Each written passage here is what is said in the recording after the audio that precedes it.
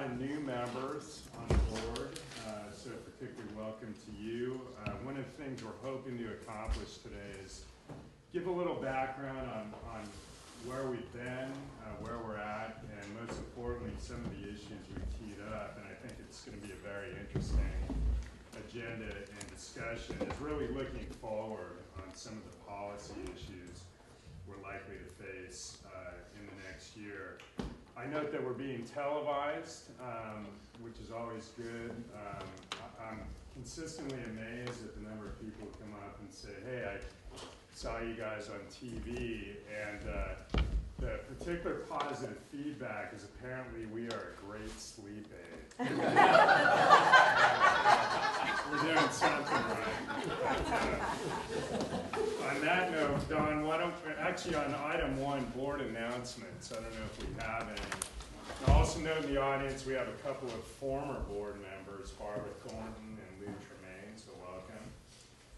We also have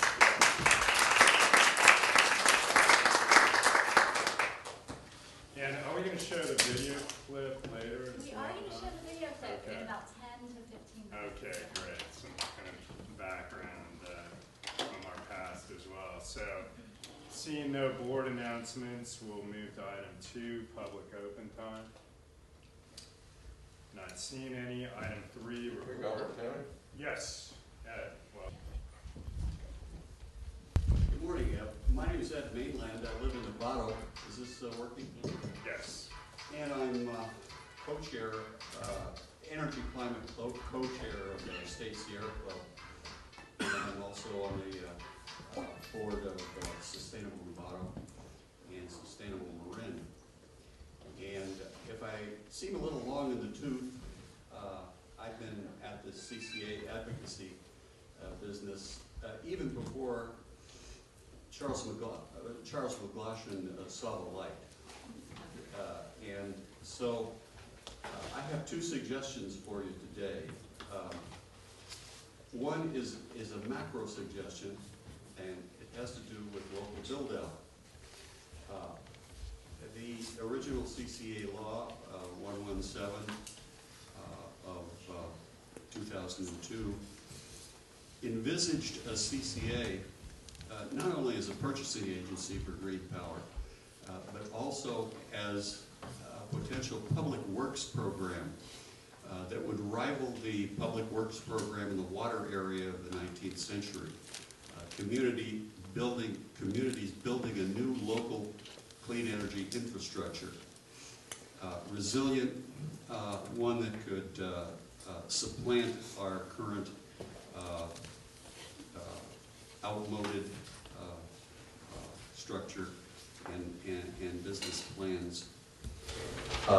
So I would like you to focus on what is impeding local build-out, what could be done to accelerate local build-out, and in this framework, there is one very disconcerting recent development. That is the idea that you can't build solar on agricultural lands. And this is something new, and it will impede greatly your capacity for local build-out because unlike places like the East Bay, we all know that Marin doesn't have large industrial rooftops, spaces. We're a residential community by and large.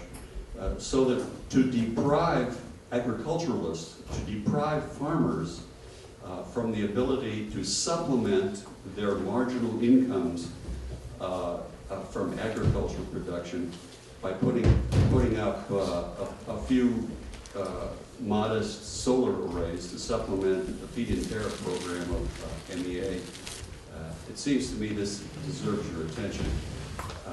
You have abjured and recused yourself from land use involvement, but this is a land use issue that is going to impede your ability to fulfill the ultimate goals of green power and local build-out. Thank you.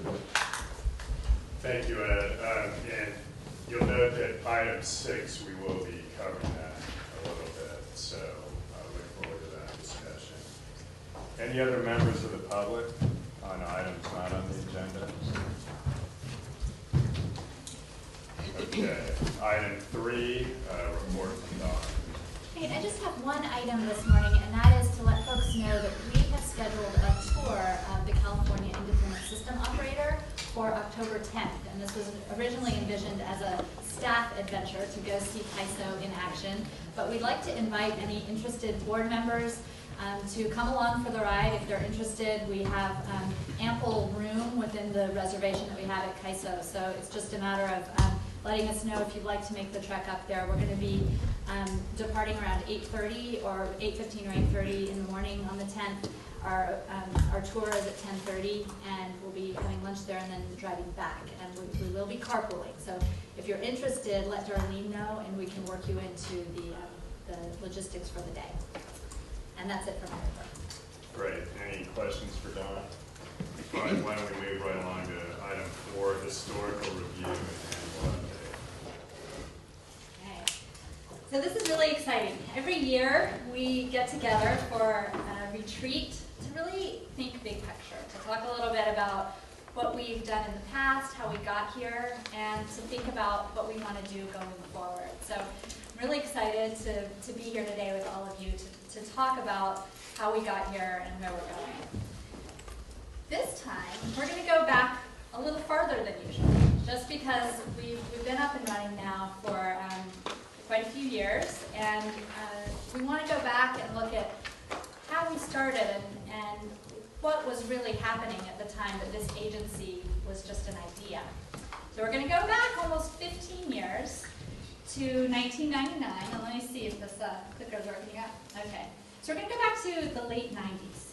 In the late 90s, there was an idea circulating in the advocate community, and you'll notice that there's a theme here.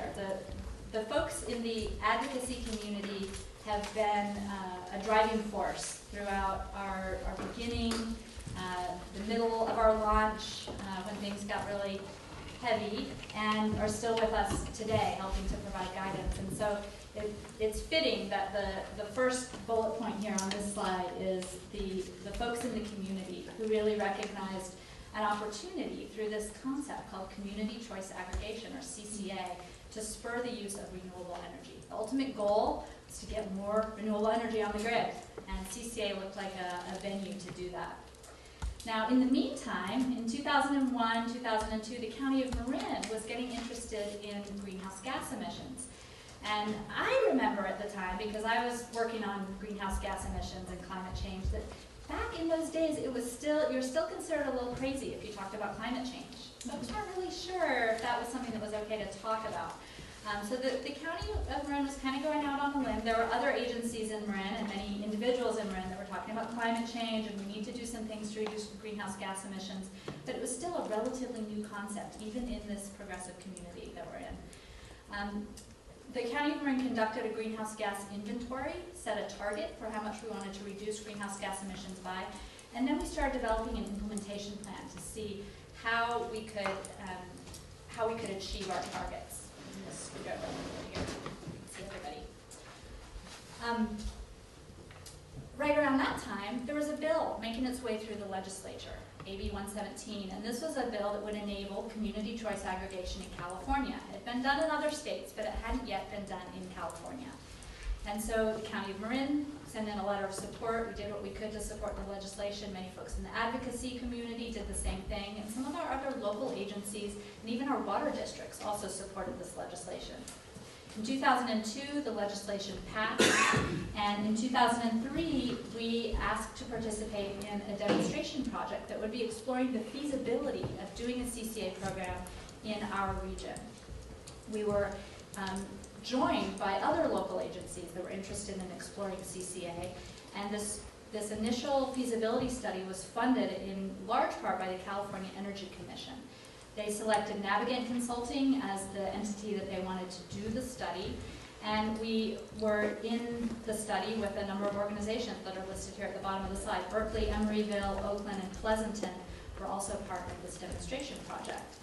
And so it was done in tandem with all of these communities, looking at the load in each of these communities, looking at the energy prices that were projected in those communities to find out if a CCA program could actually be feasible.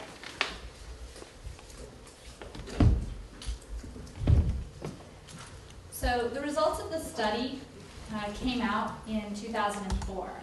And I should mention that the study was primarily funded by the California Energy Commission, but the County of Marin chipped in, the Marin Municipal Water District, and North Marin Water District chipped in. And each of the cities listed here, Berkeley, Emeryville, Oakland, and Pleasanton, also chipped in for their share of the study. The initial feasibility study looked very promising, and many said, gosh, this is too good to be true. We can't buy more renewable energy than we're getting now and still have the same rates. That just doesn't seem logical. So as a result, there were a lot of follow-up studies. First, we did a peer review to demonstrate that, well, actually the study is accurate, it isn't missing anything. The third-party peer review wasn't able to find any flaws in the analysis. We conducted a bond counsel review and a risk analysis regarding the rate impacts that could happen, and there were a couple of years here spent on a lot of study and restudy and checking and rechecking, and a lot of discussion along those lines. We were then able to move forward with the development of a JPA agreement and the development of a business plan, and that was allowed in part through a grant that the County of Marin received from the Bay Area Air Quality Management District in 2006 and 2007. We created a local government task force at that point with representatives from all of our cities and towns in Marin. And at this point, we're not talking about Richmond because we didn't know yet that they were going to be such a big part of our future. But we'll get to that later. Right now, we have a local government task force with each city and town in Marin participating and helping to craft the business plan. So the business plan was really going to lay out how the agency would work. And in these discussions, these local government task force discussions, we hatched the idea of light green and deep green. We thought at the time, well, we wanted to have a product that was twice as renewable as PG&E's product. And their product at that time was only 13% renewable, so we thought 25% sounded great. 25% for light green was the goal. And we were really excited about that. We wanted to make sure that the rates would be as competitive as possible for that light green product. We didn't know that within 2 years of being up and running, we could move that 25% up to 50%. So we've been able to really exceed that goal.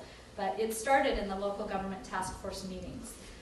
The local renewables and the greenhouse gas reduction goals were included also in the general plan update that the county approved in 2007, and that won some awards and got some visibility for looking at innovative ways to address climate change.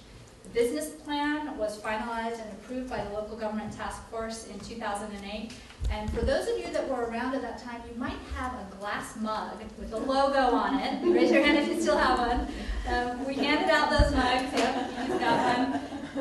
And Kiki Laporta helped us design the logo on those mugs. Actually, they're beautiful. We have a few in the office.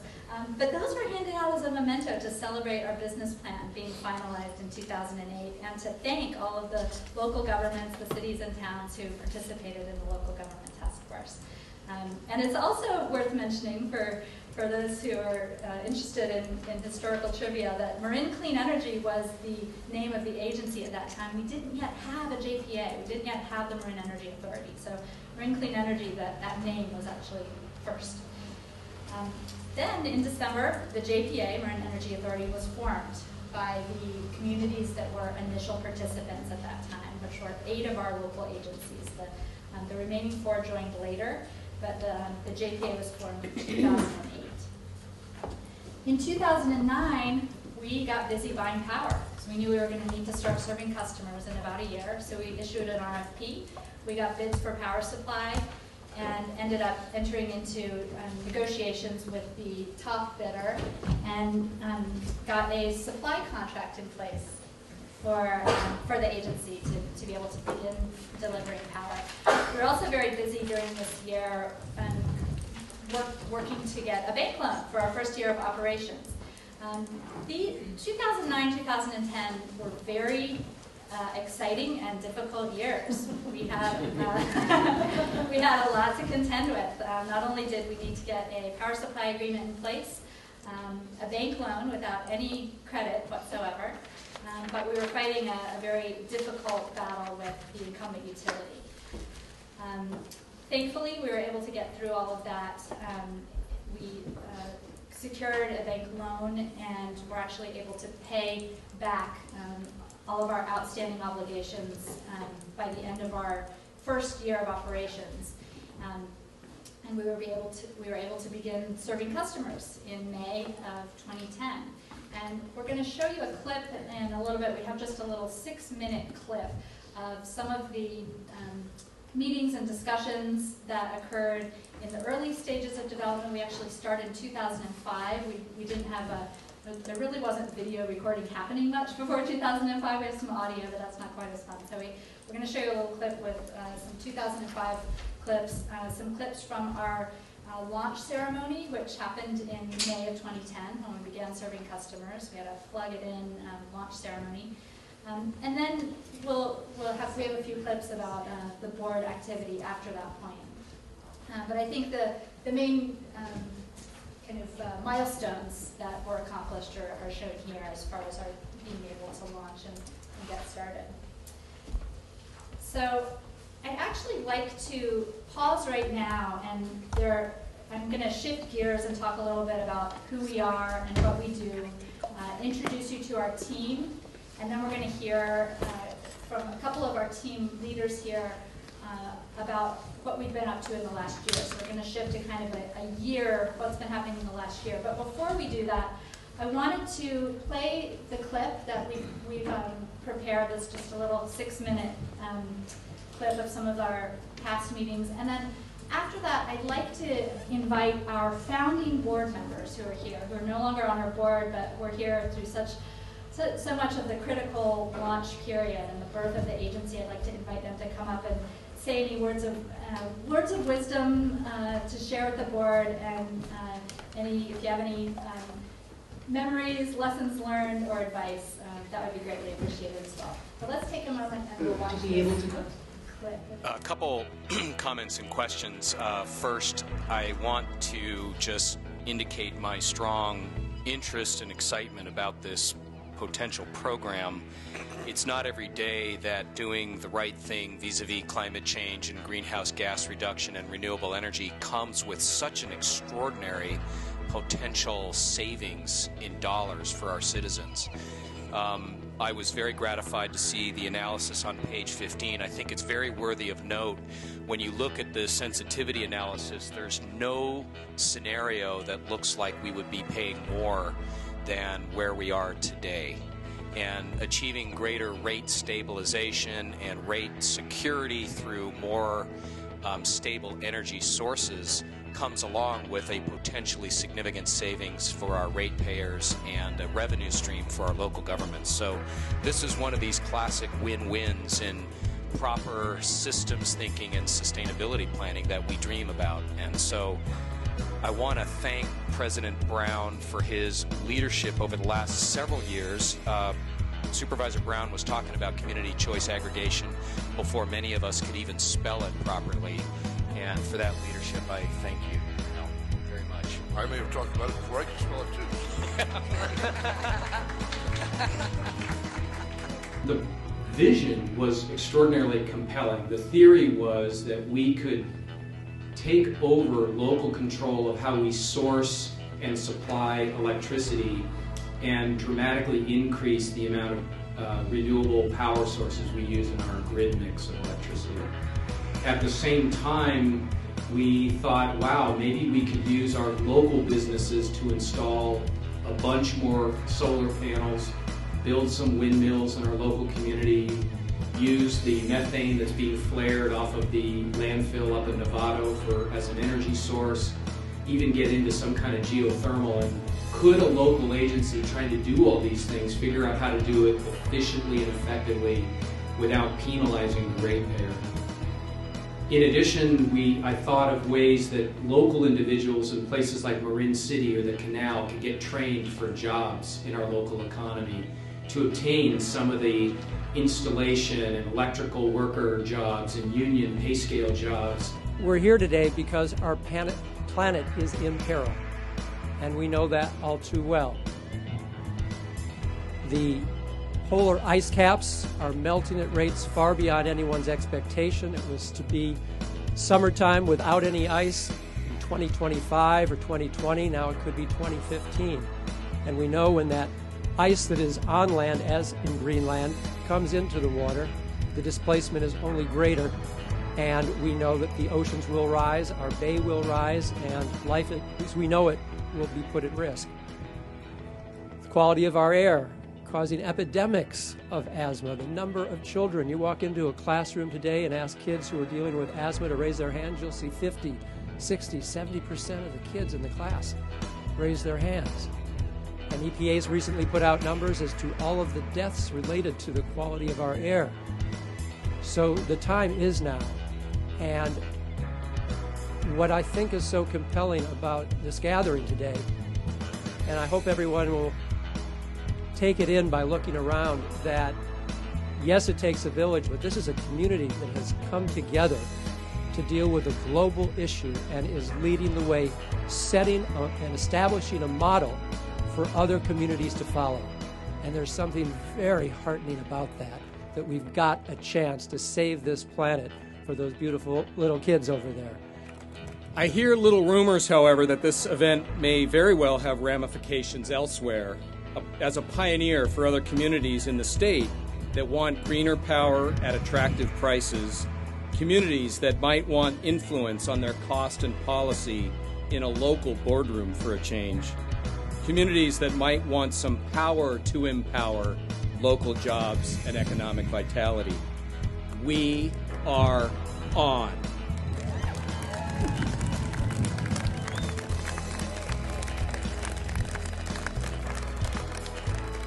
Thanks to you, we are on.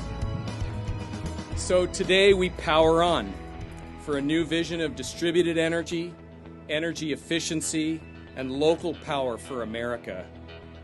President Obama asked communities like ours to do these things by exhorting, yes, we can. Well, we're here to answer our Commander-in-Chief that in Marin County, yes, we are.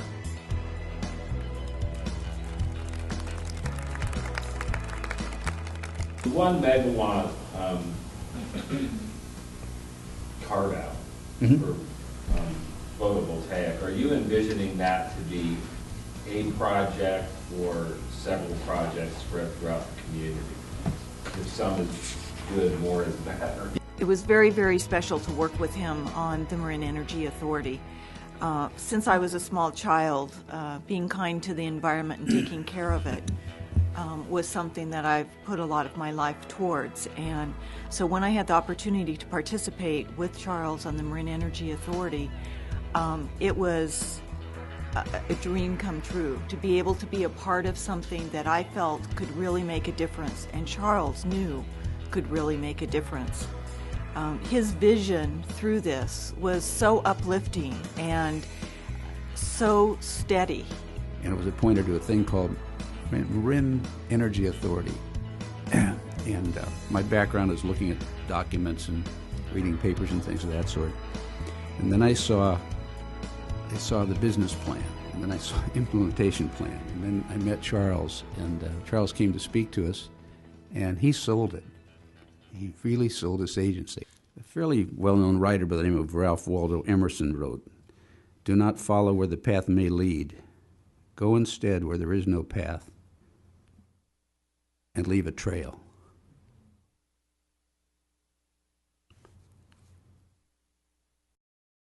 So with that, I'm going to invite our founding board members to come up and make a few comments.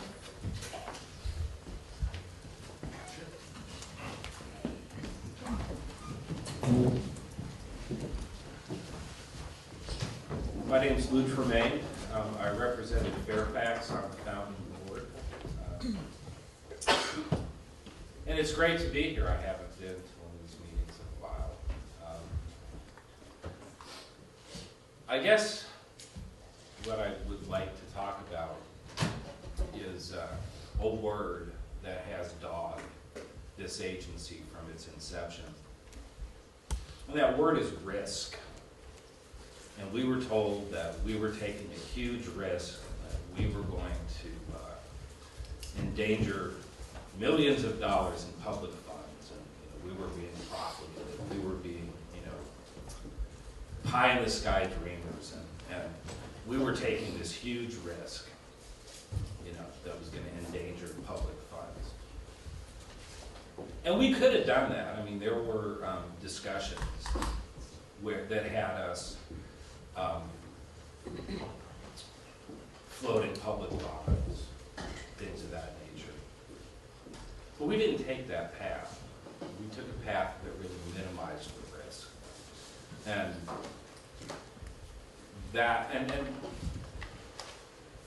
in doing so, we really eliminated the risk. And the way that we did it was we proceeded slowly. We didn't do anything that we didn't know we could do. And we were still able to move forward at a very rapid pace, make a lot of difference in a hurry. But we didn't do anything that we didn't know we could do. We worked with Shell North America and bought energy from them because that was the safe route. We got flack for it. Why aren't you building, infrastructure? Well, we would have put money at risk if we had built infrastructure. Fast forward to today, you guys are in a position where you're going to start doing that. And that was the dream all along. And it's very exciting to be here and to know that you guys are on that precipice. And I am aware that the word risk comes up again. Don't be afraid of the word risk. And don't take risk. Don't do anything you don't know that you can do. But do everything that you know will work. Because that is what's going to move you forward. You have an opportunity to increase your service area.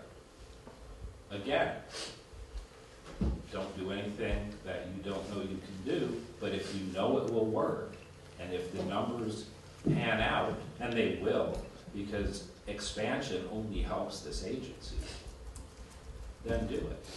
Do everything you know you can do, and you will continue to move forward. That was what we did from the beginning, and that's what I hope that you folks will continue to do, because there are still great things to achieve with Marine Clean Energy, and I know that you guys will do it.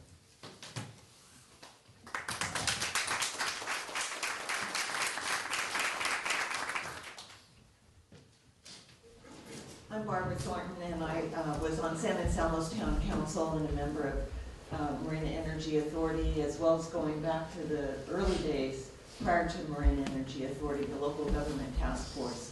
And Marine Clean Energy, I'm no longer on council, but it still is a very special, has a very special spot in my heart, because I know how hard we worked at the very beginning with a very small staff up against PG&E with a vision that we knew was very, very important.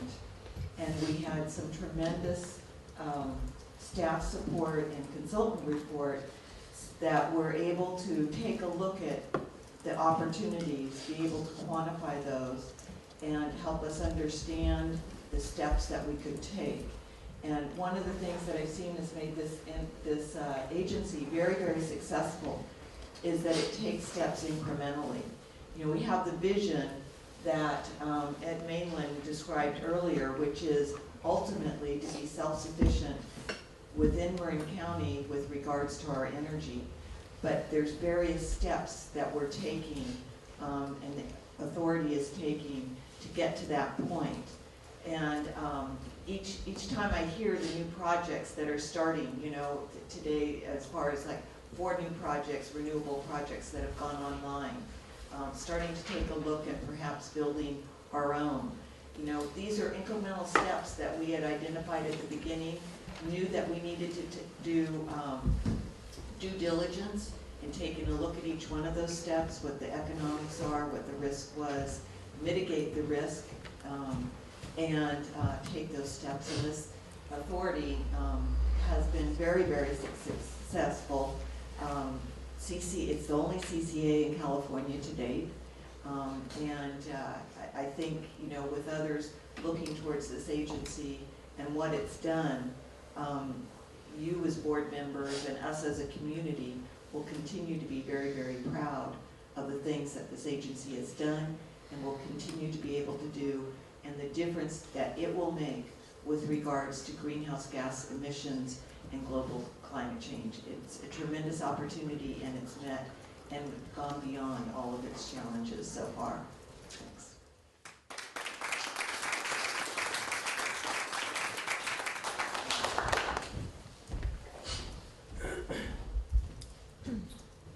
I'm Tom Cromwell, and I unfortunately had to leave the board about several months ago when I became mayor of Belvedere again, and as I predicted at that time, I was going to get involved with another agency called FEMA that was going to be even more difficult to PG&E, and I think that has turned out to be true. It had been very, very time consuming, and we had no end in sight.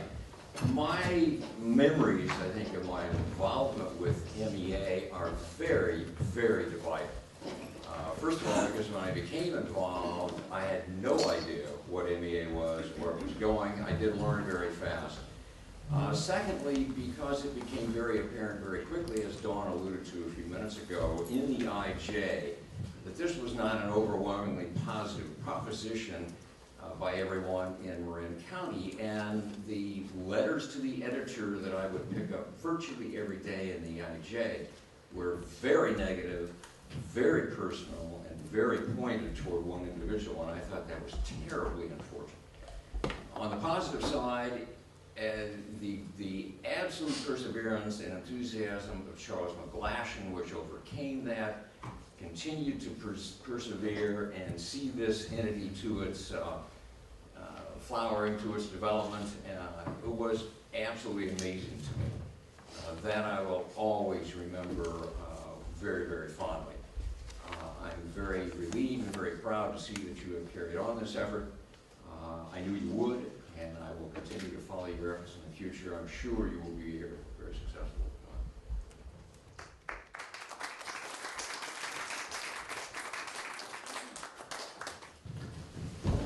Thank you very much for coming up and making some comments. We kind of put them on the spot today, and appreciate you all coming up and also for being here today. So I'm going to keep things moving here to get us towards where we are going. So I think a good place to start is remembering what our mission is, promoting the development and use of renewable energy and energy efficiency programs. See, Becky, it's in our mission. To reduce greenhouse gas emissions, support stable energy prices, and yield local economic benefits. So we're continuing on that track, and just to get us all oriented with our primary functions, we really have 5 areas that are our core functions: resource procurement, energy efficiency, customer and community relations, regulatory compliance, and then internal operations. And to make it as concrete as we can, I've got an organizational chart up here. It's a little hard to read, but we're going to humanize it for you. I'm going to ask members of our team to stand up for each team. So we're going to start with the public affairs team. Can all of our folks here today stand up and say hello? We have, starting from the left here, we have Raphael Silverblatt, who's handling a lot of projects, helping to get a local renewables program up and running, helping with our energy efficiency program, helping with a lot of our advocate coordination and outreach, and a lot of our outreach events. And then next in row here we have Alex DeGiorgio, who I'm sure you all have met, and he played a key role in a lot of our Richmond outreach and is also doing a lot now to reach out to our business customers in both Marin and Richmond. Thanks for being with us, Alex. And then we have Justin Kudo, who's been with us for a long time as an account manager, and so I'm sure all of you know him, and I would appreciate Justin's role not only with customers, but also Justin plays a key role interfacing with PG&E and helping with dealing with billing issues and making sure that our coordination with them is going as smoothly as it possibly can be. So Thanks y'all for being here today. And we have Jamie standing up over there. Jamie is leading the public affairs team, handles all of our marketing and communications. I know you all know Jamie. So thanks y'all for standing up. And then our internal operations team. We have 3 folks here today. They all have to stand up too, even though you're at computers. So we have Emily Goodwin here coordinating the team, Darlene Jackson, who is our clerk extraordinaire, and Sarah Gardner, administrative associate. So thanks y'all for being here and introducing yourselves. And then next, let's see. Oh, we skipped over energy efficiency. This is going to be a little bit thin here, but we have Becky, and Raphael's going to stand up too because he partners with Becky on the energy efficiency team. And as our program grows, our staff may grow as well, but Becky does the work of about 4 people. I've calculated that very carefully, so it's not as small as it looks. And then the next team is our resource procurement team, and these 3 gentlemen, can please stand up. We have Greg Brem from our staff, also folks know John DeLessie and Kirby Dussel, been with us for many years, helping with all of our procurement and making sure we have a good energy supply flowing in to serve our customers. Thanks, you all. And then our legal team, unfortunately, we don't have all of our legal team here today. We have Shalini, can you stand up? And Jeremy, I think, was going to try to make it. We have conflicting regulatory essential things happening today, where Beth Rasmussen had to be, and Jeremy as well. So Shalini is our representative from the legal team. So just wanted y'all to remember who our team is and what we're all working on. And so thanks for bearing with me through that. Just to wrap up here, some of the objectives that we've met since our launch include offering customers a choice between 2 energy supply options. As I mentioned, we started thinking it was going to be our default light green product was going to be 25%, but we were able to increase that to 50% in the last couple of years, and that's been really exciting. And we also offer the 100% renewable option, really getting at the core of our mission. We're stimulating new renewable energy and energy production, reducing greenhouse gas emissions from the customers throughout our jurisdiction, and we've launched an energy efficiency program for all the customers throughout our jurisdiction. We'll hear a lot more about that today. And then it's also worth mentioning the value-add benefits of providing stable and competitive electric rates, along with public visibility to our energy supply activities, and a modest increase in local economic activity, and that's true on a couple of fronts. We'll talk about that more as well. Just a quick preview of some of our key priority tasks for the coming year: increasing deep green enrollment, reaching out to our unenrolled customers that might have opted out in the initial phases. We're going back to them now, helping with cost comparisons. We're also spending a lot of time on completing the pre-development for our first locally owned local build-out project. And we're going to hear more about that today. We're really excited about how that's progressing. We will continue to further develop our energy efficiency activities and look at our 2015 and beyond energy efficiency application. We'll be responding to communities that have expressed interest in CCA that aren't in our service territory. And then last of all, we'll be considering potential use of battery storage and potentially use of interval data, if we're able to get that data from PG&E, to spur new efficiencies in energy use. So that's a preview of some of the things we're going to be touching on today. I'm going to turn it over to Jamie now to talk about how our Richmond enrollment has done and other public outreach activities. Thanks, Jamie.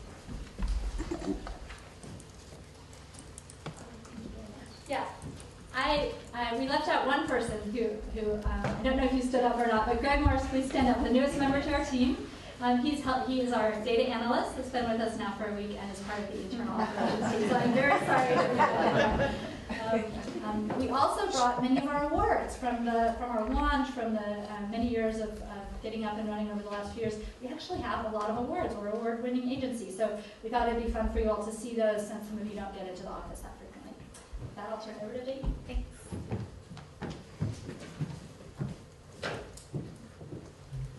Great. Well, thank you so much. We have a lot to cover today. We've had a very busy and adventurous year. Of course, our biggest achievement for the public affairs team was the successful rollout into Richmond, but there are several other highlights and accomplishments that I'll go over with you today, as well as some of the goals and activities that we have planned for the coming year. So for highlights and accomplishments, since our since the beginning of this year, since January 2013, is that we've gone to over 120 community meetings and events. So you might have noticed from the org chart, or for some of the directors who are newer, the communications and public affairs team has doubled in size since last year. So we've really been able to increase our ability to be on the ground, meeting with potential customers and members of the public, interacting with them and answering questions. And like Dawn said, we have sort of a sampling of what our tabling looks like over there. You'll also see a map, and that's actually a map of Richmond if you want to check it out. It's got little pins on all of the different neighborhoods that we've gone out to and had meetings with, or community events, homeowners associations, and the like. We've also had more than 50 news stories published throughout the Bay Area about MCE, so we continue to be a hot topic in our local news. We redesigned the MCE website and all of our marketing materials, not only to include Richmond, but also to expand the language offerings. Everything we send out to our customers is now bilingual, so it's in English and Spanish, and we also have Tagalog, Chinese, and Vietnamese translations available as well in all of our written materials, and for our call center. One of the important things that we did for our website was making it compatible with mobile and tablets, and I'll tell you why that's important a little bit later when we look at our users who are going to our website. We were accredited by the Better Business Bureau. Thank you, Emily Goodwin. And let's see, sorry, a little out of order there, but the Better Business Bureau is a consumer protection agency that's been around for over 100 years, and MCE has a grade A, which is great. We launched service, of course, to Richmond customers, to about 35,000 customers in July. And we received the Climate Change Business Journal Solar Achievement Award for the Santa Fe Airport project. So that award is over on the table that Dawn mentioned earlier, if you all would like to check it out. One other thing that I think is worth mentioning that I didn't add to the slide is the communities in our service area who received recognition from the Environmental Protection Agency for your purchase of MCE's renewable power. So several of the communities in our service area, the municipalities who have chosen to purchase MCE's power, has been recognized by the EPA for that additional purchase. And we should be seeing signs throughout the community showing that additional purchase off. So today we're serving more than 124,000 MCE customers, so we've got a lot of customers to take care of. Another reason our team is so busy. 122,000 approximately of those customers are light green. The majority are Richmond, just over 70%, are Marin, just over 70%, and about 29% of our light green customers are in Richmond. We have almost 2,000 deep green customers. Again, the majority are Marin at 84%. And one thing that has been a great accomplishment that's definitely worth noting is that since last year at this time, our deep green customer base has increased by 42%. So we've seen a lot of deep green enrollments in just the last year compared to the 2 years that we were up in, or 2.5 years that we were up and running before. With the addition of all of our new customers, our call center has been very busy. We've had over 22,000 customer service calls since September of last year through August. Our call center has been doing a really great job. They have to be very well trained in our program. There's a lot of complexities that they need to understand in order to give the best customer service and answer things clearly to our customers. One thing I'm really proud of is that there's a 15% retention rate for customers who call in and opt out. So anytime anyone calls our service number to opt out, they get connected to a real person, and 15% of those people change their mind when they call and decide to stay with MCE after they talk to one of our service reps and have some of their questions answered. So they're doing a really great job. Of the calls that we've received, 8% of them, or just over 8%, barely over 8%, are for foreign language, and the majority of those are for Spanish. We also have translation services available for actually any other language that people call in for. but as you can see, the next most popular after Spanish are Tagalog, Mandarin, Vietnamese, and Lao. Latino outreach has been something that was really new for us this year as well, and was really important with our rollout in Richmond.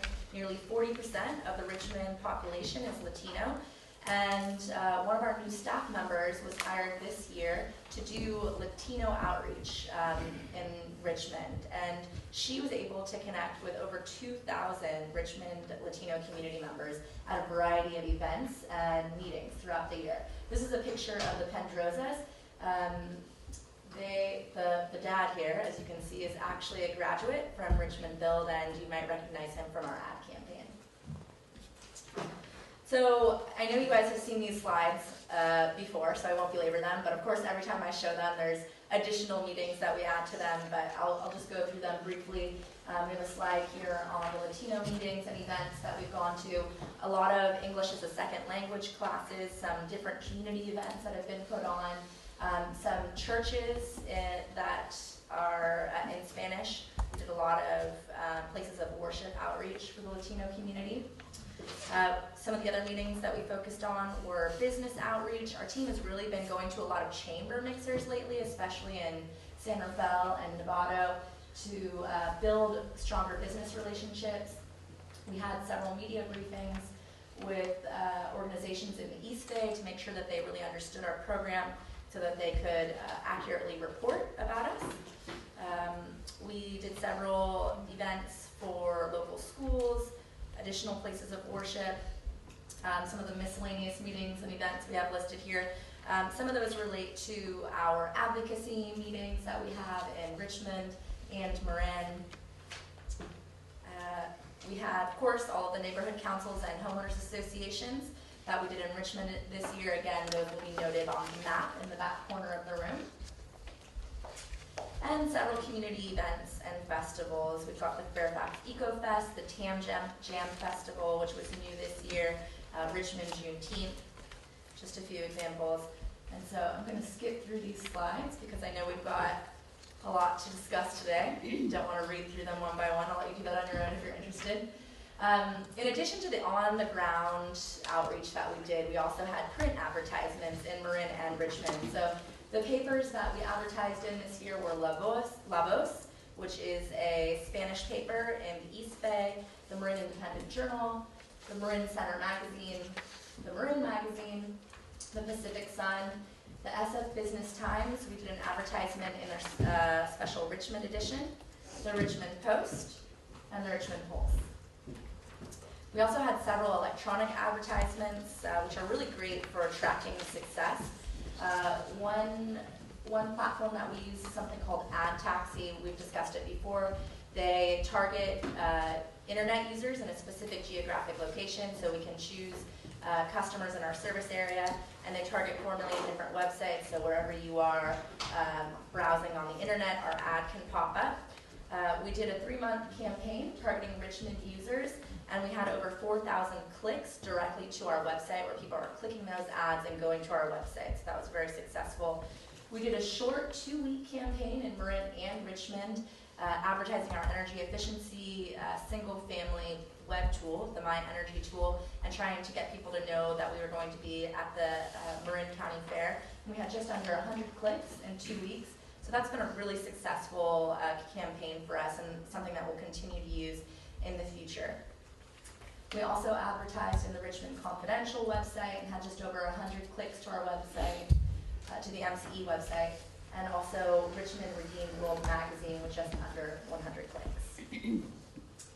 In addition, we're doing a Google AdWords campaign. So we started that in June, and that means that we're advertising with Google so that when someone types a specific search into Google, our website is going to be on the top, or one of the top 3 results for that search. And part of the reason we did that is because we were shifting a little bit from Marin Clean Energy to MCE. So we wanted to make sure that when people searched MCE, our website would be on the top. So that's been a very successful campaign as well. We've had over 1,000 clicks to our website since we started that since we started that campaign. And the top 5 keyword searches that we see in Google are Marine Clean Energy, MCE Clean Energy, Solar Wind Energy, How to Save Energy, and MCE. These are some of the ads. I know we're familiar with these as well that we had running in Richmond. These sort of model the ad campaign that we did in Marin the year before, where we featured local residents, local businesses, and community leaders. Something new that we did this year was doing some of our ads in Spanish as well. And then some of the ads that you might not have seen are our energy efficiency ads that we're running locally. The smartest energy is energy you don't use. Wish your utility bills were lower, we can help. Getting people to really learn more about our energy efficiency program and get them to those pages of our website so they can start participating in saving energy and money. So one of the things that's really important to look at, in addition to the emails that we have coming in, how many customers we're serving, how many new Deep Green customers are coming on, and our call center, is also our website traffic. So in the past year, we've had about 50,000 site visits to the MCE website. 43% were new visitors, so we still have a lot of new people coming and learning about us. Many of those were probably from Richmond. And 12% were visiting us from their phone or from a tablet like the iPad. So that's part of the reason it was really important to update the website earlier this year. And for traffic sources, you'll see that 42% are from search. So again, that's using something like Google, Yahoo, or Bing. 35% were direct traffic, which is pretty impressive. So that's people who are entering our URL directly. That's good. That means people are reading the letters that we're sending them in the mail, the opt-out notices, or noticing our ad campaigns in print and typing in our website directly. And then 23% was from referrals or campaigns. So those are things like our electronic ads or your own city websites that might have links to the MCE website. So people are being referred to them from somewhere else online. So going forward, we have a lot of focus areas that our team is going to be transitioning to. Now that we've done our Richmond enrollment, we can sort of take a deep breath and see what we want to do for the coming year. Some of our goals are retaining light green customers, returning light green customers who have opted out, increasing our deep green customer enrollments, increasing participation in our energy efficiency program, continuing to expand on our Hispanic and Latino outreach, and improving on the PG&E billing and customer service. We've seen a lot of improvements with our relationship with PG&E over the past few years, and it's really important that we continue to work closely with them to make sure that billing and customer service is going smoothly and that all the correct information is being provided to our customers. So some of the activities that we have planned to reach those goals are a green business marketing package. So it's like a green image marketing package saying, if you sign up for Deep Green, these are all the things we'll give you. We'll advertise your business on our website. You can use Deep Green if you're a commercial business to help get LEED certification. We've done advertising campaigns with our Deep Green customers before, and there's opportunities for co-branding and for advertising for our social media. Those are just a couple of examples. We are going to launch a Deep Green and energy efficiency advertising campaign, which will be really exciting to boost participation in both of those programs. Direct outreach to business customers, like I noted already, we're doing a lot of chamber meetings and events, and our account managers are really on the ground meeting with our business customers, those who have opted out and those who are still our customers, to make sure that they're satisfied and that they have all the information they need if they've opted out to maybe help them change their minds. Also deepening our engagement in business communities, that's similar to what I was just talking about. Building and enhancing our advocacy relationships. Dawn was talking about our advocates earlier. We're so lucky to have such a strong advocacy community now, not only in Marin, but also in Richmond, and we want to continue to meet with them, share goals and ideas, solicit feedback. We're going to continue to simplify and build interactive web tools. We're designing a really cool rate calculator right now that will be amazing, very easy to use, and that we'll be able to update whenever we change our rates or PG&E changes our rates, so you can look for that in the coming months. Things, a specific thing about building would be improving the energy metering billing process with PG&E to make it simple and clear for customers. And one thing that I'm the most excited about this year is creating and disseminating video ads.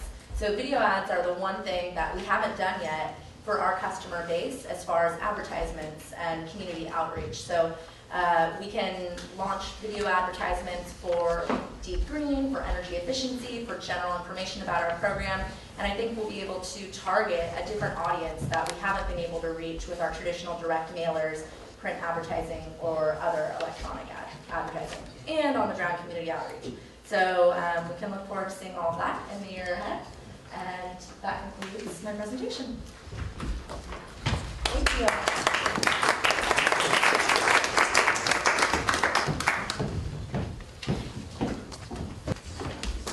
Hello everyone, I know most of you in the room. My name is Becky Menton, I'm the Energy Efficiency Coordinator.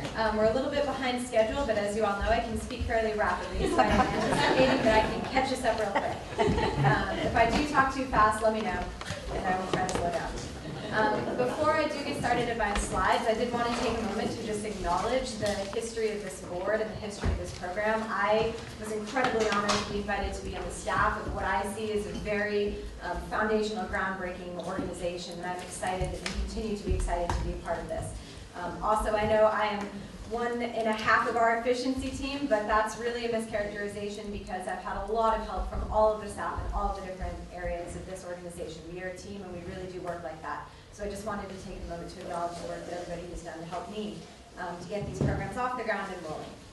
So with that, I'll talk a little bit about MEA and energy efficiency, the history of energy efficiency in the MEA vision. I'll also go over our accomplishments to date and then talk a little bit about looking forward to the next subsequent portfolio. Energy efficiency has always been a cornerstone of MEA's vision. It was part of the mission statement. MEA has fought very hard in the past to make sure that we have the ability and authority to implement energy efficiency programs on the same footing as our market partners, PG&E. In addition, it's included in our integrated resources plan. We are considering the role of energy efficiency and meeting our overall demand in this county, in this county and the city of Richmond, which is very important. MEA began developing our energy efficiency program plan really right around the same time that you implemented the rest of the program. In February of 2012, this board approved an MEA energy efficiency program plan, which is pictured up there. Immediately after the approval, MEA staff brought this plan to the folks at the California Public Utilities Commission, who oversee energy efficiency programs implementation, and sought clarity on how we could move forward implementing our program. As a result of those discussions, we brought forward a proposal in 2012 to offer energy efficiency programs specifically for MCE customers. It was sort of a small bite. As Sean said, we're moving forward step by step in this program. That was an initial step. And then in 2013-2014, we brought the full program plan before the California Public Utilities Commission for consideration and did receive approval in November of 2012 to implement a $4 million program, which is available for multifamily, small commercial, single-family customers, and financing programs for all customers in MCE service territory, not just those who are MCE customers directly. So that was a huge accomplishment. And again, it's the first time that a CCA has ever delivered energy efficiency programs. So we continue to break new ground.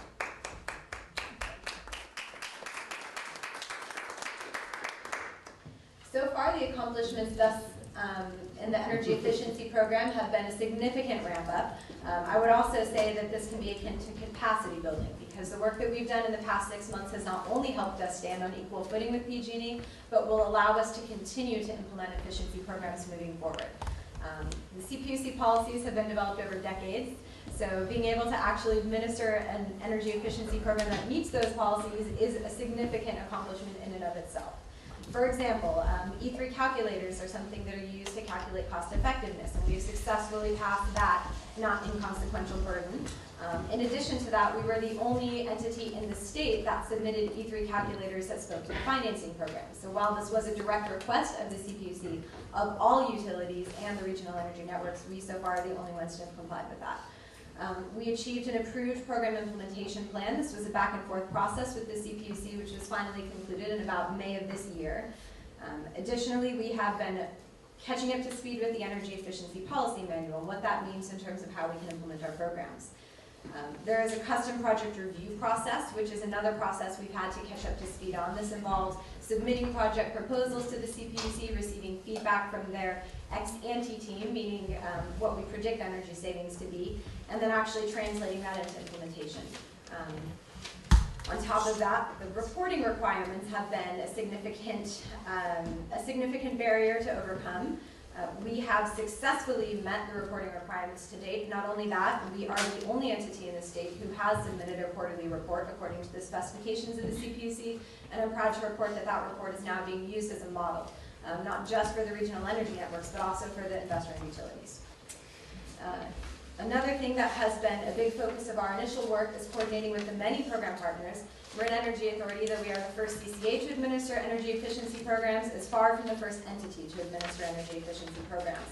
Not only are we working alongside PG&E, the main investor-owned utility, but we also work alongside the County of Marin, who has a County Energy Watch Partnership, the East Bay Energy Watch Partnership, and the new Regional Energy Networks, which is a group of local counties who submitted an application to the CPUC as well.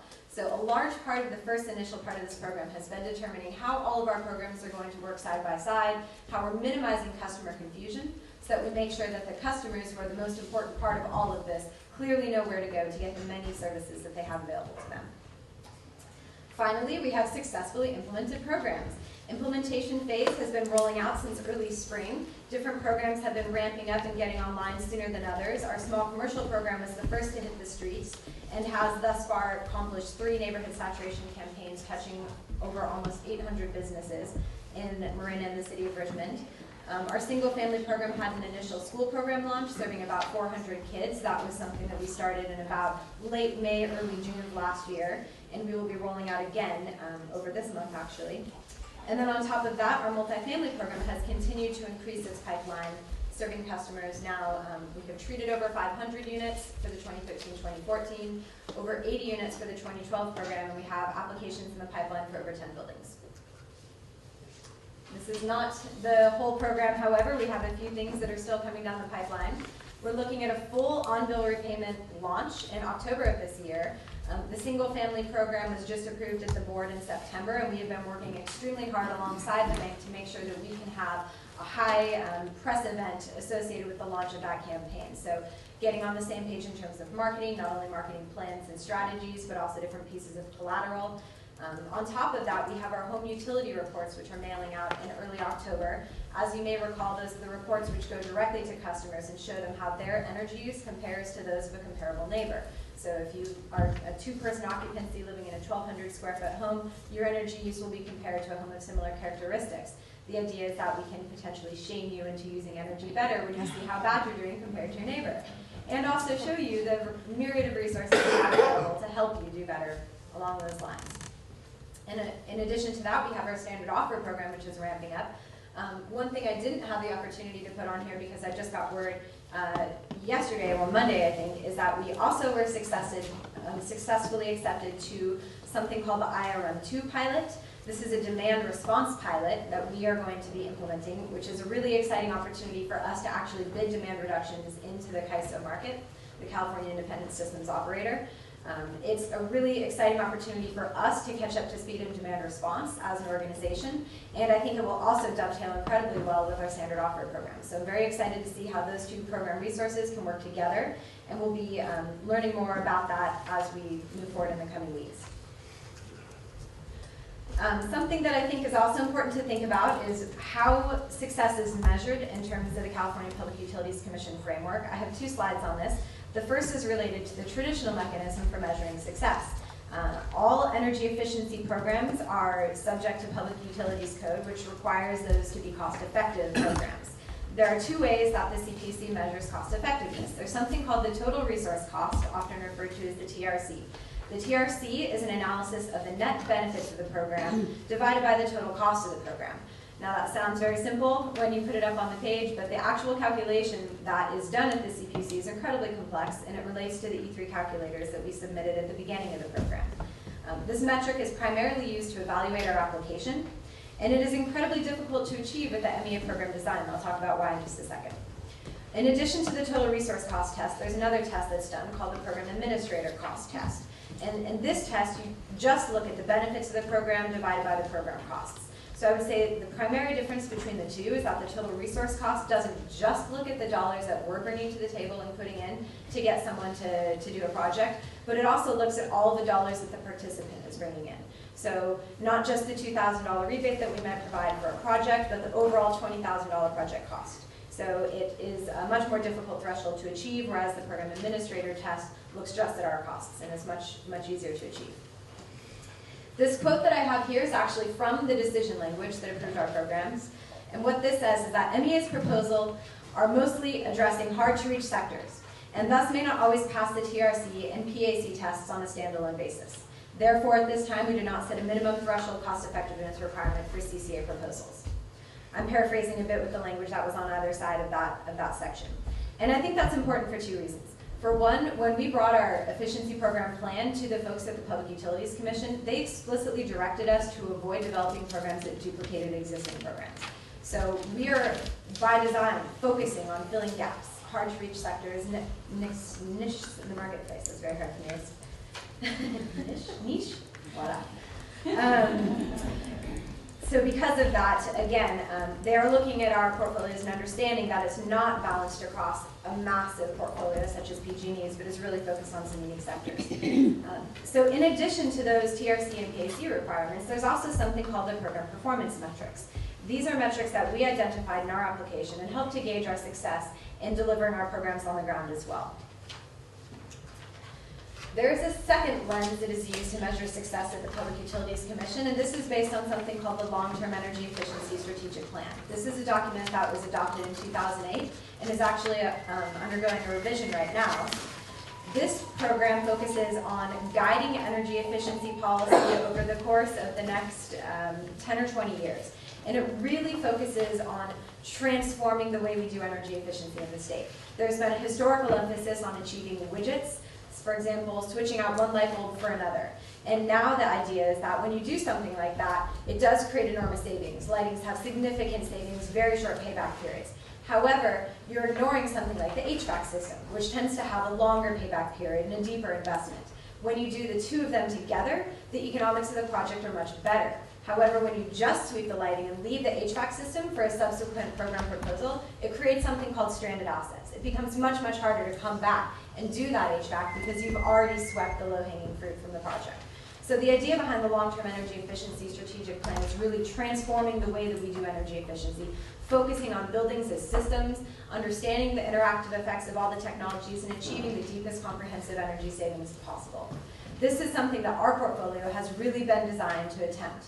So our small commercial program doesn't just focus on lighting, but tries to get customers to go deeper with that by not only providing comprehensive audits, but also bringing financing to the table so that those first cost barriers don't have to be a barrier.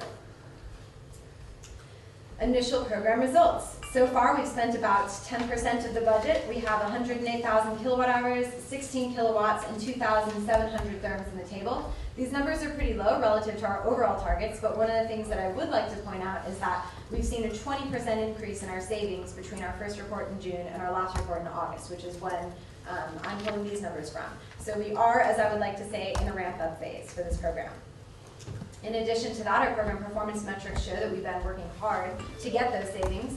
We've provided 10 multifamily buildings with technical assistance, including energy evaluation reports, and then working with them to accomplish that. One of the things that I think has been a great success as well is that we've been able to maintain an ongoing relationship with some of those buildings. An example is the Marin Housing Authority project. We had an initial scope of work with them, which we completed. We're now working with them to see how we can use those incentive dollars to accomplish more energy savings across their portfolio. So that's been a real success for us. Additionally, we've touched, as I mentioned, almost 800 small businesses through outreach. We've started 314 action plans through our single-family web portal and expect to see a significant increase in that number with the launch of the Home Utility Report program.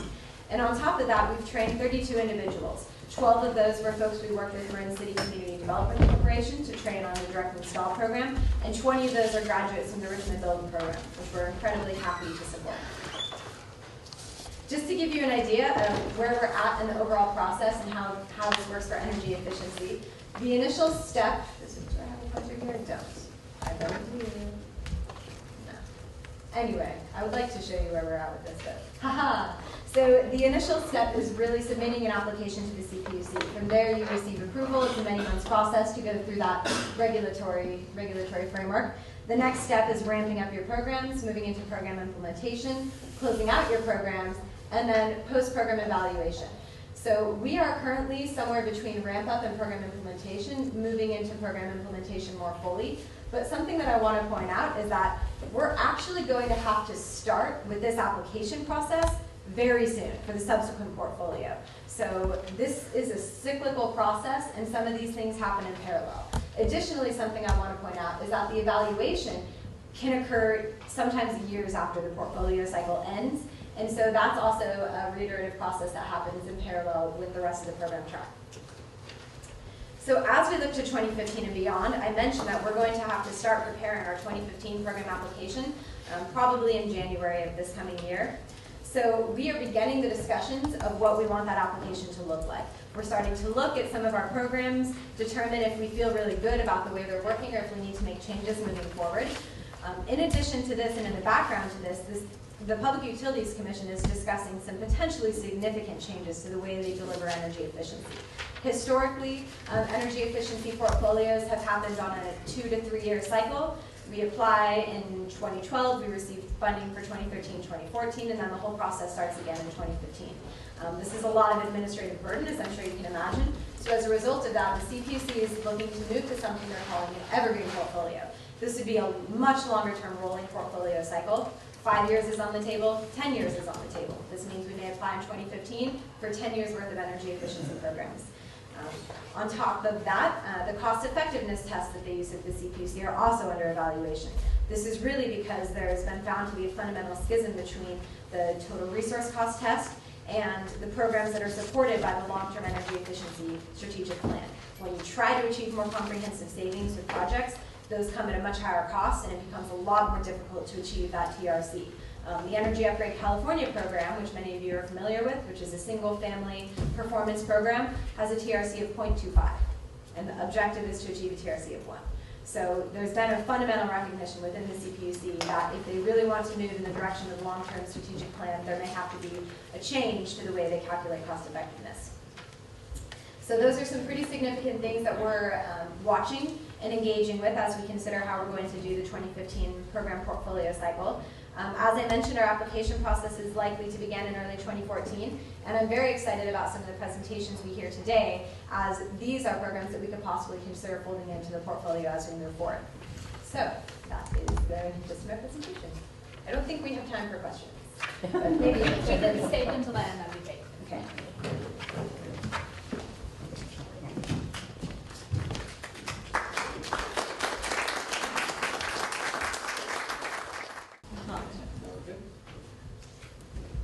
So it's been just over a year now since some of the projects first started coming online for MCE. The Santa Clara Airport came online back in October of last year, October 29th. The Gen Power project came online shortly thereafter.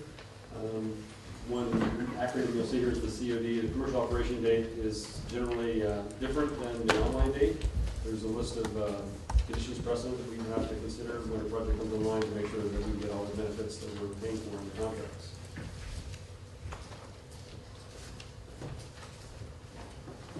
So the San Rafael Airport came online. Right now we're getting about 13% more energy than we expected from that project.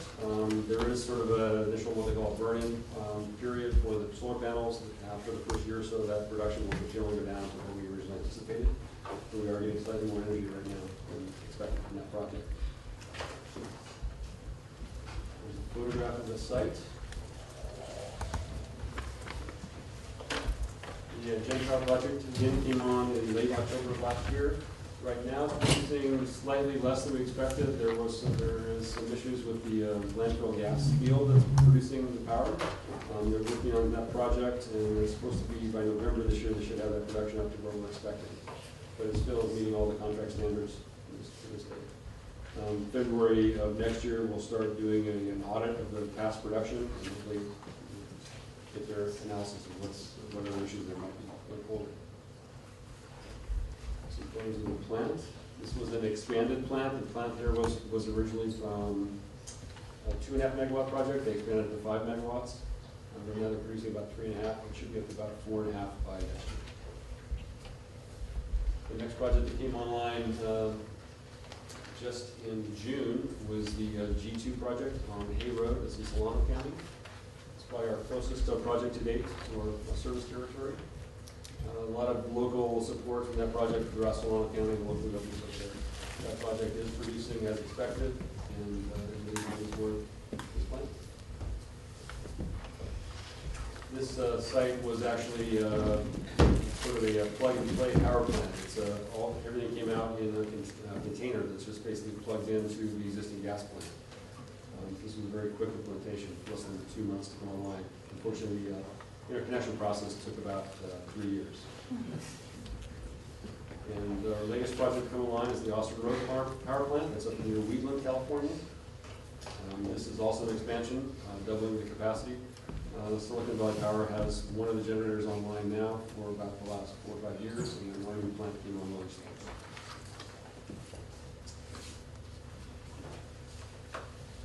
Just a really quick slide showing our resource mix, where we are today. The darker areas on the chart on the bottom, these are all contracts that are existing prior to 2013.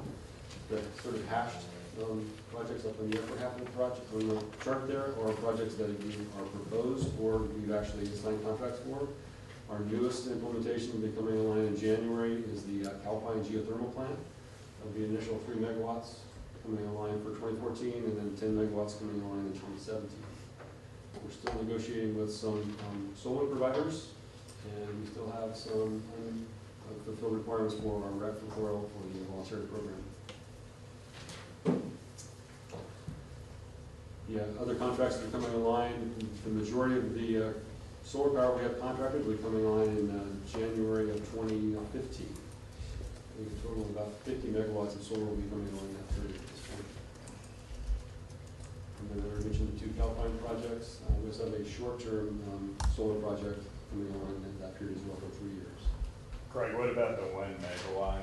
What's the 1 megawatt solar project? We did had a meeting about 2 weeks ago with our planning department, and they are now agreeing with us that it is an ancillary use to that site.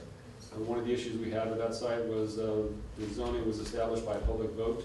So do any change to that use on the site would require another public vote. So it took about 9 months of discussions with Nevada Planning, but they're now agreeing that this is an ancillary use to that site, so they will not require a public vote for them to approve that use. So we're hoping for a very positive letter from them shortly. And that's the Buck site?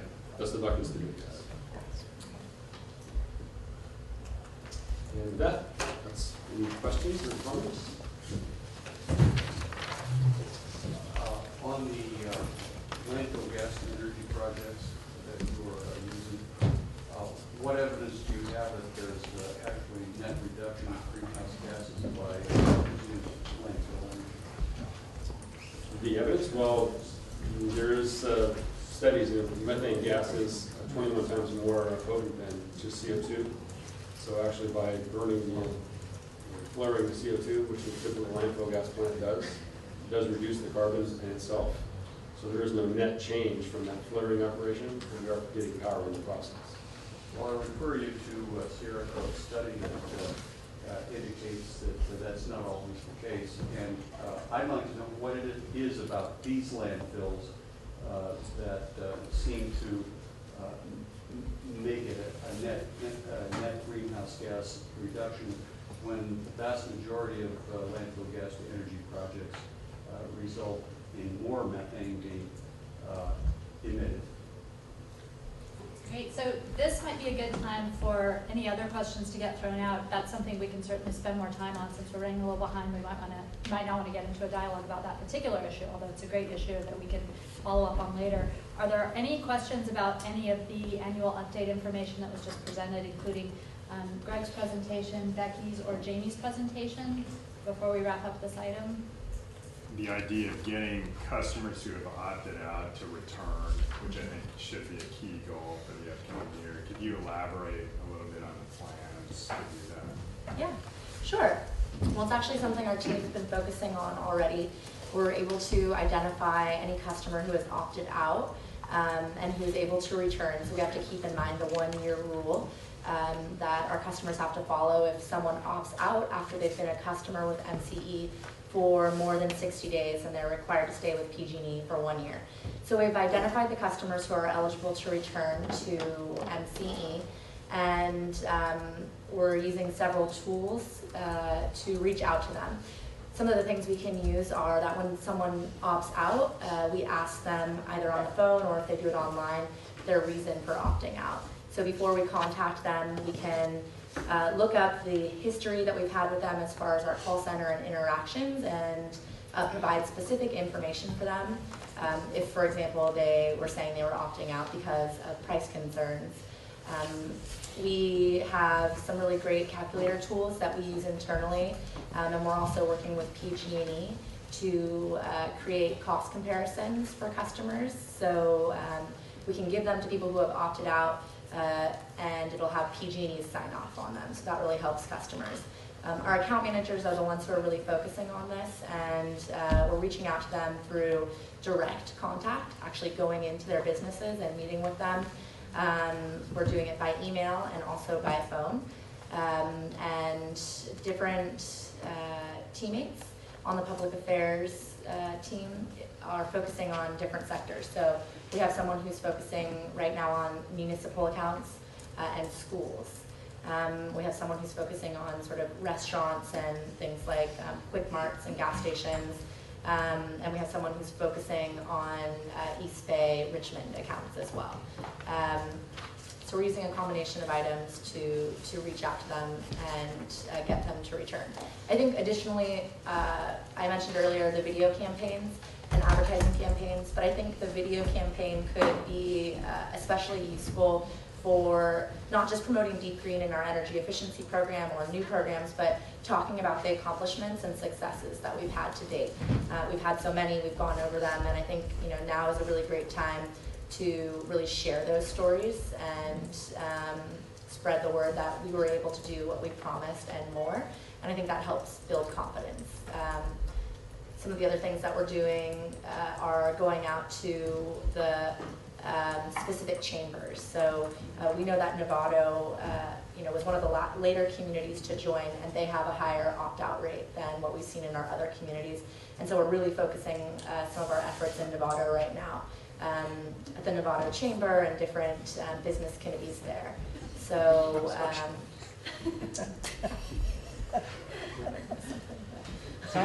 yeah, are you done with that? Because I have a question for Becky on energy efficiency. Becky, one of your charts showed a significant number of contacts with small businesses, and I wonder if do you feel that we're getting traction with small businesses? Are there things that are there changes we're planning to make, and how we do that outreach, or sort of where are we with that group of potential customers for energy efficiency?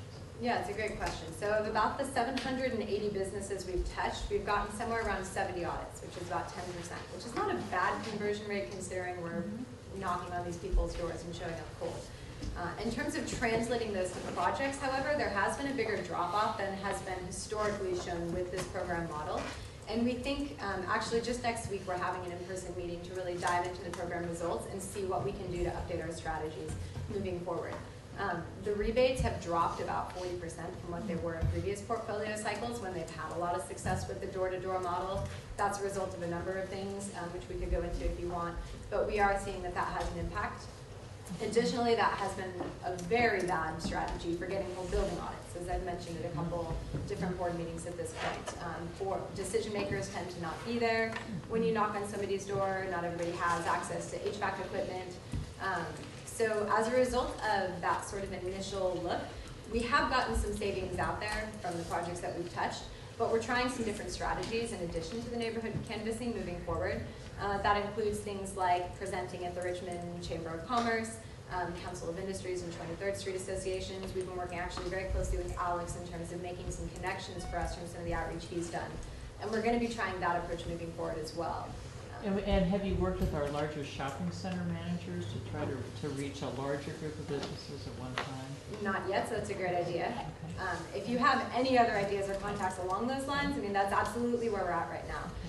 One of the other things that we're thinking about doing is trying to find some specific technologies that we can work on and focus on sectors that have a lot of those technologies. So shopping centers is a great one. They have a lot of refrigeration equipment in addition to the lighting equipment. That can be a really big win-win for both. In addition, I'm thinking that there are restaurant sector technologies that are coming out of the Food Service Technology Center that we could potentially look at folding into our portfolio as well and doing some targeted outreach to those. So all of these are things that we have on discussion. Really in the coming weeks, we're going to be looking at how we can use those thoughts and strategies to improve the numbers that we're seeing. Thank you. Quick question, going back to Jamie's comments.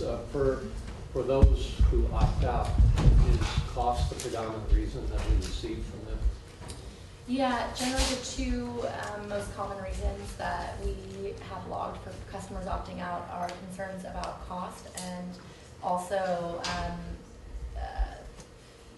not agreeing with the enrollment process. So, wishing that it was an opt-in versus opt-out process. Those customers, are more difficult to, of course, get to opt back in because it's more of a, a personal opinion rather than, something that's solid like cost. And I should note, for all of you, I hope you know this, but for commercial customers across the board, MCE is cheaper, which is great. And so that's definitely helping with reaching out to those customers. I like to call them boomerang customers. Let's go with Director Bud, Director Redkine, and then we'll come over to Ed. Could you put just a little more context on the Richmond statistics? I got that you've got 35,000 customers enrolled, and by my math, that's about 28-something% of the total. How does that compare to your original projections?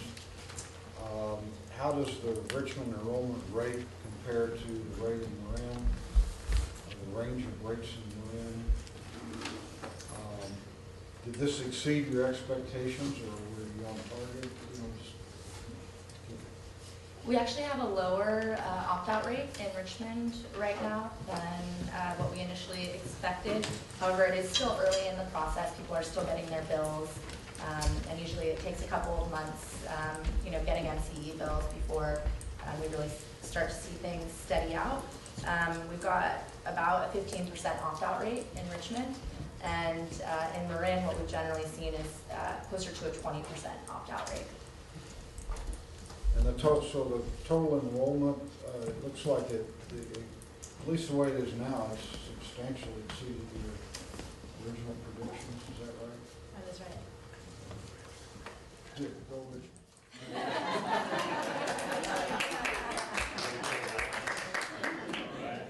I think another thing that's very interesting and worth noting is that we, proportionately, we have seen a stronger interest in the Deep Green program than we did in the early rollout in Marin. And thanks to Alex and all the other people who came over there and worked all the organizations and all the meetings, and they did a great job. Yeah, no pressure about it. No Anyway, my question is for Greg briefly. Can you just give an update on any efforts for renewable energy projects in Richmond with the star performer today? The two sites we're working on for the local projects. Right. I understand. I assume it's kind of a long lead out to maybe in the port or wherever we're trying to do there. But I'm interested to know if we're at least making some efforts for renewable energy projects within Richmond. We do have most of the interconnection packages just about ready. We're still working on the site control agreements. There seems to be some challenging priorities between their own plans for some of the cities. So it's trying to coordinate the two and maybe have meshing of goals, I guess, as far as those sites. Are they solar, or is that these are solar projects? Thank you. I've got a follow-up to that, and then I'll get to Ed, and then On that, so the feed-in tariff program, and it sounds like the Centerville Airport's been a great success today, overproducing what we thought. Overall, how is the program working in terms of spurring local projects? Are there any ways we're seeing that it ought to be tweaked or changed? If you could comment on that. I think the biggest challenge that we're coming across on applicants so far is the permitting issues, getting the actual site permits still. The interconnection is fairly straightforward, although there is fairly limited capacity in Marin County. Hopefully in Richmond there will be more capacity available. There's several substations that are in close proximity to the commercial development around there. But still, permitting is the main issue. Finding sites like we're choosing that are developed sites, existing parking lots, existing structures, are far easier to permit, and most of the people are still trying to do ground mount systems where the permitting issues are just very restricted. Yeah, we'll touch on that a little bit. Yes. I've really got the follow-on question, and I had this in my mind prior to this comment here, because as a solar developer, the permitting process is amazing. The city of San Rafael has shown an exemplary pathway, which the rest of the cities in the county follow. I know it's only through the intervention of Supervisor Sears and Leslie's help that reduced the potential building permit in the county of San Rafael from $42,000 to $385. That was the failure of the Planning Commission to understand regulations and rules, and their failure to follow through. And I've only now find myself back into another deep maze with regard to permitting. That solar projects are being treated like a multi-million-dollar hotel project. And is there any? I consider this the largest impediment for renewable development in Marin County. And when are you going to put a program in place to address this? This is actually an agenda item that we'll be getting into in more detail today, so it'll be a great time to talk about it. Yeah, so that's teed up. Let's go to Ed and then Denise. I had a question for Becky. CPUC has just this last week rolled out a pilot program for on-bill financing of energy efficiency for residences. And I wondered how MEA can take advantage of that or be a part of it. Will this open the door toward on-bill financing of energy efficiency for Marin? Great. So actually the application that was approved for MEA in November included on-bill repayment financing for our customers. We were given the authority to move ahead almost a year before the rest of the state was allowed to do that. So we are actually launching on October 1st an on-bill repayment program, which is available for multifamily, small commercial, and single-family residents. At this point, it's for MCE customers only because it is an on-bill mechanism. Although we are working on that, I'm very happy to expand that. Something I think that is both really exciting and really frustrating is that the statewide program did get approval, has the capacity to launch at great scale, but has a lot of administrative functions along with it that need to be developed first. So I would be very surprised to see that program launch before middle or late 2014, unfortunately. We will be seeing a line item billing function available for residential customers in PG&E territory, potentially as early as January, February 2014. So those are the options around the table. At this point, we're offering those programs right alongside PG&E. We're working with different financial partners than they are, so we have slightly different terms available to our customers. But we will be rolling out a website October 1st, which will have application information, details on the program, and can get you right in touch with the bank or with a contractor to do the project. So I'm extremely excited about that. Okay, Director Adams. I may regret asking this question. But being that Novato has been singled out as the one that has had the worst opt-out, I'm just curious as to what the percentage is. I mean, typically the rest is 20. 20. And I'm wondering what we can do to help that situation. I'm going to direct that question to Justin Kudo, our account manager. I believe it's in the low 30s. Oh. So it's higher. It's significantly, from a statistical standpoint, higher than the other communities, but it's not a really high number or anything like that. Low 30s. Okay. We'll work on Okay, Director Green. My question has to do with what kind of programs are available to assist businesses with the installation of solar facilities, and whether or not businesses can pool resources in order to exploit economies of scale, and if the answer to, and in connection with both of those, some detail about what is available and how it would work. Great. So that's something we've actually been exploring at the technical committee level. Raphael and Kirby Dussel have been working together on developing a local solar program that would take advantage of potentially group purchasing or some other type of mechanism to do some hand-holding with our commercial and residential customers that are interested in solar and not sure what the next step should be. As you all may be aware, we've been partnering with the SEED program that's helping municipal customers in the North Bay area and also in the East Bay with group purchasing for their municipal rooftops. For governments. Right, but the next phase of that, we'd like to apply that same concept to small business and residential customers, but we're still determining what's the best path forward on that, if we want to enter into a direct agreement with one provider or if we want to have multiple providers that we enter into an agreement with and offer choices to customers. So that is in the early discussion phases, and we'll be talking more about that. And so long as I'm not going on any more camping trips and attend the technical committee meetings, I'll know more about it. Or we could hold meetings in attend. Let's go Kiki and Ryan. Thanks, Susan.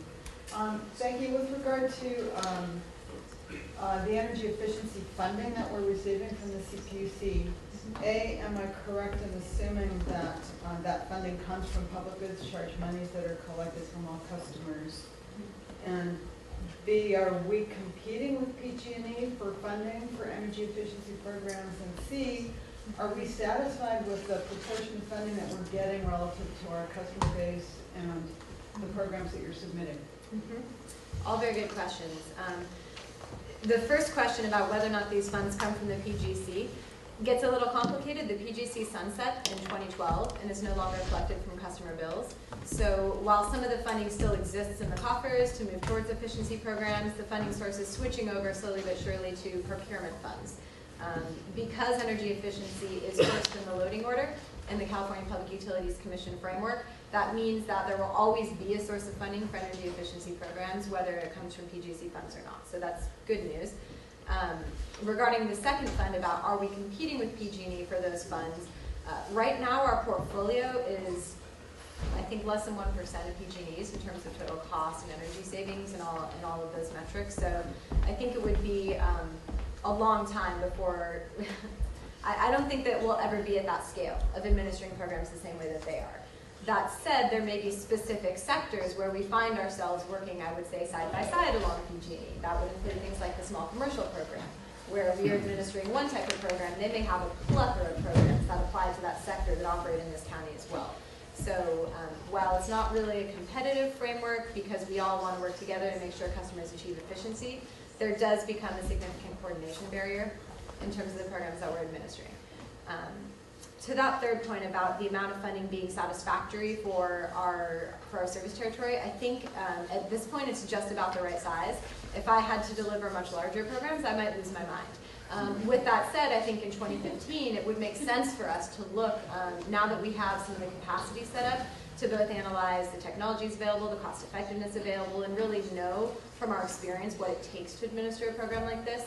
I would personally recommend that we would look at moving to a larger portfolio with a larger set of programs, a larger staff on board to administer all of that, which would result in a larger application. So can I have one more? Yes. Thank you. So in the past, we've known that the actual delivery of energy efficiency programs by PG&E and some of the other IOUs has not been as effective and in penetrating the market and actually producing results. And I'm wondering going forward if an evaluation criteria will be used relative to the actual delivery of energy savings, in terms of awarding of additional program funds to do more work. Yeah. So that is actually something that is very much at the highlighted discussions at the CPUC right now. As I indicated, the way the evaluation framework works now is that the utilities report the savings as they're achieving them, and then a year or two later, about 4% of portfolio funds are set aside to come back and do some evaluation work. Those are two types of evaluations: process evaluations, how well did this program do at delivering the program to customers, and impact evaluations. Are the savings that you said you got actually the savings that were there? The way that feeds back into the programs right now is that the impact evaluations will find that actually this light bulb didn't achieve as much savings as we thought it would in the marketplace. So we'll make changes to the database that has those assumed savings, and that will impact the next cycle. So we are just now seeing updates to the database as a result of the 2010 portfolio cycle. So there is a significant lag in the way that that evaluation framework actually feeds into programs. Process evaluations can result in a little bit more of adaptive management. They can be accomplished quicker, and they can have an ongoing impact on the way programs are administered, but it still is pretty uncommon for that to take place. It's usually a high-profile program like Energy Upgrade California. However, I did just get invited to sit on a coalition including the IOUs, NRDC, Green Lighting Institute, a pretty large coalition of energy efficiency stakeholders that are grappling with some of these issues, such as the evergreen longer-term portfolio, and trying to make sure the evaluation framework is actually meaningful to the subsequent application cycle. And so these are things that the industry is actually starting to ask the CPUC to make some changes in the way they do business. So I'm hopeful that because there's such a broad set of stakeholders that really see the need for this, that there will be some action at the CPUC level to address that. Yeah. Director Whitley. My question is for Greg. Yes. Could you add a little more color on the trends and dynamics of the procurement marketplace in particular? Are we actually competing with PG&E for contracts? Is that going to change, or is that what's the trend there as we look into the future? Could be pretty important. We're talking about expansion next. You know, what's the nature of that marketplace? Well, right now there are still currently a lot more projects looking for off-takers than the other way around, so I don't say we're really competing with PG&E. I think probably we're a little more easy to work with from the feedback I've gotten from some of the vendors. So I think we are becoming more noticeable as an off-taker, so we're probably getting more attention than PG&E. So is that a source of competitive advantage for us? Yes. We're seen as an easier procurement process to get through. One of the things that I'd like to add to that is that I think some of the contracts that PG&E signed have really created opportunities for MEA in the sense that these developers maybe have a timeline that's a little bit more prolonged for bringing those facilities online. And so what will happen is those developers will look for kind of nearer, shorter-term homes for the power produced by those facilities so they can bring them on more quickly to take advantage of various tax incentives, so on and so forth. And so we're starting to see those sorts of opportunities come to light more frequently, which is nice. So it allows us to further diversify our renewable supply portfolio, not just in terms of technologies and locations, but also term length as well, which is a good thing. So, yeah. Great. Any final questions or comments? Yeah, one other slight variation is we could move item 6 to the time that we have allotted for item 9, since we have presenters coming for item 7 and 8. That's a great idea. That way the Tesla folks will not have to wait. So why don't we substitute item 6 would be item 9. Okay, well, thank you again for that great discussion, and let's take a 10-minute break. Jump into item 5, MCE jurisdiction and customer expansion. Great. So I'll start off with a little bit of background. In 2011, our board engaged in a lot of discussion at the technical committee and executive committee level to talk about potential expansion. At that time, we had a request from the City of Richmond to consider adding them to our jurisdiction. And what was decided at that time, after many months of discussion, was that we wanted to proceed with expansion to Richmond with an effort to really move closer to our founding mission and goals of getting more renewable energy onto the grid, getting more renewable energy flowing into homes and businesses, and thus reduce our impact on climate change and reduce greenhouse gas emissions. So now that we've completed our Richmond expansion, we want to kind of look at how that process went, and we want to talk about what type of approach do we want to take going forward with expansion into additional communities. In June, we began discussions around service in new communities in our technical committee and our executive committee. We've had a lot of discussion. We've gotten a lot of feedback at the committee level, and there have been a number of iterations of a draft policy, which is in your packet for discussion today. One of the things that was recommended and requested when we were at the committee level was that we do a little bit of economic analysis to look at how the expansion impacted our agency economically. Now, there are a number of other factors that we could look at and we'll talk about today, such as increase in renewable energy purchases, decrease in greenhouse gas emissions. But really, the presentation that we're about to see today is focused on the economic side of the equation. And so we're going to hear that presentation, and then we're going to get into a discussion about a draft policy, which you have before you for consideration today, and then a discussion of two different types of members that we could consider adding on a going forward basis, the affiliate member and the special consideration member. So that's sort of a preview of what we're going to cover during this item.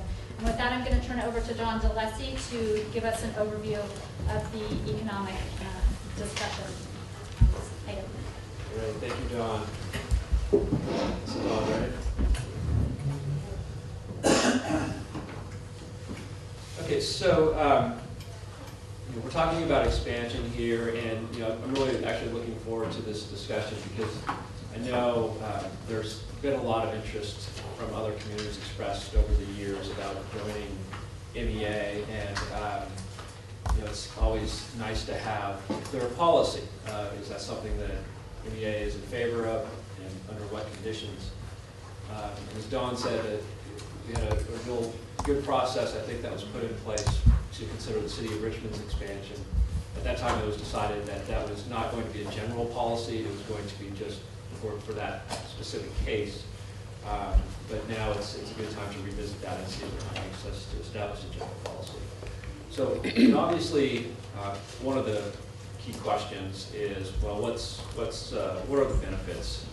And in particular, what are the benefits to the ratepayer, the existing MCE ratepayer, of new membership and growth through expansion?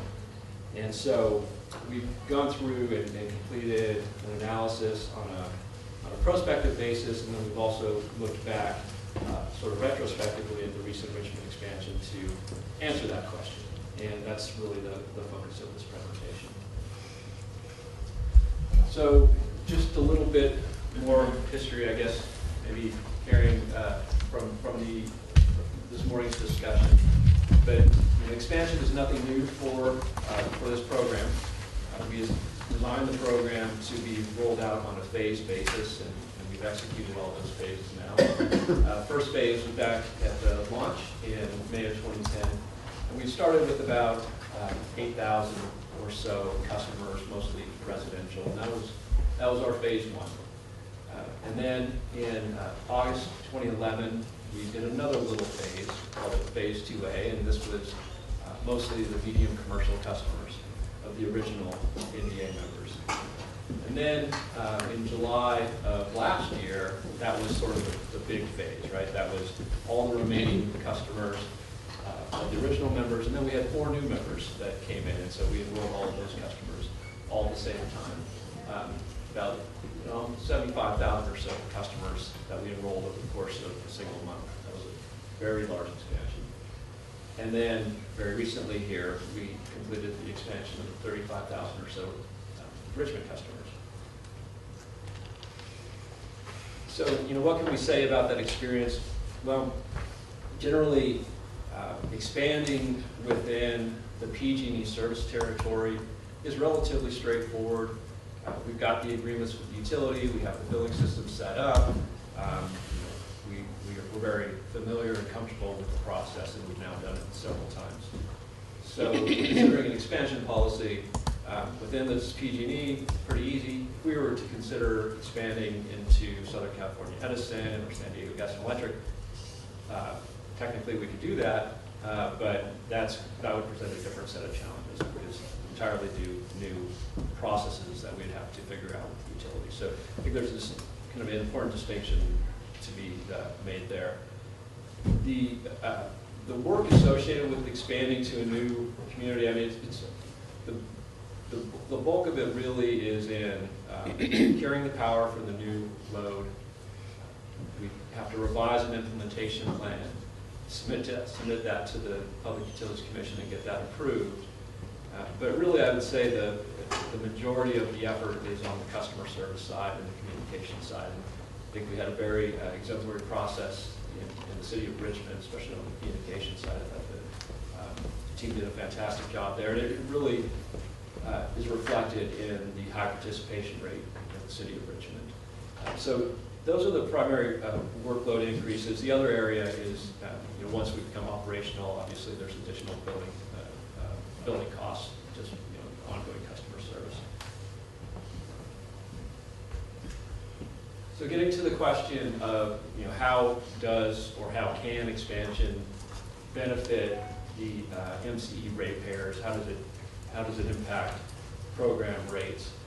There's really two ways that are sort of direct potential benefits to the rate, and that is just simply through being larger and having more scale efficiencies.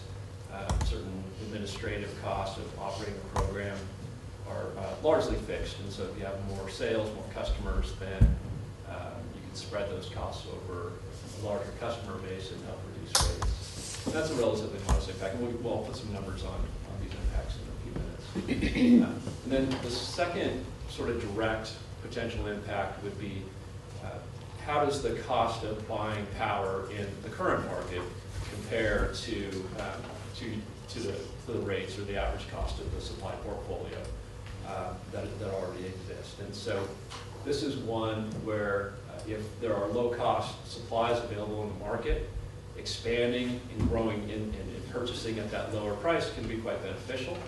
But it's not always the case. It could be the other way. Right now, the MCE supply portfolio is pretty close to market price. There would be a modest benefit in our view of expanding power. You could get power a little bit cheaper than the average. But that's also a way that expansion would impact the rate structure. And then there are a couple of indirect impacts that, there's a difference between a program that is growing, and particularly as we look to establish MEA's credit in the financial markets.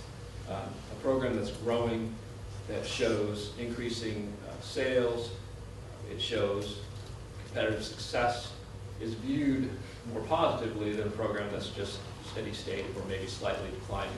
Because without expansion, there is the potential that over time, there's no real restriction on a customer's ability to opt out of the program. So you could find yourself with a program that slowly over time has a declining customer base. We talked about some programs to go out and get some of those opted out customers back in, so that can flip that around. But really there's the idea that the growing program can help establish MEA's credit and be more well received in the financial markets, I think is an important consideration.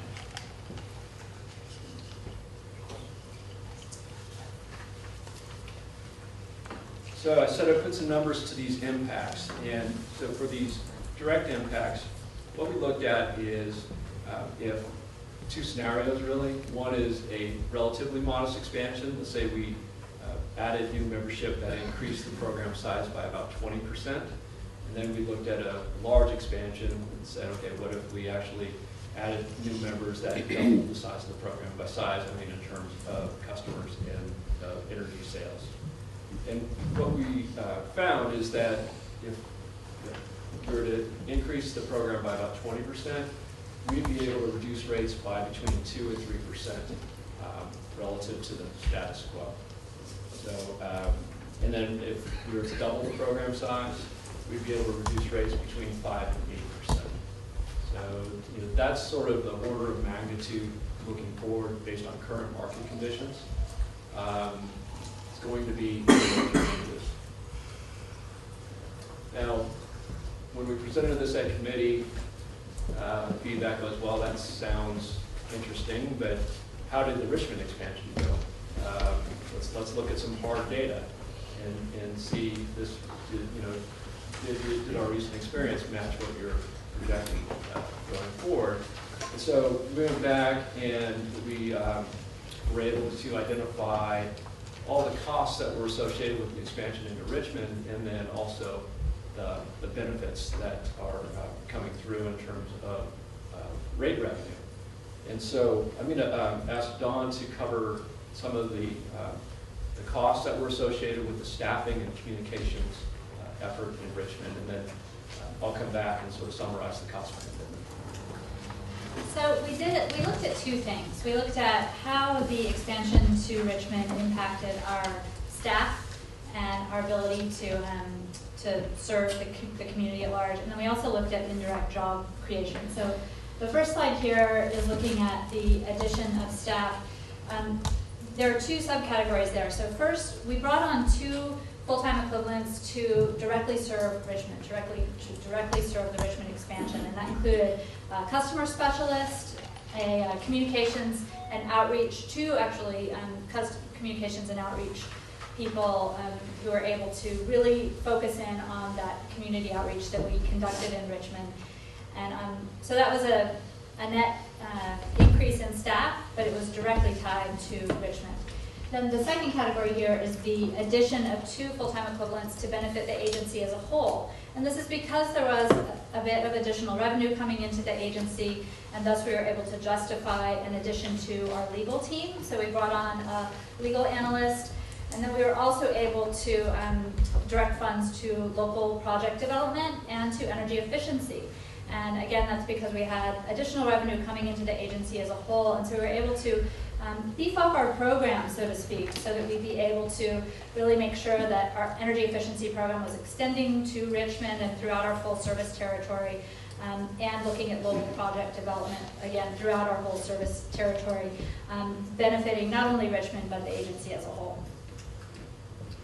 And then these are the impacts that we identified that are really indirect impacts that are tied to job creation. And one of those is the energy efficiency program. We were able to get a lot of folks working from out in the community on our multifamily and small commercial programs. There was a modest increase in the activity through the addition of Richmond, about 25%. And this is really for not direct jobs of our staff, but contract jobs, energy audits, retrofits, and upgrades. And then also the job training that we did with Richmond Build and with the Marin City CBC was really bolstered by our expansion.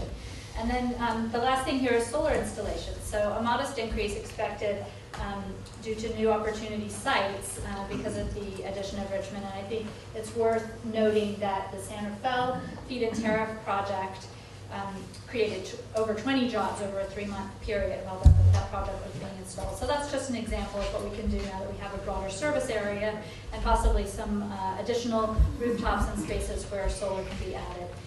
And the last thing that's worth mentioning is more opportunity for net energy metering driven solar installations, and that can have a positive benefit on job creation as well, because solar installers are needed to get those projects done. So I'm going to turn it back over to John. Okay, thank you. So getting back then to the costs and the benefits specific to Richmond. So we started preparing for the Richmond expansion actually last fiscal year. So we broke it into the 2 time periods, prior and current fiscal year. Last year, the expenses were about $350,000 associated with the staff that Dawn mentioned, communications, and some of the implementation work that we had to do. And relative to the overall program budget of $53 million, fairly modest expenses. And then this current fiscal year, we're projecting revenue from City of Richmond customers of about $20.8 million, and incremental costs are itemized here about $18 million. And so an overall contribution to fixed costs of about $2.8 million. And so what that means is that MCE's rates are about 3% lower than they otherwise would be due to the expansion into the city of Richmond. So, it's significant because when you look at how we compare with PG&E, I mean, we're right on the razor's edge in terms of being a little bit higher, a little bit lower. So, been actually very helpful from our competitive standpoint. And it's also in line really with the projections that I presented a few slides back. So the process that was used, this actually goes back a couple of years now for Richmond, was we started off and the board adopted a set of criteria that if met, the board would support the membership of Richmond. And then there were certain studies that had to be performed in order to evaluate or judge whether those criteria were met. So an agreement was put together and entered into between the city and the MEA, which is the member application fee agreement, and that funded the work that had to be done in order for MEA to evaluate what the impacts would be. And so that was called the applicant analysis, and it was really some of the cost-benefit analysis that we did and then presented to the board. The results of the analysis from a prospective basis, it looked like it would be beneficial to have the additional customers, and largely based on that, the board then approved the membership application. And then from there, it was really into implementation mode. So we updated the implementation plan. We went out and procured the additional power supply that was necessary. And then we engaged the communications and outreach and started serving customers. I felt that was a well thought out, sort of systematic approach. And for purposes of the draft policy of expansion, I think we largely mirrored that overall approach, at least from a process and analytical view. And so we can talk about the proposed policy, but before we do, I just wanted to ask if there are any questions related to the analysis or anything that's been presented so far. Yes, Lynn? So you think that the Richmond rollout is a good model to be able to use for future expansion for other jurisdictions that come in based upon the size you're saving? It's 35 ratepayers events. But as you keep adding, at some point there'll be a different economic analysis based on staff, because I assume at some point there'll be a tipping point where you have to ramp up staff. Perhaps there's not enough capacity as you keep bringing out jurisdictions. Has that been thought through on how this would work? Right. So it has, and the proposed policy divides potential new members into two categories. There's, forget the terminology, I have to look at it, but there's cities that have 40,000 customers or less. And they would be on a kind of an automatic approval track if certain criteria are met. And the applicant analysis, so we'd still undertake a specific applicant analysis where we look at, okay, what is it going to take to bring on this city? What are the current costs of power? What type of incremental staff are we going to need? And so we would do that specific sort of cost-benefit analysis. But if that screen is passed and there's a benefit found from the study, then that applicant would be accepted. If it's a larger community where, or maybe geographically far away, that would be a different category, and that would require additional consideration by the board. So, through the applicant analysis of that specific study, and then sort of these two categories of membership, or at least applicant, we address your question about the need to, what are the impacts to the agency, what are the impacts to staff, and do we have the capabilities to serve them? So are there Are there jurisdictions out there that are really beating on the door right now? You know, that really want in, other than just talking about it? And if so, kind of how many, and can you tell us who they are? Yeah, we have received a lot of inquiries over the last few years, and particularly in the last 6 months, we've seen an uptick in the number of inquiries that we're receiving. And that's really what prompted the discussion to talk about what sort of policy should we have in place so that we can answer these inquiries with the policy that we can point to. Just to give you some examples, I think they fall into a few categories. We have some small communities that are nearby that seem very interested, and these include many of Richmond's neighbors. We've received inquiries from the city of San Pablo, Albany, Piedmont, for example. And then in the North Bay, there's some interest as well. We received a letter a couple of weeks ago from the County of Napa board requesting their consideration as a member. And there's also been interest expressed further out.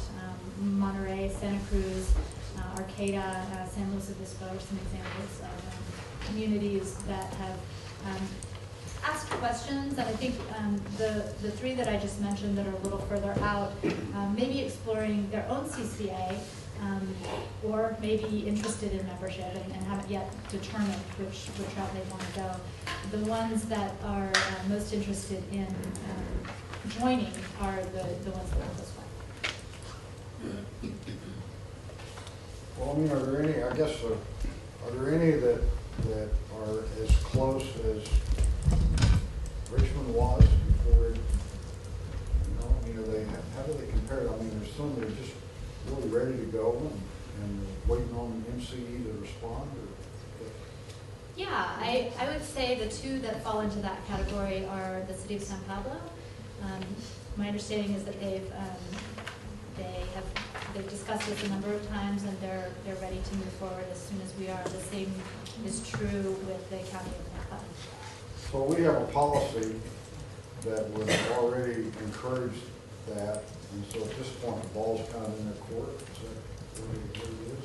Or? Not quite. I think the policy that is before you today is up for your consideration to vote on, modify, as the board sees fit today. But the purpose of getting this policy approved is so that we have something we can be responsive with when we receive these types of inquiries. And so I'm happy to kind of give an overview of the proposed policy and then the process that would be used for participating members when y'all are ready. Before you do that, John, could you put some numbers on San Pablo and Napa with the customer base there? I mean, ballpark if you can. Yeah, gosh, I think that the city of San Pablo is between 15 and 20,000. I know that the county of Napa. Total population, not customer. That's the total population, yes. And the county of Napa is closer to 35,000, I think, but I did not look that up before coming here, so I'm going from memory, which may be a little fun. I think we have an audience question. John, thank you. Much of what I've heard in the technical committees in the past in terms of expansion, in terms of it's about economic efficiency and being able to get that critical mass to get a better price. In some ways, in doing that, we have a neighbor just north of us, Sonoma, who is, we haven't talked about today, but they're embarking, they're the next CCA on the map. And I'm curious about, because we have a common basis, a common ethic, common legislative mandate, what is the opportunity to do bulk buying with CCAs, which also allows us to get the critical mass for economic efficiency, but also allows us to keep our own identity, that allows each community to retain their own unique characteristics, which was always the aspiration of the founding of the Marin Energy Authority. I think there are tremendous opportunities there to, once SCP is up and running, to work together on joint procurement, for instance. Clearly, at the CPUC, kind of joining forces, there's just, I think, a whole host of opportunities to do exactly what you're saying. And, you know, I think as Sonoma, they did want their own identity, and they did want their own sort of face, right, to the public, but you can still pursue joint action behind the scenes and get all those efficiencies in. Yes? Just curiosity, is there any reason other than the chronological one that NAFA would be more interested in joining us than they would Sonoma? Yeah, I don't know. Don, do you have any insights there? Some representatives from NAPA did come and speak to us about a month ago, and they said that talking to Sonoma was part of what they had been doing. They were interested in looking at joining our agency, I think because of the timeline. They were interested in getting started soon, and I believe looking at Sonoma, the barrier there is I understand that Sonoma wants to have all of their cities and towns in the mix first before they look to go elsewhere, and that may take a little bit longer. So, but I know that is something that is up for consideration. Hey, Don, got another question. In the condition about 30 miles, how do you measure that? In that favored category. Alameda County, for example, Livermore is way out yonder, whereas Berkeley is probably close enough. Great. And maybe I can answer that as we start getting into the policy. Oh, okay. I'm jumping ahead. Yeah, why don't you go ahead and launch it? It seems everyone's eager to do that, so let's do it. So there are two documents that we have for your consideration today. The first is a draft policy, number 7, new customer communities. And the policy is structured with a lot of very good input and feedback from our technical committee members and our executive committee members. And I want to pause and thank you all for spending the time to go through this with us multiple times, provide really helpful feedback that's been incorporated here.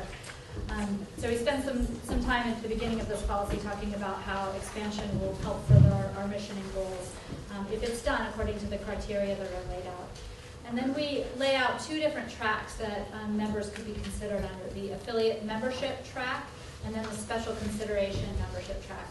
The affiliate membership track was really created with the intention of making the process a little more simple for our smaller, close-by communities. And this really came out of the economic analysis that was completed that you just heard today, where we noted that communities that are close by are likely to have a much smaller impact on staff, because driving to Arcata would be a much bigger impact on staff, for example.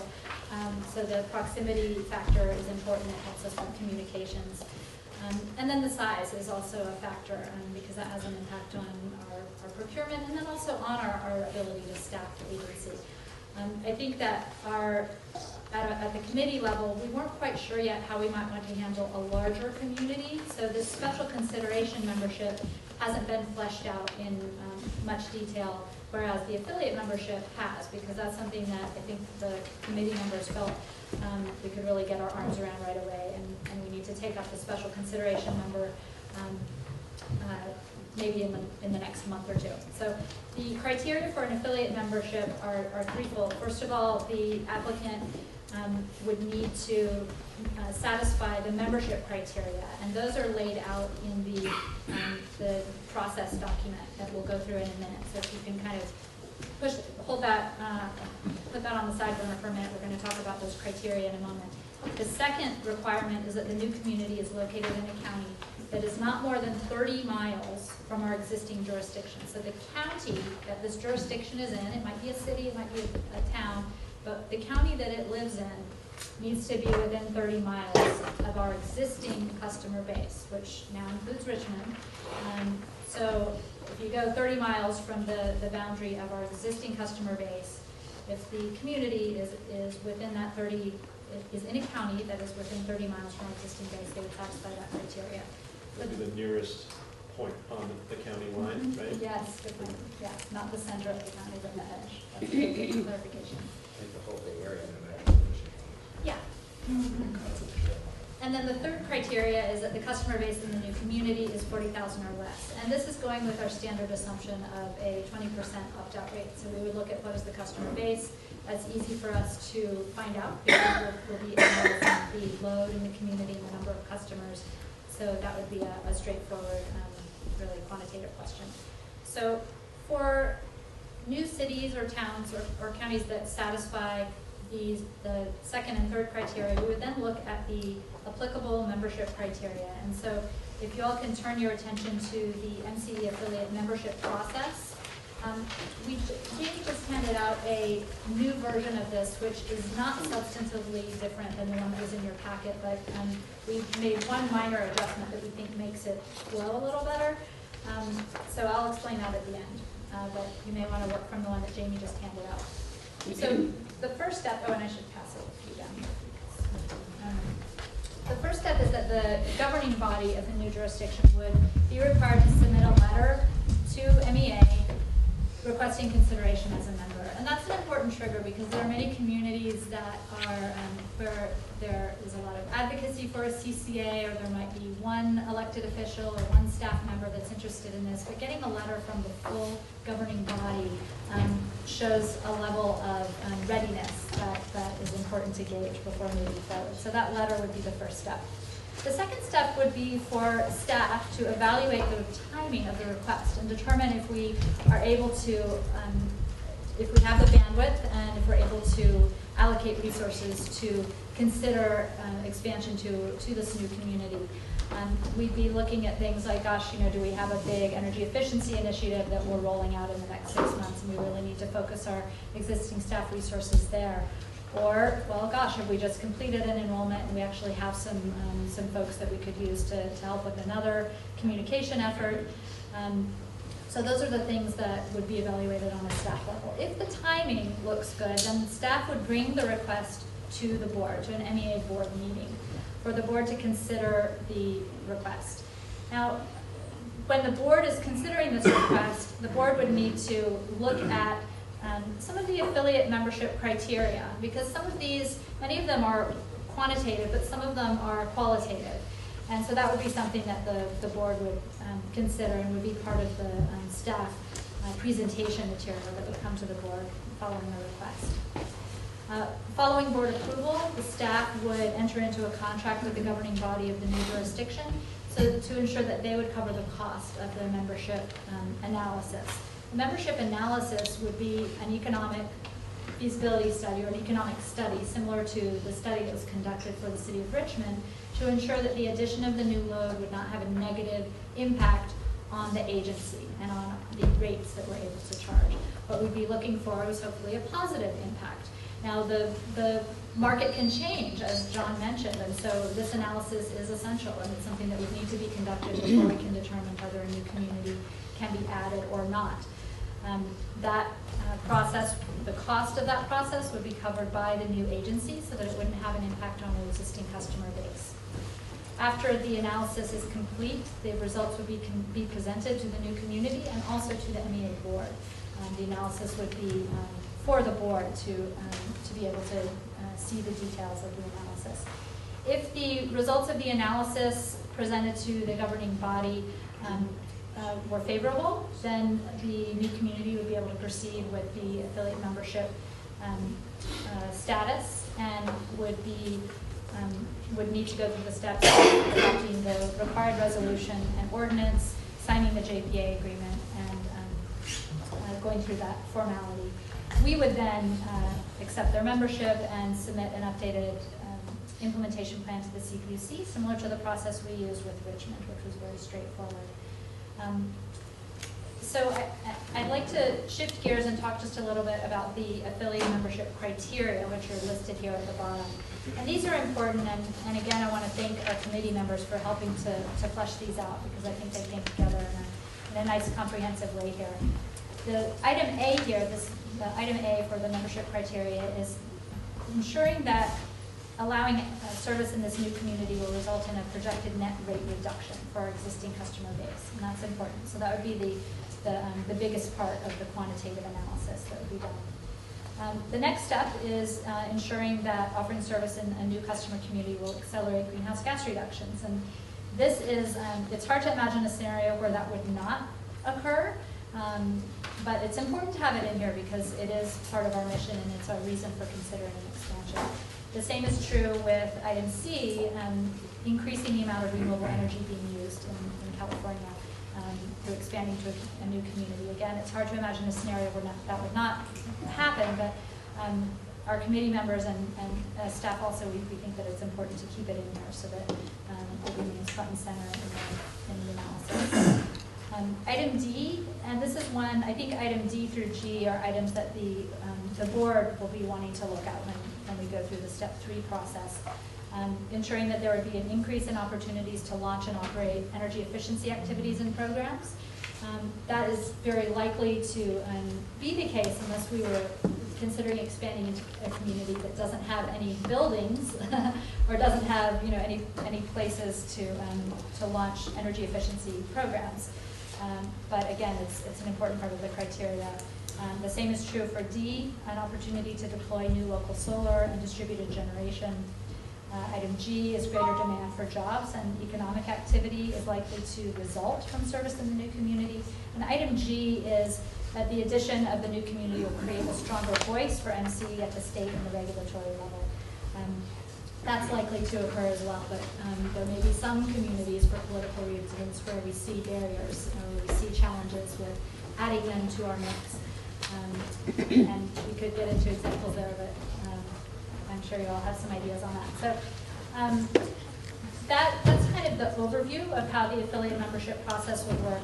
I think the other thing that's important to note is that we, in order to allow for affiliate members to be incorporated into the JPA agreement, we would have a slight modification to the JPA agreement, or an addition really, to define affiliate member. The affiliate member, as we've discussed at the committee level, would not have a seat on the board. They would be simply allowing or wanting to have service provided in their community. We would be able to establish an affiliate member committee that would be able to make recommendations to the board. First, affiliate members could participate at board meetings, but wouldn't be up at the dais, wouldn't have a voting share assigned to them. We would likely follow a different process for a special consideration member because they would be larger in size potentially, but that's something we can take up at a future date. But right now, I'd like to pause and see if there are any questions or comments on the draft policy and the process thus far. Hey, before we get to questions, I thought I'd just report on a timely news update I just received from Sean Marshall. The San Diego Board of Supervisors just voted unanimously to fund a CCA study.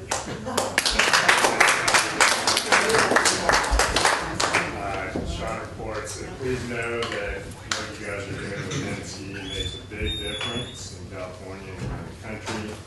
Jamie shared MCE's rate slides, and we added San Diego Gas and Electric rates. Marin beats SDG&E's commercial rates by 23%.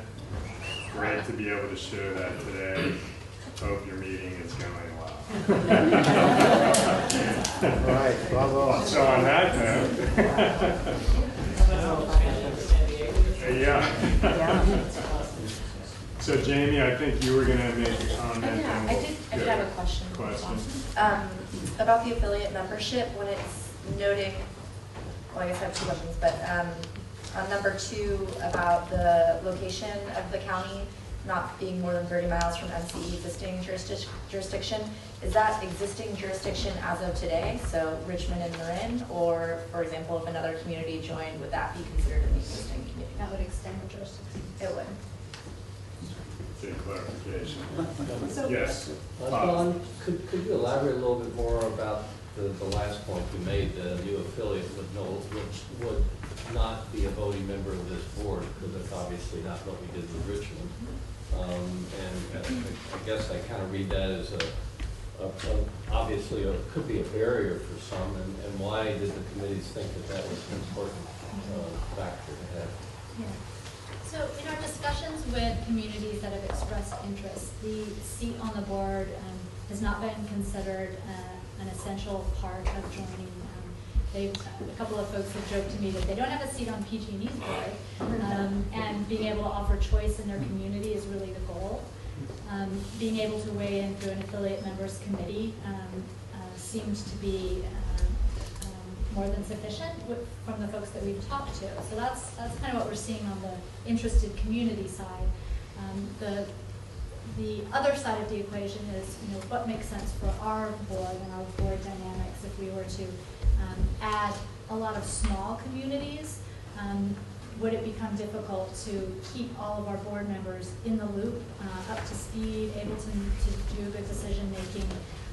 If we were to add, let's say we added a few communities that are only 5,000 in size or under that 40,000 limit, it seemed like the affiliate member approach was a good way to handle the smaller communities. But I think that you're making a good point, particularly with regard to larger communities, where it might make sense to have some representation on a board going forward, and that's something we'd certainly need to take up. And there's different options with that. It could be a rotating situation or other variables. Yes. Thank you. I would imagine that, especially with the current climate of clamor for local control, and also that being one of the prime attractive features of American Energy and Marin when we were first starting up, that the local community would have a voice and have an opportunity to participate in rule setting, etc. It may have an unintended consequence in terms of the ability to enroll other municipalities.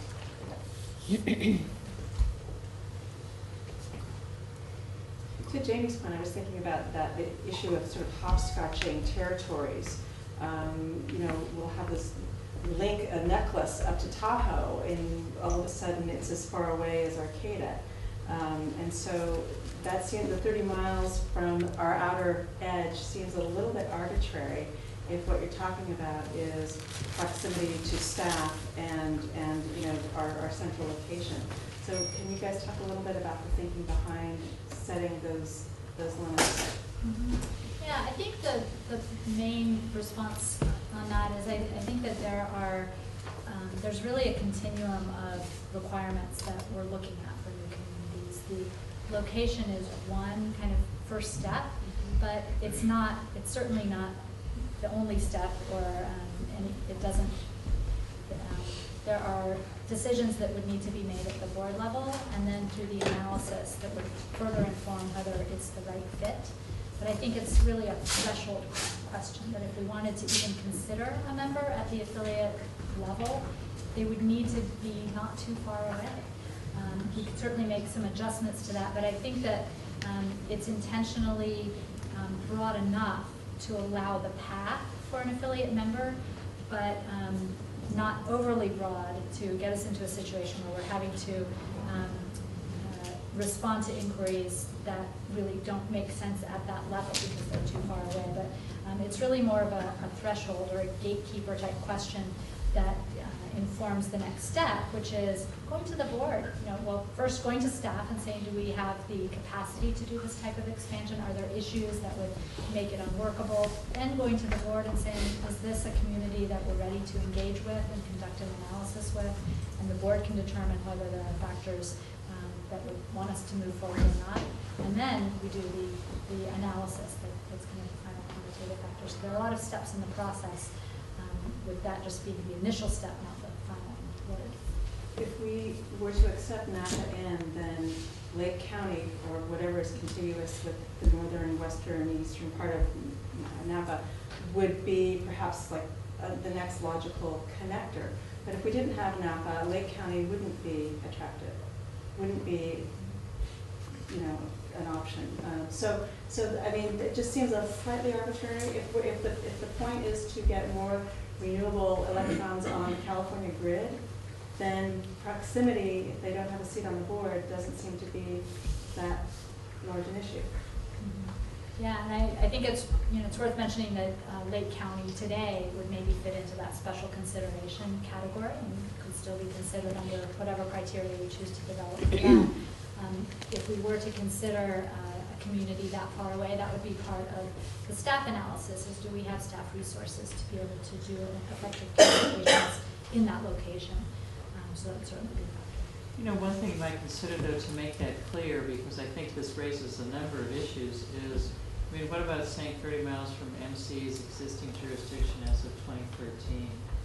And then we have a sort of a stepwise, and we can review it again, because I think Leslie raises a good point that I may be interpreting slightly differently. If Lake County currently maybe is a little far, particularly for our staffing, it's a piece of the pie, that they wouldn't necessarily fit easily into the affiliate membership category, but something that's now within 30 miles of our current jurisdiction does easily fall into that category for analysis. Maybe we want to take it sort of step by step. Just an idea for people to think about. You want to go first, Lou? Yeah, I just, I'm noticing that this is a reactive process. And I'm wondering if there's been any conversation about a proactive process in which MCE targets desirable communities either to create contiguous territory or just because there might be certain communities around us that fit the criteria and we already know just by looking at the community. And is there a plan to market to communities like that? Or is it the intention to have this be a reactive process? Well, you hit a larger issue. I mean, really philosophically, taking a step back, I think the baseline decision we have to make is how aggressive do we want to be about expansion and kind of embrace those goals. I mean, our philosophy to date has really been to take a cautious approach. I think Richmond made a lot of sense. I think it's, succeeded beyond even what we thought. It's a good example. But beyond that, how do people feel about getting into the business of expansion? I mean, right now we have the luxury of a lot of communities are approaching us, but I think Lou raises a good point. It kind of ties into that larger philosophical issue. So I'll just tee that up. Well, thank you. I do think retreat is a good name for today's meeting because it is a time to pause. I know I've spent most of my professional career, 40 years, if I had to distill it, it would basically be in opposition to supply side utility paradigm mentality.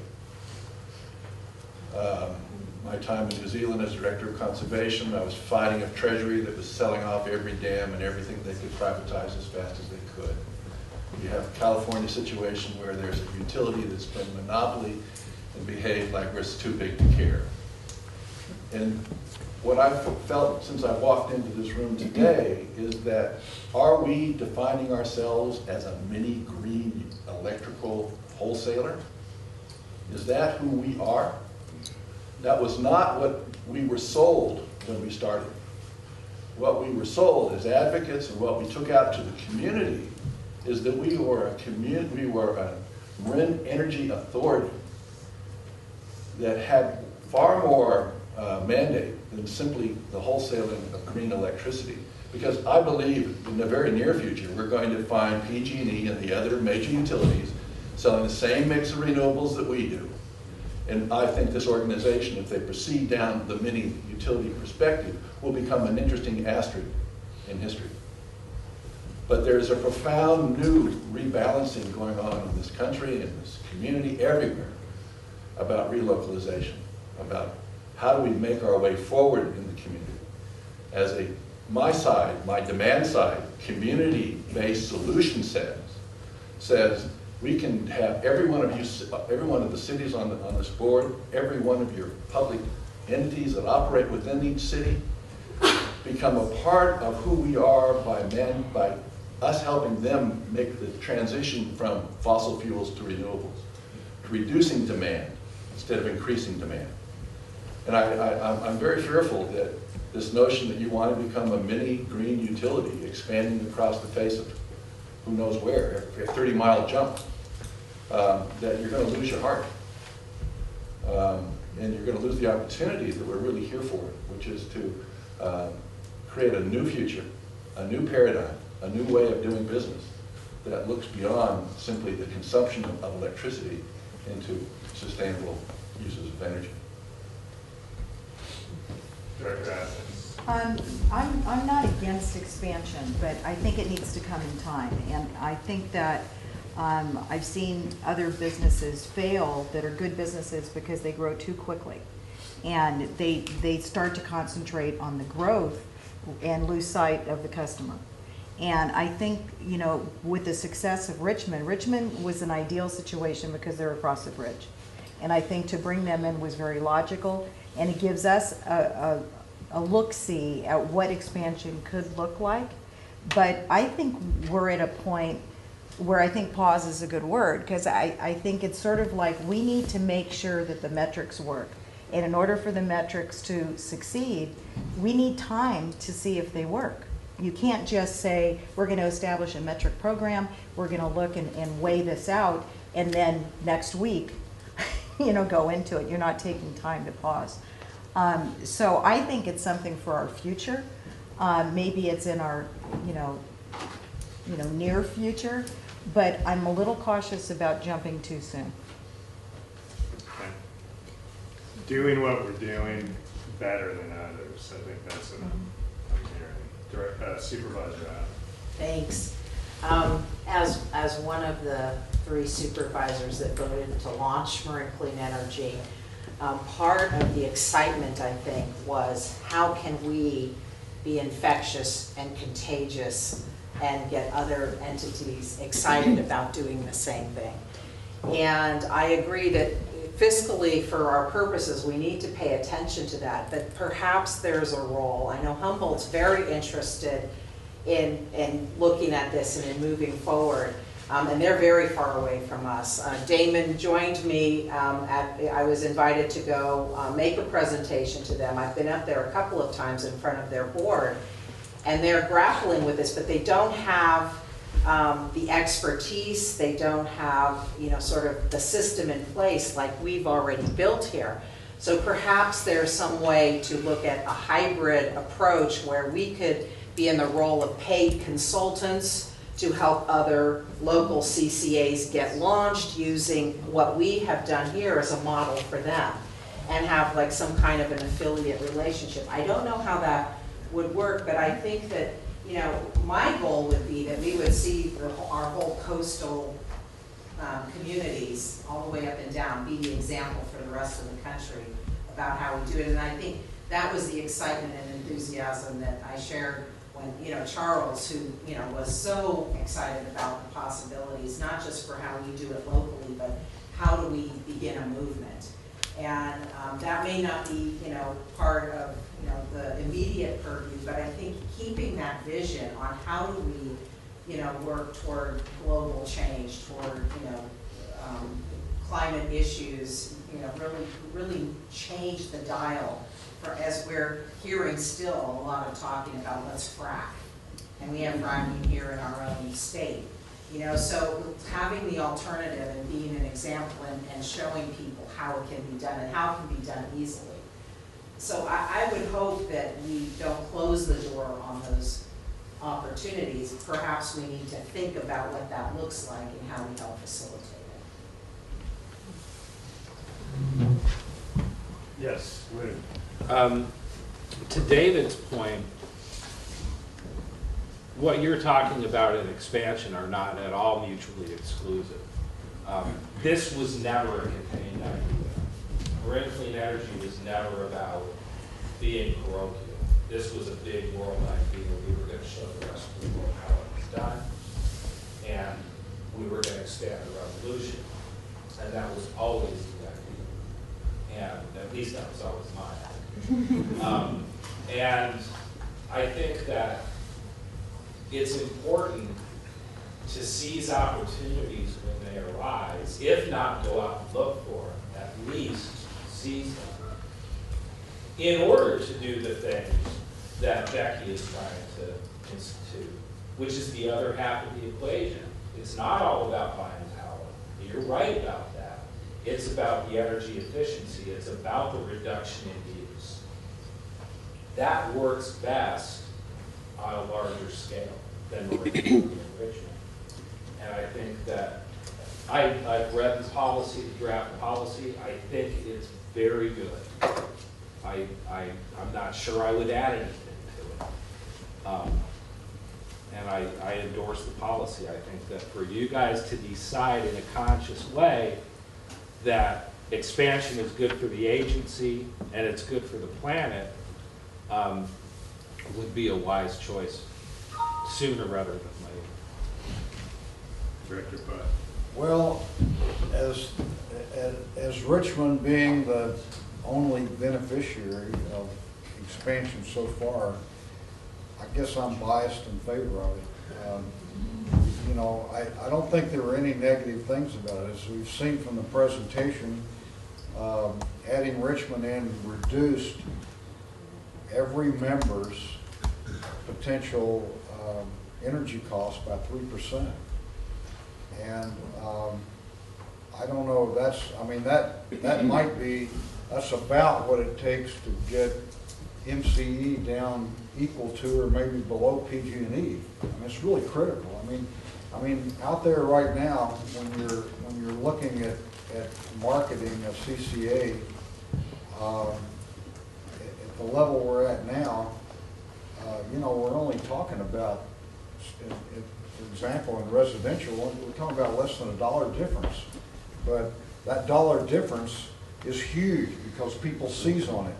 You know, they say, why would I want to do that? PG&E's cheaper. Well, maybe it's only $1 cheaper, or less than $1 cheaper, but cheaper's cheaper. And so, I mean, I think this proposed policy I think it's a good first cut. You know, it doesn't just it's not really aggressive in terms of adding new people, but on the other hand, it encourages those who are nearby to join in. And I think as long as the experience we have and the best predictions we can make, that this bodes well for MCE, you know, we ought to do it. And I buy onto the idea that you know, what was started by MCE, you know, was a crusade. It wasn't, you know, it wasn't something that was limited to, you know, I think the people who started this wanted to change the world. They didn't want to just change Marin County. That's my perception. Director Rivkin. I want to echo and support what Director Budd and former Director Tremaine have said. We have to stay competitive in this world. And it seems pretty clear with appropriate expansion, with all the conditions and analysis that would go on, if we don't stay competitive with PG&E, we will lose customers. That's a fact, because people are price sensitive. And we have developed quite a bit of expertise, and I think we could adopt what Supervisor Adams said, the idea of perhaps providing some consulting services as well as perhaps an additional source of income for the agency. We've developed quite a bit of expertise, or I haven't, staff has, quite a bit of expertise, and that's a valuable asset in and of itself. We've met with a couple of our providers, Shell, and also with the people from Lincoln, and they've all encouraged us to expand because I guess that from their point of view, we have more ratepayers.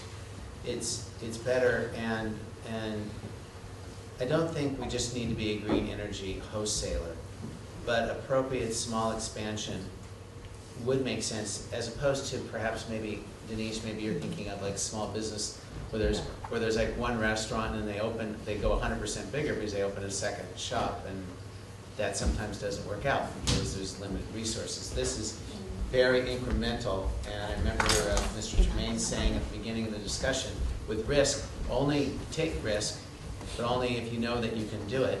And I think that there's a lot of careful analysis and steps that are provided in this policy that would allow us to carefully decide whether the risk is worth it for the next jurisdiction? I actually was thinking a little broader than, I know multi-million-dollar companies that actually pulled back and readdressed how they organized. So, and that's a national company.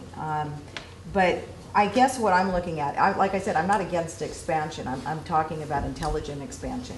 And when you go back to Jamie's list of all the places that they've gone to and how much time they've spent going to all the Chamber of Commerces and all the functions, and I mean, look at the list. It was pages and pages, so much that she said, just read it, you know? So that's what I'm thinking of too, because in order to really expand into those territories, it's a tremendous amount of effort on part of the staff. So if it's the reason Richmond worked so well is because they were able to get in the car and go across the bridge in a half an hour and get to Richmond. You know, so their opportunities for them to be involved in all those community functions was a lot easier for them. That may be true too if we expand. Napa's not that far away, but it does take more time. But when we start talking about Lake County and all that, bringing it into the grid right now, that's where I'm trying to think, how much can we really expect of our staff to be able to get the kind of success that we have with Richmond? But I think so I'm just being, you know, devil's advocate. We're going to do it on a case-by-case basis, and Yeah. it makes sense. Driving Lake County or even Napa County is much different than crossing the bridge to Richmond or perhaps San Pablo, and so I think that we're going to do very careful analysis on a case-by-case basis, and each time decide if it makes sense, and staff will let us know if they have the capacity. Yeah. Yeah, I think what I'm hearing is I think David's concerned about us becoming literally just a faceless wholesaler of kilowatt hours. I think it's probably not really a danger. I mean, for any of these people to join us is taking part in something of a revolution. They're endorsing public power, which hasn't been done successfully in 75 years in this state. And I think to a degree, all the advocacy stuff is part of the energizing of it.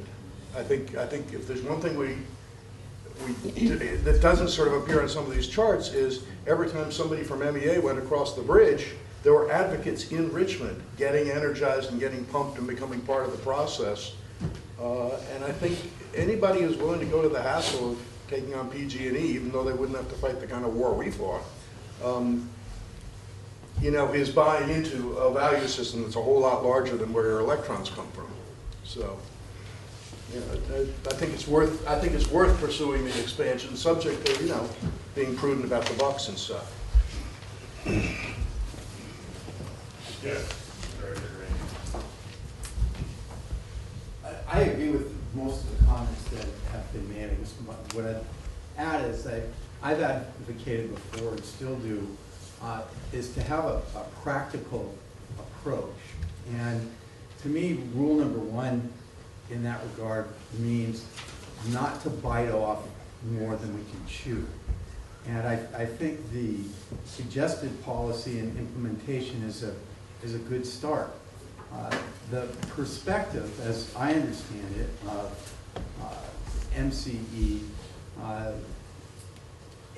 was that it was a local solution to a global challenge.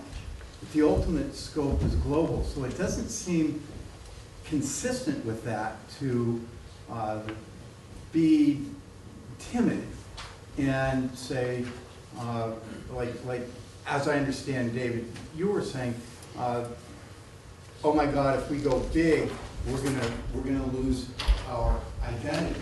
I think it's important to have an identity, but really what I understand we're talking about, it's a local solution to a global problem, and it's a local solution which we've effectuated and are succeeding at sufficiently that a lot of other people are looking at it and saying, we want to do that too. So it's no wonder that PG&E has made so much effort to try to squelch CCS, because the idea is good, the idea is effective.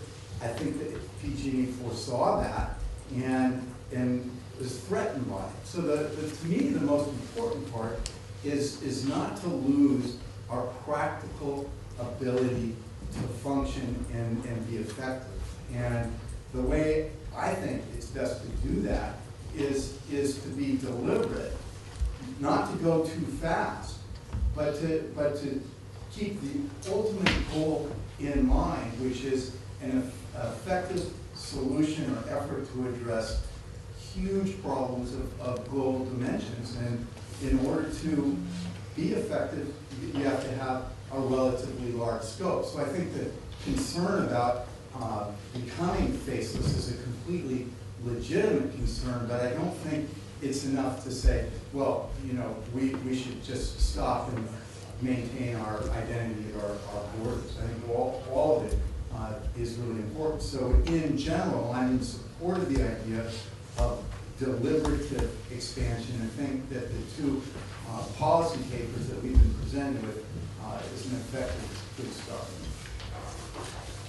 Just a quick clarification on my part. I'm happy Lou recognized that what I said is not incompatible with expansion. I think what I'm talking about is making sure that our soul is correct, that our connection to community and community programs is inviolate, is it works well. That is a model that we can take to the world. If we try to take the utility supply side model, which I see much of this happening because it's almost economic necessity at the beginning, but let's not, we have to get back to what we're really trying to do, and I believe our community outreach, community programs can be totally changed so we can go forward with a bigger model that's even more exciting. And David, I just want to respond to you because people on the technical committee and the staff know that I very much started out in exactly the place that you are in. And I want to make sure that we're able to do our energy efficiency programs and all of our activities that really matter for the agency and for its local impact.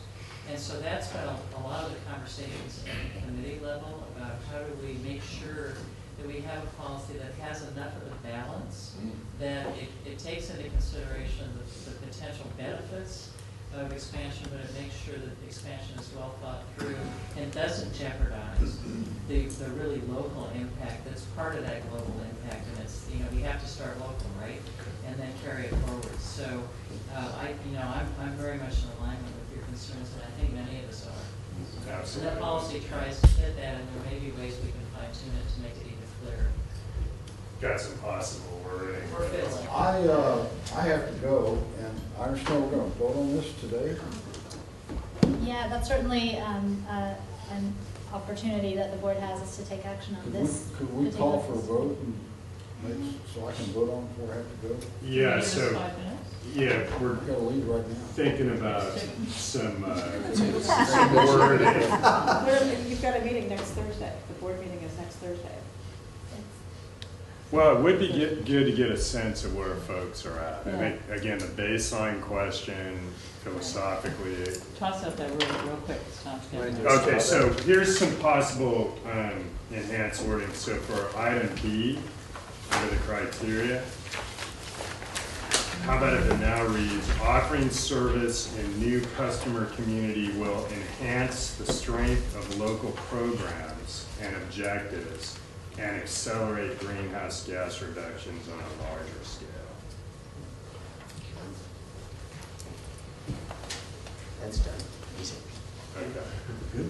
So I think that captures it. Arguably, we could use another bullet point going to the more direct point of it can't be inconsistent with running MCE itself as well and efficiently as possible. I'm not sure. I think that's almost assumed, but if folks had an interest in that added bullet point, but I tried to at least, or we tried to capture the overall. Step two of the process. That's step, okay, so that's step two. So I think with this tweak, we're at least recognizing the importance of strong local programs and enhancing those as well as the larger mission we're on.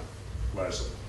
To that point, since step two does cover the bandwidth, and to John's point at the beginning of his presentation, what we're talking about is really PG&E's service territory and not, you know, Southern California, San Diego, or Southern California, Edison. I think that the 30-mile limit is arbitrary and it's going to fluctuate and change with any additions. But if we talk about the purpose of this being more greenhouse gas reduction, more green electrons on the grid, better rate stability or lower rates for all of our ratepayers, would it make sense to strike the 30-mile limit, say PG&E service territory, and really focus on our core mission as part of this, since step 2 of the process itself covers that bandwidth issue, whether staff can handle whatever that location is, instead of having that as a criteria for an affiliate. To me, one of the reasons to have that limit in there is that it provides information to communities that may be interested in seeking affiliate membership. So it's an assist to staff, and it's also an assist to counties that may be interested. Because I think it's part of the managing both the number of communities that may try to seek to go through this process in a way that works for our staff. So it really sends a signal. And I think, as you suggested earlier, the 30 miles, it does create lots of loopholes if it's left just the way it is. I don't think it's inappropriate to have some kind of a mileage delimited, there's the word. So, because I think part of what this whole conversation came from was staff wanting guidance going forward on how do we handle communities who may be interested and what's the process we go through. And to me, it sends a signal. But, Ray, did you want to? Yeah, right. I'm really struggling on this one, as I think I did when this came up in technical committee. I was first of all concerned about the economic analysis. That's fine, you know. You're not going to go into it unless the economics work, so that works out. You guys have already shown this team knows how to expand, so that's good. And from a pragmatic standpoint, if these policies are to deal with one or two smaller communities that want to add on, that's the immediate issue at hand, then this is fine. But this isn't solving the deeper, more fundamental issues about the vision for MCE. And quite frankly, I've not heard anything about that today. You know, I know your vision, I know your mission, but as you start expanding, what's the end game? You are going to be more and more competing. You are going to lose community. I would sooner personally see a network for CCAs. Because if you're going to do just a little bit of expansion, you can't do it reactively. You've got to go proactively. And then when you do that, you, I believe, destroy your brand. I mean, I'm come from the private sector, so that's the only way I can think. I don't really understand utilities that much, you know. But, you know, if you're going to expand, you need to do it proactively and effectively start thinking of yourself as one of a duopoly with PG&E and think that way. I'm not sure that's what the original idea was, but I wasn't there at the beginning, so I don't know. So this is a real struggle for me. But it's a solution to the immediate question of a small expansion around the periphery where we are, and therefore I would agree with the problem. You know, if it's that, then these policies are fine. And John, you know, I think it might actually be helpful, I know Tom's trying to get out of here, but to talk a little bit about what Lean is doing in terms of being the voice out there that is trying to support and encourage and assist other communities, both in California but also nationally, in creating CCAs. So my point being, it doesn't, no one agency necessarily has to do all of this. I don't know if it's practical, but I think Tom's trying. I've got to leave right now. Can we call for a vote?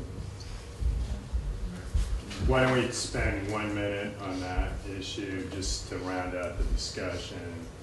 Sure, yeah, I can just comment that Lean Energy USA has been helping to support communities that are looking to either start their own CCA or wanting to join an existing CCA.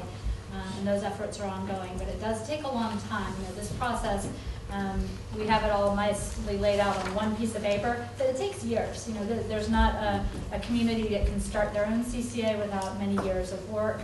Lean can support some of that. Even adding a new community to our existing jurisdiction will take time. We have to do procurement, we have to plan for outreach, and it takes a few years. Anytime there's going to be that type of incremental creation of the opportunity.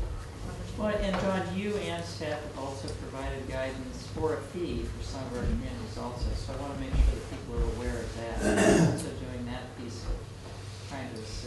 That's right. We've had a contract in place with Sonoma County, for example, to assist them with their launch. Okay, Tom, 1 minute. So could we then perhaps comment. just add language there which says that part of this context is that there will be an attempt to support a network or to support other organizations.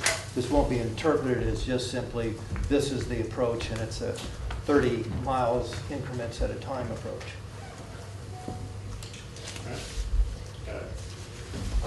Just a quick question, David. Does your wording that you offered, the words local programs, does that include distributed generation and local power under those local programs?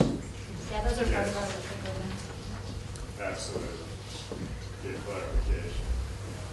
Okay, Kiki? Sorry, but to address, in some ways, Ray's comment, in terms of the mission and the vision being somehow contained in this document, point number 4 could slide into the bureaucratic approach to launching programs rather than actually achieving what we always felt was one of the prime objectives of Burn Clean Energy, was to reduce overall energy consumption and not just sell more, a greater proportion of renewable energy to fossil fuel energy. And so, so perhaps there's a way to incorporate the notion of supporting local programs to reduce overall energy consumption, and of that consumption, a greater proportion be renewable. That's not bureaucratic and not your board's language, but it encapsulates a concept that I think is part of MCE's mission. So D is dealing with energy efficiency right Correct. now. You're talking about Energy reduction is being the focus of energy efficiency, correct? Sure.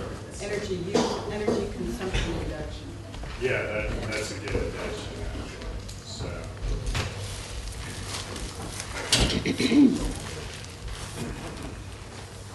Very good discussion, everyone. No final questions. We've had a request for a call and a question. Director Bragg. Yeah, and you added the words enhance local programs to bullet point B. And the one thing that sort of scares me about expanding is getting more and more dependent on the Shell contract when we've made specific goals for Marin to reduce the amount of base load purchases from Shell and replace it with local distributed energy. Right. So I would just want to make that clear, because I wouldn't want to see that goal sort of lost. In other words, that our focus and staff focus be so distracted from that goal, which is to sort of wean ourselves away from that source towards local distributed energy generation. So, you know, I mean, if that is your intent in adding that language about enhancing local programs, you know, I'm all for it. But, you know, if this is going to distract us from that goal, just to replicate our model, which I do think is also a very good goal, to expand our model into other parts of California. That, you know, that's a tough decision for me. Yeah, So- and if I could respond to that real quickly, I apologize if we weren't explicit on that point, but the expansion that we've done in the past has actually allowed us to roll in new sources of power supply. As Greg reported today, this is the first year since our last retreat, we've brought on our very first non-Shell delivery source, our second, our third, and our fourth, all within less than 12 months. So that's really exciting, and when we begin service in new communities, that gives us an opportunity to do additional procurement, and that new procurement has been beyond Shell. And other opportunities. Okay, so I like that suggestion. So I think the wording I would propose on B would be offering service in new customer community will enhance the strength of local programs and objectives, comma, including an increase in distributed generation, comma, and will accelerate greenhouse gas reductions on a larger scale. Yeah. Then we'll have on D, we'll provide a little bit more robust language. Put in Energy use reduction, explicitly stated there. Fossil fuel. Fossil fuel reduction. Fossil fuel reduction. And energy efficiency. Well, we have energy Efficiency's already there. efficiency in there, so. And reduction of fossil fuel use. Consumption, or yeah. Consumption. I have a point of clarification, and one of them call for the vote, but we have policy 007, bond, James Bond. And then the second page that we've been working on, is that part of this policy? I just want to see if everyone's awake. Oh, that's a good point. Yeah. Okay, so are these two collectively the policy? It is not part of the policy, but it is a document that the board will be taking action. Okay, so we've been wordsmithing what we're not going to vote on here. No, that's what I said is this is part of what the board is taking action on. Okay, so it's two separate votes, one for the policy and one for the affiliate membership process. Is that what we're doing? I'd like to move the item as amended. I'll second. See no further discussion, all in favor? Aye. Yes. Opposed? That matter carries.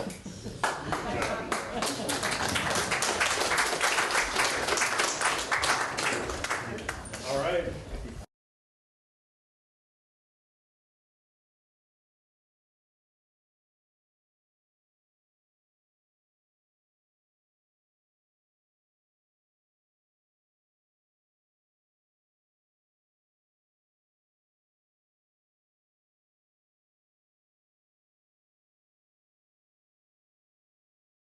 So I'd just like to make a quick introduction. We have Arch Padawan joining us today from Tesla, and he's going to be talking about some things that they're doing and some things that we're talking about possibly doing in collaboration in our service territory. So with that, I'll turn it over to Arch. Thank you for being here. Sure, thanks for the Hi, I'm Arjun Padmanabhan. I'm with Tesla, and most of you know Tesla as being an electric vehicle company, but I lead the stationary energy storage group at Tesla. I have a presentation deck that I was going to go through what Tesla does and how we could take state funding to do that for Marin County as well. But I decided, given the mix of audience over here, I'll step back a little bit and talk about why Tesla is interested in storage, how we can store energy today, and why it's relevant. And then I'll jump into what Tesla is doing in specific. A little bit of background about myself. I used to work on research and energy efficiency of power plants. Realized I wasn't going to change the world that way, so I went and started a wind energy company doing high altitude wind turbines. Did that for a few years, and then worked on electricity markets, working on modeling ISOs, utility markets, and so on. And then I co-founded another company focused on energy efficiency, looking at energy efficiency at a building or facility level. And then most recently, I joined Tesla to help lead their energy storage effort. So why is energy storage relevant? This is a chart that I've used several times over the past decade, and several versions of it. This is what we like to call a spaghetti flow diagram of energy from its source all the way down to where you consume energy.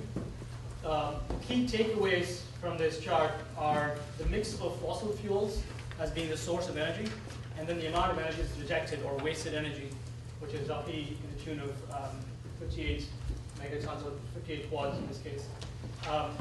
What this chart emphasizes is the need for energy efficiency and the fact that today's electricity grid is a spot commodity market, in that supply and demand have to be balanced in real time at all real time. And the challenge with that, a spot commodity market, is that sometimes you have to turn on really expensive, really environmentally unfriendly fossil fuel power plants in order to meet the demand. And storage can help alleviate that. That's sort of the larger motivation for that. Transmission and distribution is sort of an aging infrastructure. The cost of adding new transmission distribution is incredibly high. And as we add more renewable resources onto the grid, there's a need for us to add more T&D. but that has to be low enough for us to deploy more renewables. So there has to be an incentive to deploy more renewables. This is a fairly descriptive graph of where we're going in terms of demand, where business as usual means that we're going to be increasing demand roughly by about 30% over the next 40 years. What that means is we need a very good mix of resources, or very good mix of supply in order to meet that demand cost effectively. Fossil fuel power plants are inexpensive today, but they are increasingly becoming unpopular, and the cost of the cost of fossil fuel is also increasing. So while it's inexpensive in terms of upfront cost, the overall life cost of fossil fuel power plants is very high. Both the monetary cost, the social cost, and the economic cost of fossil fuel plants. We're adding a lot of renewable resources into the mix. The challenge with the renewable resources is the intermittent nature of the production, and which means you have to deal with uncertainty in terms of availability or dispatchability of energy, and you also have to deal with failures in the grid related to frequency regulation or voltage regulation tied to renewable energy resources. We've got a whole number of distributed generation options being added to the mix as well. This is great from the standpoint of becoming more energy independent, but it also adds a lot of strain on the grid and grid operators in order to ensure reliable energy supply to all of the ratepayers. And while this does help reduce some of the energy costs at the site where you deploy these distributed generators, there is an additional cost to be borne by the ratepayer at large, and that needs to be addressed as well. We've got newer technologies like electric vehicles, really good-looking electric vehicles being added to the grid.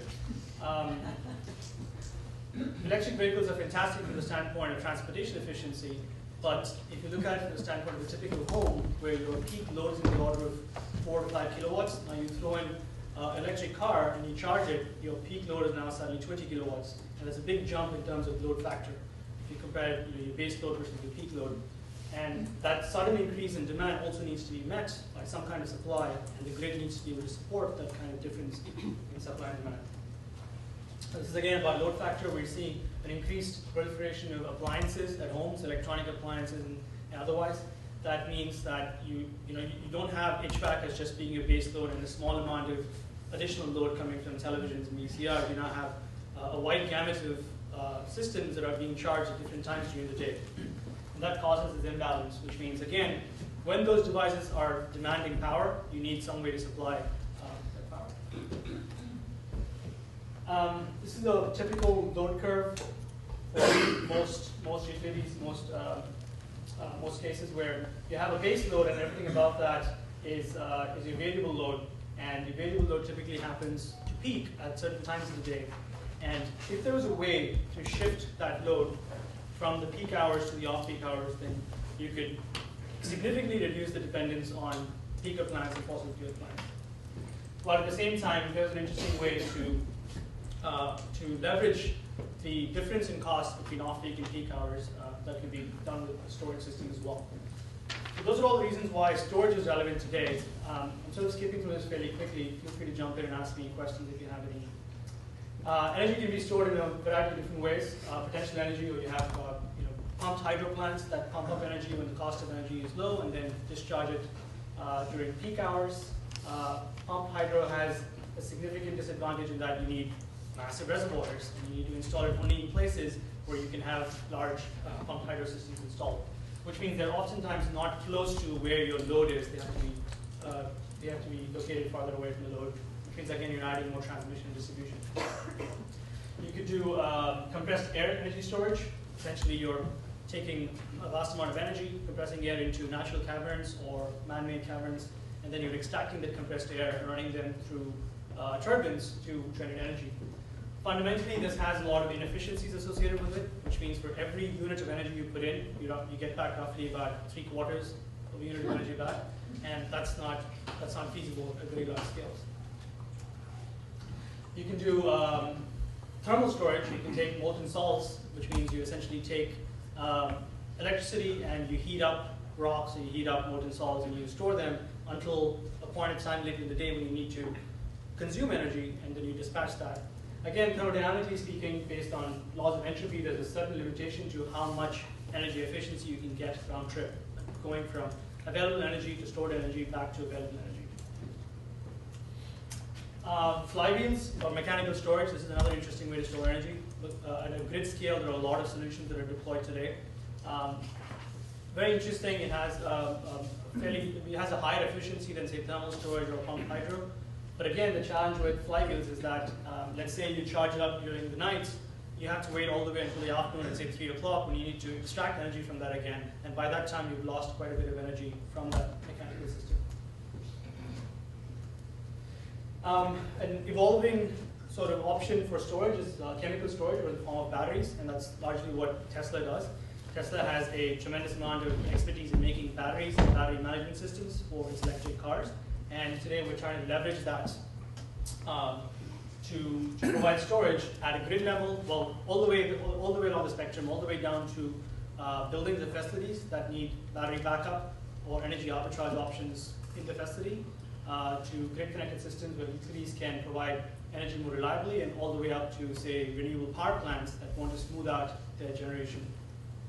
Chemical storage has a lot of different advantages from the standpoint of form factor, dispatchability, portability, and most importantly, we're sort of at the surface of what we can do in terms of round-trip efficiency.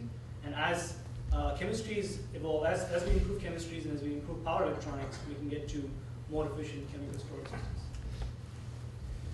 So what's Tesla's energy storage solution? I don't know if any of you have looked underneath a Model S. You should take a look underneath the Model S, it's quite interesting. It's a large battery pack, essentially. It's just a flat battery pack that sits at the bottom of the chassis. And we take lithium-ion cells that are 18650 cells, no larger than your AA battery, and we stack them in what we call battery modules. Each battery module has about 444 of these individual cells. And there's an advantage to this architecture in that we can monitor individual cells and improve the performance of batteries. These modules can now be stacked together to make battery packs. And in a Model S vehicle, which is our only production vehicle today, we have 16 of those modules making up a battery pack.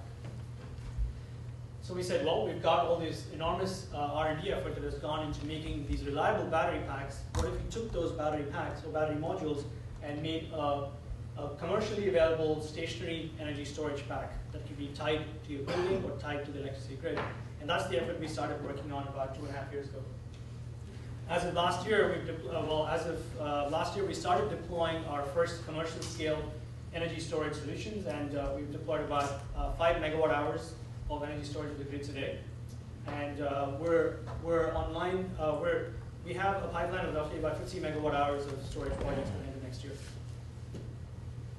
We started with fairly small systems. We said we'll take a handful of battery modules, make a residential battery pack that's about 20 kilowatt hours, which means that can give you about 4 to 6 hours of backup power at your home, and run some tests with it. That's the one far left there. And what we realized is there are several advantages to scaling the system up to a commercial level, especially when you look at electric utility bills where you have an energy portion of the bill and a demand or a power portion of the bill.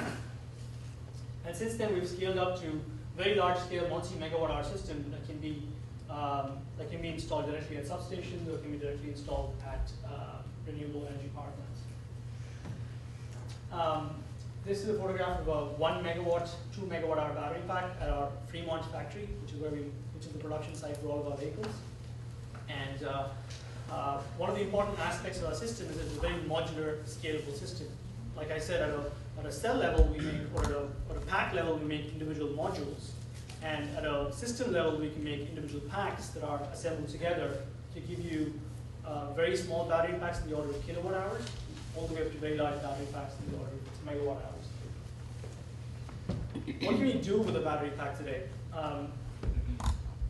One of the concepts that I'm sure a lot of you are familiar with is the idea of time of use pricing in energy. You have off-peak pricing and peak pricing. So the simplest thing you can do with a battery is charge up the battery when the cost of procuring energy is inexpensive, and then discharge it during the peak hours when the cost of energy is higher. That gives you an advantage as a homeowner or a commercial facility owner, because you're taking advantage of that price difference between peak and off-peak hours. But there's an additional advantage to the ratepayer as well, in that by by requiring less or putting less demand on the grid during those peak hours, you're making sure that there's a lesser need to deploy peak hour power plants and fossil fuel power plants, which means the overall cost of energy goes down for everybody in your portfolio. The other interesting application for storage is being able to do peak demand shaving, which means by using a storage system, we can now look at what your load forecast for the day is. And for the hours of the day when we see a spike in your consumption, we can use a storage system to smooth that out. How many of you here are familiar with the concept of demand charges on your electricity bill? Okay, so quite a few of you. So you know that demand charge is probably the least understood portion of your utility bill, in that it's based on any single peak event in an entire month at your facility. So if your typical load is around 200 kilowatts and one day or one 15-minute period in the entire month, you have a 400 kilowatt peak, then you pay 400 kilowatt times whatever your demand charge is, which could be in the order of $20 to $30.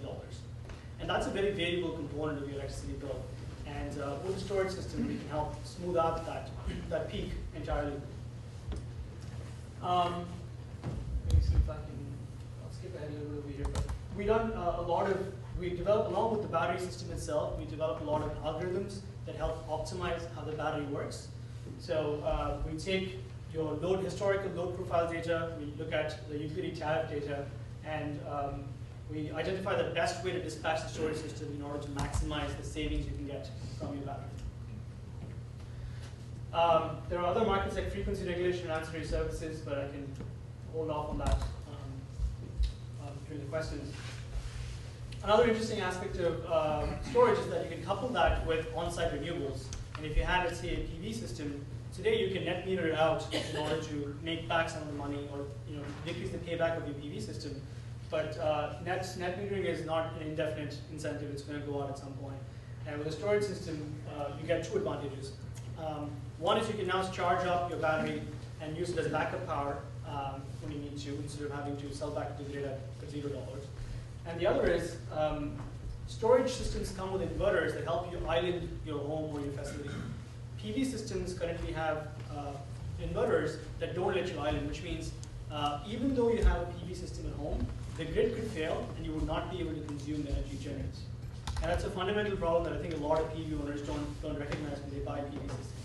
But with a storage system, you can have an inverter which enables you to essentially disconnect your home or your facility from the electricity grid. So even if the grid fails, you can now use the PV system to charge the battery and then run most of your loads for a certain number of hours. Those are mostly what I have in mind. I want to skip over to the other deck. Do you guys have any questions so far? How does the utility scale battery system you have compare with natural gas feeder prices? Are you competitive yet? And where could I find information on the net about that? There's a lot of literature and qualitative analysis done by folks like EPRI on the value of storage compared to, say, natural gas peaker plants. If you take the absolute economic cost alone today, natural gas peaker plants are cheaper. But if you take the fully loaded cost of natural gas peaker plants, like the forecasted cost of natural gas and the social and the environmental costs, then batteries are definitely better. Two questions. One for a private PV system with an inverter store on site. Are there regulatory impediments to that with the IOU, etc.? And the other question is, what's the life cycle impact of the content of your batteries? Sure. Both very good questions. On the first point, there are interconnection rules that the IOUs have, especially since you're sitting at a facility behind their meter. And they're largely centered around safety precautions, in that you don't discharge the battery out to the grid, especially when there are folks working on the grid. So you don't zap them. On the life cycle analysis, we've looked at most of these chemical systems have degradation over a period of time. And we've done extensive analysis on how, A, you extend the life of the battery so you get most out of it. All of our batteries are currently warranted for 10 years. And at the end of life of the battery, we have the ability to either recycle those batteries or the materials in the batteries or repurpose them. We haven't yet reached the end of life of any of our batteries today. Even the ones that are in our first state, which is the Roadster, we're yet to see them come back to shop. That's sort of fine. What about the resource extraction impact? Yeah, lithium is or was fairly expensive resource to mine. It's getting increasingly cheaper to mine the resource. It is still an energy-intensive process, but there are a lot of locations around the world where you can extract lithium inexpensively. In that you can use sort of salt beds as opposed to using expensive fossil fuels to extract lithium salts. And it's sort of, if you think about it from the standpoint of scaling of any industry, as the lithium-ion cell industry grows, there is more streamlining in the manufacturing process of lithium-ion cells, and that's helping drive down the overall cost of the batteries as well. So will we see with lithium extraction the same environmental issues that we see with coal extraction? We're taking down mountains essentially.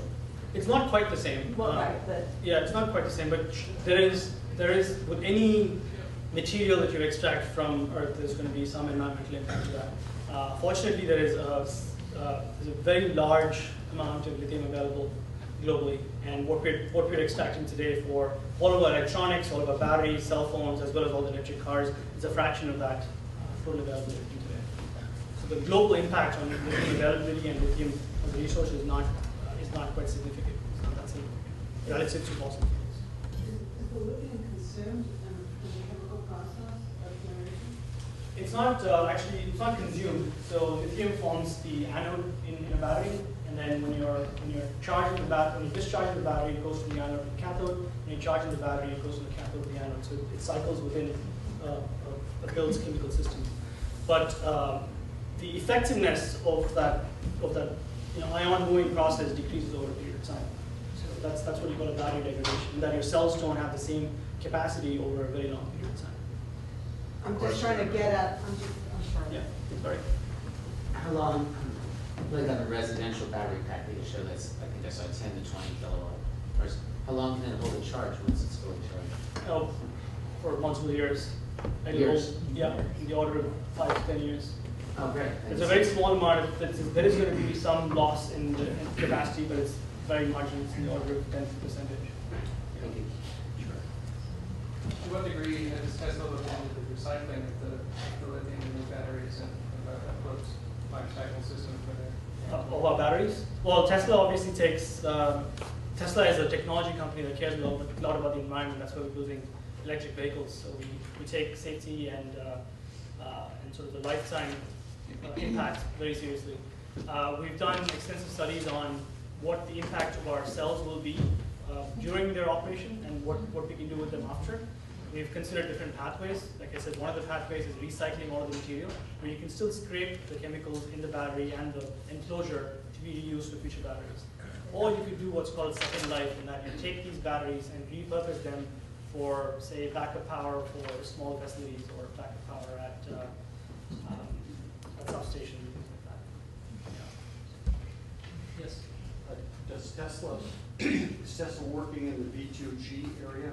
And if so, how would a CCA, like Marine Clean Energy, be able to be a player? Sure. Vehicle to grid is extremely interesting, but we don't believe that the market is quite ready yet for that technology. A step towards vehicle to grid is having storage systems that can be on site. If you think about it from the standpoint of trying to manage, let's say, a very simple example of 10,000 cars in a city that are all electric cars and that are plugged in, the management of that fleet of vehicles for energy charging and discharging is rather difficult. And if you add that bidirectional flow capability into cars, it adds a lot of cost to the car. So today's cars, today's electric vehicles, especially Tesla's Model S, has a unidirectional inverter in that you can charge the battery, but you cannot discharge from the battery to the grid today. We may have that capability in the future, and we're working on a lot of R&D on that, but that's not what we're working on yet. Some government-funded programs are working with the U.S. Army to do a V2G project down in Southern California.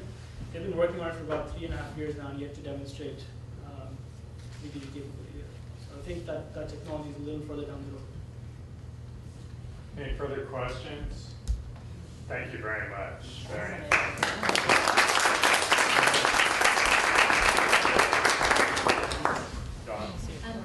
There's actually a little bit more material that we were going to cover if there is That was just a pause. I was going to talk about S-chip largely. Let me skip ahead.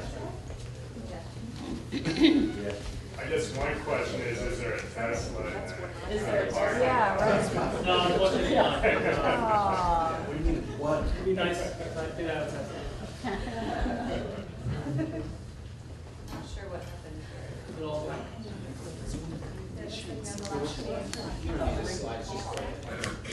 Well, I can just talk about it. So there's a California incentive program today that's mandated by the PUC that funds the three major IOUs, PG&E, SCE, and SDG&E, to make funds available for the deployment of new technologies.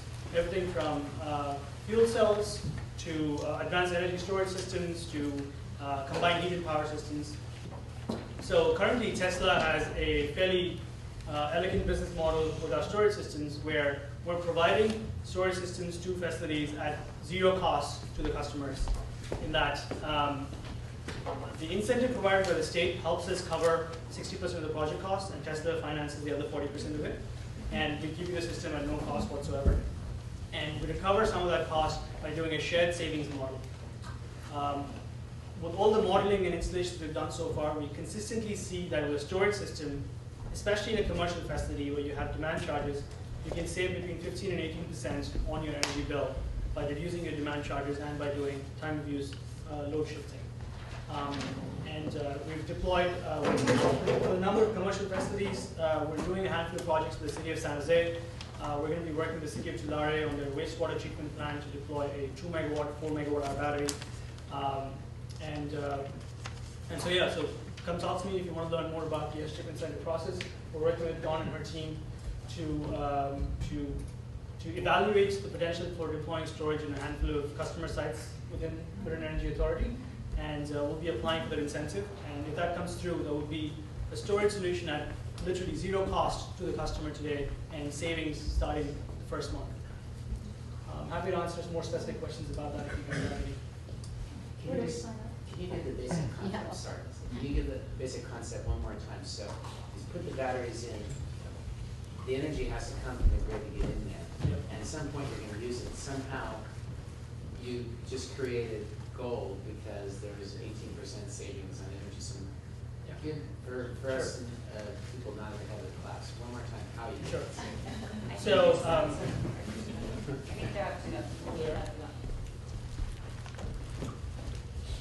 so if you look at this graph over here, this green line here is your typical load profile, which means this is how you draw power during the course of the day. What we do with the storage system is increase your demand by a little bit during the off-peak hours, which is late at night and early in the morning, or late at night and early in the morning, and we dispatch that energy during the hours of the day when the price of energy is rather high. There are two things that happen over here. One is you typically pay about I guess 7 or 8 cents per kilowatt hour over here, and you pay between, depends on the utility and the tariff, around between 12 and 20 cents per kilowatt hour up here. And that spread can be monetized on with a storage system. Does that make sense? Yeah, except for MCE customers, we're flat, we don't have low.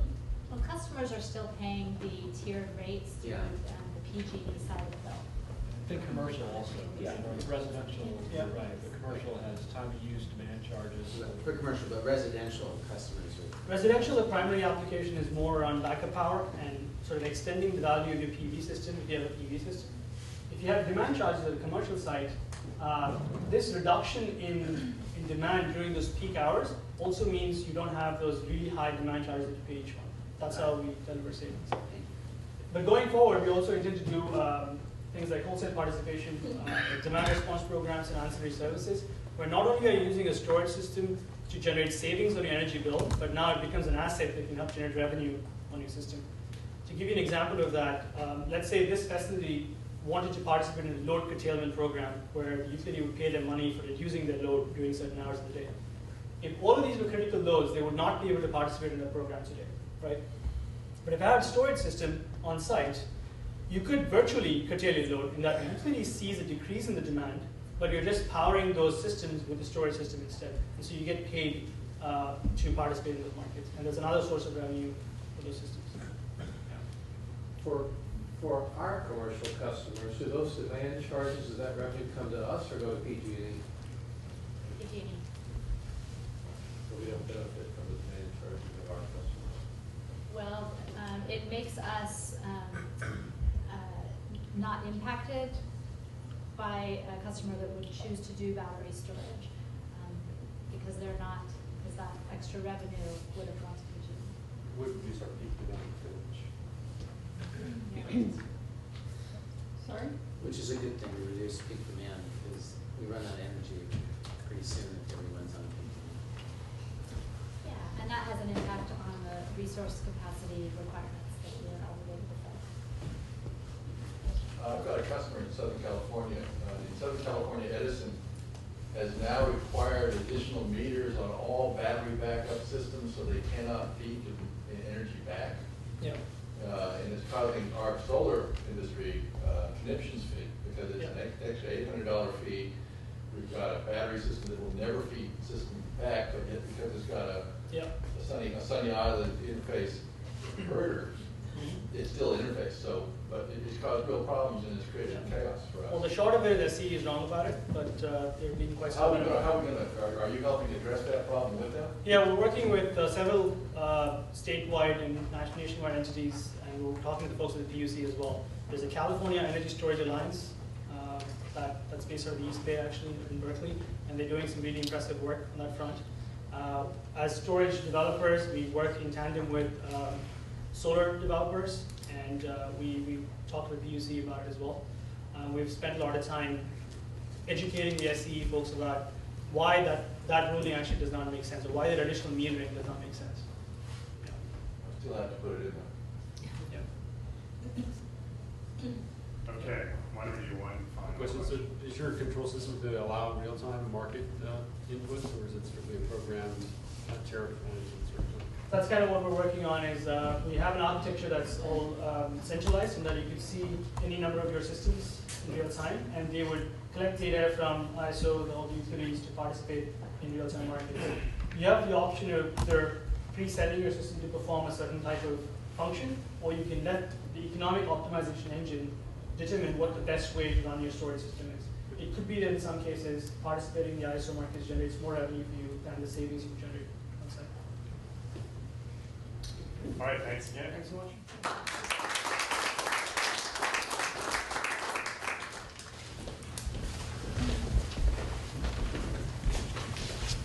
Okay, item 8, presentation from SMUD. Thanks for being here with us today. Hi, thank you. I want to thank Archive for that great presentation. What I do at SMUD overlaps a lot of those topics. I do a blend of retail business strategy as well as new product and service development with a hefty dose of financing thrown in. So today I'm here to talk to you a little bit about the smart pricing option pilot. That is an ongoing pilot. We're in year 2 of a 2-year pilot. And I think the interim results of this pilot really point to another option for energy management that is more consumer behavior driven and less technology driven. So I'm excited to talk a little bit about that with you. But before I do, I have a lovely U.S. Department of Energy disclaimer that is a mandatory first page. And you're happy to read it at your discretion. It basically says they don't necessarily agree or disagree or take a stance on anything in this presentation. But we would like to thank them because they were integral in providing a lot of the financial wherewithal to do this pilot. So the key features of our smart pricing option pilot is really that we decided to test a TOU plan, a TOU CPP plan, and a CCP plan. And so TOU, time of use pricing, CPP is critical peak pricing, and you see on this slide the actual cost per kilowatt hour that we arrived at. So for the critical peak, the 75 cents a kilowatt hour really represents a 10-fold price based on their average rate. So if you look at the bottom, there's 7 cents and there's 14 cents there. And what we call off-peak base is really a tier 1, and what we call off-peak base plus is a tier 2 from a pricing standpoint. So was that price tied to any sort of measure of a cost, or just more sort of chosen to induce a particular behavior? Excellent question. So the actual rate, the tier 1 and tier 2 were calculated based off our existing tiers, and if we looked at the energy consumption and the overall cost over time, what would we want to put a CPP, or a time of use rate, at that would be a very clear price signal to them. So we modeled that deliberately. So the 75 cents represent any economic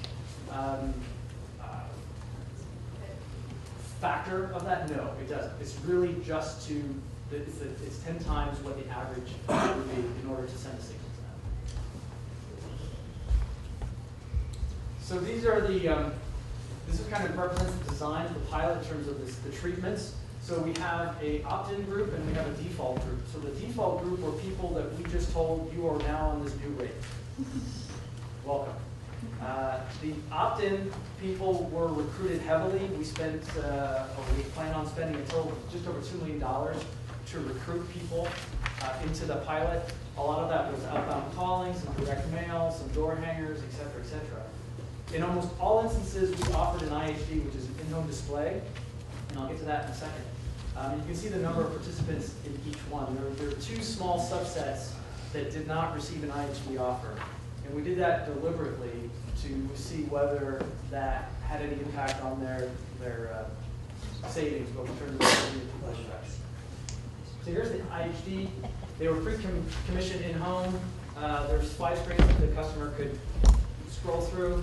I think the IHD for us really represents a near real-time information device, so it's there if the customers needed it or wanted to use it. We found that some didn't use it, some didn't like it, and some didn't know what to do with it. So in the overall design, we tried to do this by the quote-unquote gold standard. We were very careful in our recruiting materials being very similar. We did a lot of market research up front before launching the pilot in terms of over 2,000 customer surveys, 25 different focus groups, in order to learn how best to market, what language to use to market this pilot and the pricing option program to customers. We really emphasized customer-friendly language. We de-utilitized it as best as we could. We also tracked on all the offers. So within SMUD, it caused quite a bit of heartburn because we basically took both the treatment groups and the control group, and together there are about, I want to say 99,000 customers. No, that's not right, 59,000 customers or so. We basically took them out of SMUD, and we weren't allowed to market any other programs or regular programs. We weren't allowed to talk to them. Only certain people could talk to them. The pricing pilot manager could talk to them and communicate with them in a way. So we really isolated them from everything else that was going on inside SMUD in terms of our green energy program and other things like that. So the key for us was, in the design of this, was to do a side-by-side analysis of the opt-in and the default groups, and to understand the different load impacts that those 3 specialized rate plans would have. And we'll talk a little bit about what happened. So our opt-in rates were much higher than we expected. We targeted 15%, and we actually got between 16.5% and nearly 19%, which is far above what most people find in the utility industry when they market to someone to opt into a program. The CPP and the TOU pricing plans, they were similarly in terms of acceptance. The IHD offer did not materially increase customer acceptance. So as I said, we had 2 treatments that didn't get the offer, and they opted in, or they didn't opt out in the same rate as the default group, which is pretty interesting.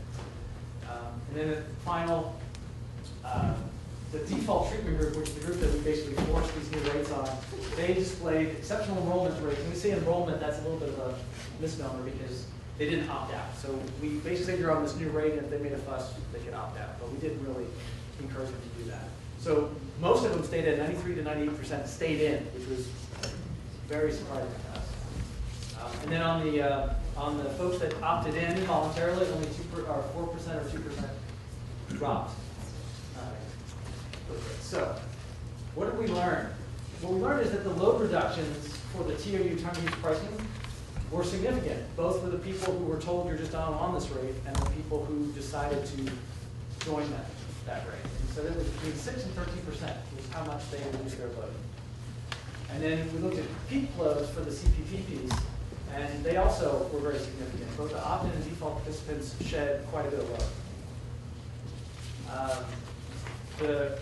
I think the key for us, though, on this is that if you look at the acceptance rate, which was much higher on the default folks, people who we just said you're on this rate, they, from an aggregate load impact, were the rock stars. They saved the most energy and provided the best impact to SMUD in terms of overall. Because the opt-in were relatively small, only 16 to 18% of folks opted in. The people we just said, you're on this rate, and here's an IHD, and you need to save energy, and here's how you do it, they provided us with the largest amount of savings. So that being said, the energy savings overall on average per month were pretty small. You can see that between 13 kilowatt hours a month or 34 kilowatt hours a month, depending on which group. The opt-in customers were more likely to accept the IHD offer, but they didn't really activate it. So the people we said, you're now on this new rate, you don't have a choice, here's an IHD, they really embraced the fact that this IHD is going to help them. This was a tool for them to understand what was going on and respond to pricing. We also looked at whether that IHD by itself increased the participation rates, and it really didn't. Did it impact the type of customers who opted in from a demographic standpoint? No. We're still seeing whether any housing characteristics will come to the fore as more likely or less likely to provide impact. Did it increase the conservation effect? No. Did it increase peak load impacts? Yes, for the TOU, but not for the CPP rate treatments. So, as I just mentioned, we did the IHD, and what we really looked to measure through this experiment was how much do they help customers? And so they help customers, but again, materially only for 2 of the subgroups, depending on if it was TOU or CPP. But overall, the people who were forced into the rates really embraced the IHD, and they felt that was more helpful than the people who opted in. So overall, and again, we're only 1 year into the 2-year pilot, but so far the 75% of the participants feel that it was a better experience than they expected. They were quite satisfied once they understood what the pilot goals were and how they could reduce and what behavior changes they could incorporate. Half the participants reported behavioral changes back to us. And as I said, they feel like the HD and the energy tips were valued by those who chose to use them and receive them. And that's all I have. Questions? Questions?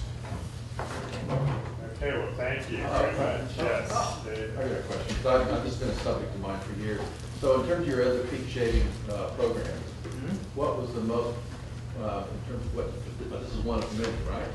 Well, we have several other experiments going on, but in terms of peak shaving, we don't have a mainstream program for peak shaving. We ask people to conserve, and for instance, we do it through a rate, basically, so we have some time of use rates on the commercial side to do that, but most of the majority of our customers are residential customers, and we don't have any demand response or peak load shaving program per se.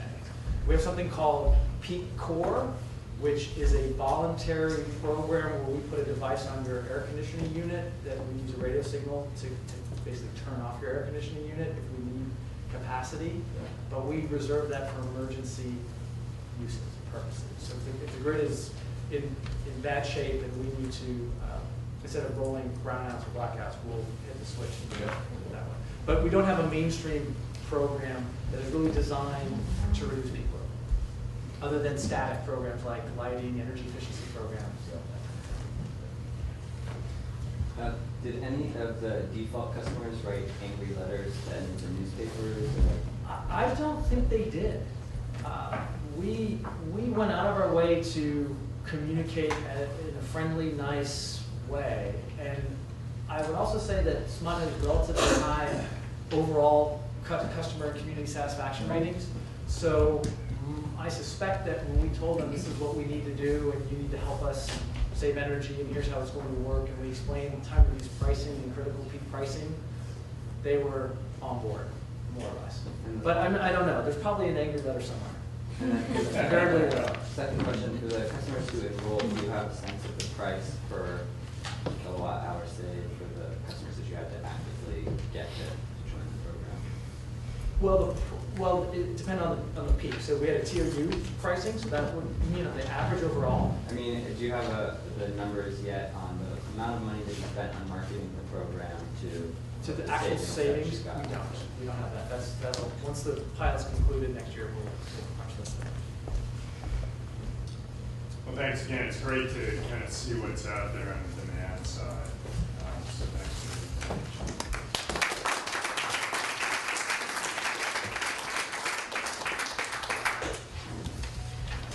Okay, I think we're right on schedule. Going back to item 6, MCE support for local renewable projects. And this is going to be in part a broad discussion, but I've also asked Don to focus on a couple of things. One is the 1 megawatt local project we placed on the drawing board. And then 2 is the feed-in tariff program. What's working, what we need to start thinking about tweaking if necessary, et cetera. So, Don? Great. Great, and let me also offer a final thank you to our presenters who traveled long distance to get here. Thank you all for taking the time. It's really helpful. So we're going to talk about the support that MCE offers for local renewable projects. And once again, we put the mission statement up here because this is a good thing to keep in mind as we talk about this item. Obviously, promoting the development and use of renewable energy is a core part of our mission. It enables us to achieve greenhouse gas reductions and support stable energy prices and yield some other economic benefits. We've found many ways that we can promote local renewables, and I've listed some of them here. The 2 at the top of our programs that we've already launched and have been up and running now for a couple of years. The net energy metering tariff is a program that we launched very near our inception, and it's very similar to the PG&E net energy metering tariff. And it's been very successful to date, as we'll see. The feed-in tariff program was launched in January of 2011. This is a program that offers landowners or developers anywhere within our jurisdiction to build renewable energy projects and sell them to us at a fixed price that our board authorizes in advance. And this is an opportunity for folks to be able to get financing for a large installation. Can't be that large though. The limit on our feed-in tariff is 1 megawatt. And that's contrasted just to kind of explain the difference between the feed-in tariff and the net energy metering tariff. The net energy metering is really to offset on-site usage. When there's not enough on-site usage to make the creation of solar worthwhile, then the feed-in tariff is a great option for customers or landowners or developers that want to simply sell power onto the grid or to MCE rather than using it on site. Then we also have 3 programs that are in process, programs that we're exploring and hoping to get up and running in the coming months. The first is local renewables through a standard PPA, and we actually have a contract in place now with EDF to build a 1 megawatt solar carport shade structure for us as part of a larger contract that we entered into back in 2011. That project is in the process of going through early development now, and we hope to do more of these, but we don't yet have a program or a product to show for it, but we hope to soon. The second item here is our local MCE-owned project. This is the project that we're working on. We're doing a site identification right now. Greg mentioned earlier that we're looking at the port in Richmond. We're also looking at a couple of other sites, Golden Gate Transit sites in Marin, that are looking feasible for our first built and owned project. So that's really exciting. And Don, on that, like, if you could touch on other thoughts currently on how to finance it, that sort of thing. burden for all of these, and how we finance our local owned project is particularly important because it's the biggest commitment that MCE would be making. Financing a project that's about 1 megawatt costs about $3 to $5 million upfront. So in order to cover that cost, there are a couple of ways that can be approached. In our case, we may do it by getting a bank loan. We may want to partner with a commercial entity that could help with covering or sharing some of those initial costs. Or we may want to go so far as to issue a bond so that we can build some of our own assets that way. As a municipal entity, we're able to issue tax-exempt bonds, and that gives us some advantages. So we're actually exploring that right now with a financial advisor who will be helping make recommendations on what's the best financing approach for the locally owned project. And then this last one, developing the local solar program, this is a discussion that we've been having in our technical committee to look at ways that we can help with group procurement for local renewables. We're doing it right now by supporting the SEED program that's helping group purchasing at the municipal scale, but we'd like to expand that soon to do group purchasing or help with group purchasing for small commercial and residential installations. And we're still figuring out the mechanics of that program, whether we want to partner with one entity or have multiple providers that we help drive people to get the solar installed on rooftops. But that's a program that we're working on, and we expect to be launching sometime in the next 9 to 12 months. So all of these, oops, I lost my here. All of these are ways that we're supporting local renewables.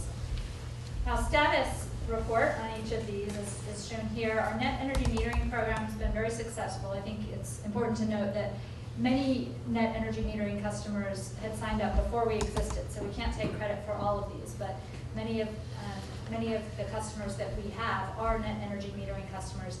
And in the last 2 years, there's been a significant uptick in the amount of net energy metering customers who are signing up. So we do think that the incentive that we provide has really bolstered the interest in local solar through our NEMS tariff. We currently have over 2,500 participating customers. That includes Richmond. And we're really excited about that. We've actually exceeded the target that we originally had for local distribution in our service territory. Our goal was to hit 20 megawatts by 2020. We have already hit 20 megawatts. So we're really excited about that. We'll be talking about that more when we do our integrated resource plan in November. Part of that is thanks to Richmond, because without Richmond we'd be at about 18 megawatts. But we're very excited to see such big success with the net energy metering tariff. The feed-in tariff program has not been quite as successful. We've only had one participating project since the program launched in January of 2011. It's been a difficult process for a couple of reasons, and we'll actually spend a little time on that shortly here. But first I want to give a program status on the programs that are in development. So the local renewables project through the PPA, EDF, I talked about recently, we've actually identified sites. We're looking at the Buck Institute still as a likely site for that 1 megawatt carport shade structure. On the SEED program, the RFP has been issued, so we're looking for suppliers now to come forward and do the installations for the municipal projects that have been identified. The RFP looks really good. It went through our team before being issued, and we're looking forward to seeing responses come in on that. This next item, the local MCE-owned project, is moving along well. We've identified the sites that I mentioned, and we're in the process of getting the interconnection documents filed. But before we can do that, we need site control agreements from the sites that we've identified. So we'll keep you all posted on that. We're hoping that we can have site control pinned down soon so that we can apply for interconnection with PG&E. And then this last item, the development of a local solar program, is in discussions with the technical committee meeting, and we expect to have something coming to the board for action in 2014. So success and challenges. As I said, the net energy metering tariff has been very successful. We do have billing challenges for our NEMS customers that we're working on very, very diligently. Justin has done so much on this effort. Gets a big kudos to him for all of his hard work. to address the billing issues with our NEMS customers. We're hoping to have a solution soon that will solve that, but nonetheless, we do have a lot of strong participation in that program. The feed-in tariff, as we mentioned, has one completed project, and what the challenges that have been identified with our feed-in tariff are shown here. Really, the interconnection process has been brought up as something that is challenging, particularly for new developers or landowners that aren't familiar with the process. We've actually been able to provide a lot of assistance and support, and having Greg on our team has been really valuable because he has a lot of experience with that interconnection process, and he's been able to provide support to any interested applicants. Even before anyone submitted an application, if they have questions for us, we provide a lot of support to help them through that. The second item that's been identified is permitting challenges or delays or barriers, and that's an area where we don't really have an ability to weigh in, but that is an area that's been identified as a barrier for some of our feed-in tariff applicants. And then the third item is financing challenges. So, as I said, it's an upfront investment, $3 to $5 million to build a project, and most folks don't just have that lying around, don't have access to that amount of capital. Having our feed-in tariff executed really helps with getting financing, but it is a challenge, and the project that was approved in San Rafael was partly financed by the family that owned the property, and so they had an advantage there that doesn't apply in all cases. So I think it's worth mentioning that can be a challenge in getting these feed-in tariff projects up and running, and those three items right there probably have a lot to do with why we only have one project to date in our portfolio. Ellen, can I ask you a question? Yeah. Is there any opportunity to ease the interconnection process? Maybe, Greg, this is a question for you. I understand it's with PG&E, so the answer to that may be simple no, but are there any opportunities there to try to make that process not quite as cumbersome? Most of these projects qualify for what's called a fast track process, so it is pretty much expedited. It's only a $500 fee, and there are certain checklist items that you have to meet. The biggest problem in Marin County is there's not a lot of excess capacity on the existing transmission lines. So when you have a new project that increases the capacity of the line by more than 15%, you automatically fail that fast track process. Okay, so it's a capacity problem, not a process problem. Greg, have you tried to do some mapping to showing where the excess capacity exists within Marin County? There's literally nothing in Marin County. I've looked at all of PG&E's maps, and there's not a lot in Marin County that's available as excess. So in some ways, you're putting a project out there, feed-in tariff, that really is almost, doesn't work, can't work in the county. I mean, it's up to the developer to have the economics make sense, I suppose. But you're saying there isn't any capacity on the PG&E lines in any place. I was thinking that perhaps you could map where the capacity existed, and then that would allow us as developers to identify areas where we could perhaps make the opportunity. PG&E itself has their website, their RAM website. Yeah. It just denotes all the capacity. There's not a lot of excess capacity out there. Well, I guess that raises the question of then, is there any point in having an FIT program if there's no capacity? Do we have a chicken and egg problem? Well, you can, I mean, as close as you can get to a substation, you can build that capacity to the substation. But unfortunately, when you're a built-up urban area like San Rafael, for example, when you have a substation right in the middle of town, there's not, You can't get there. there's not a site that's feasible.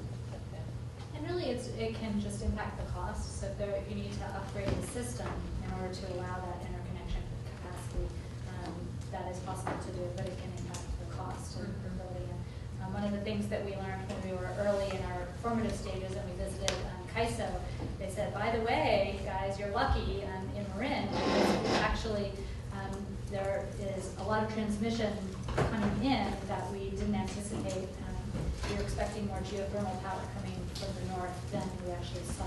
So there's actually a lot of capacity once you get past the substation level. But getting to the substation level can introduce some added expense.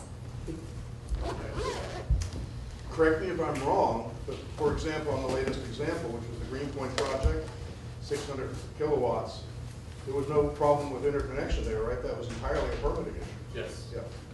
I mean, let's not let a misunderstanding run around here that we can't build solar in Marin. Oh, yeah, no, we get it. It sounds like there are ways to do it. We just have to be aware of potential constraints. I think we had another question over there.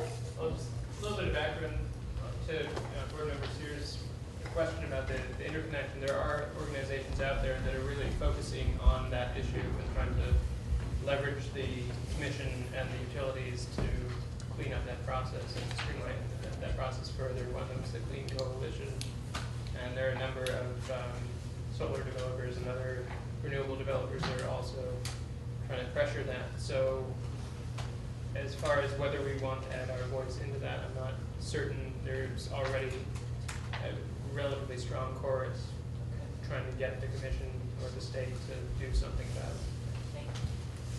it. As someone who's been involved in that process, trying to get that connection with PG&E, I think you probably agree with me on that, Greg, that PG&E owns that information, and they hold on to it like no one's ever going to find out about it.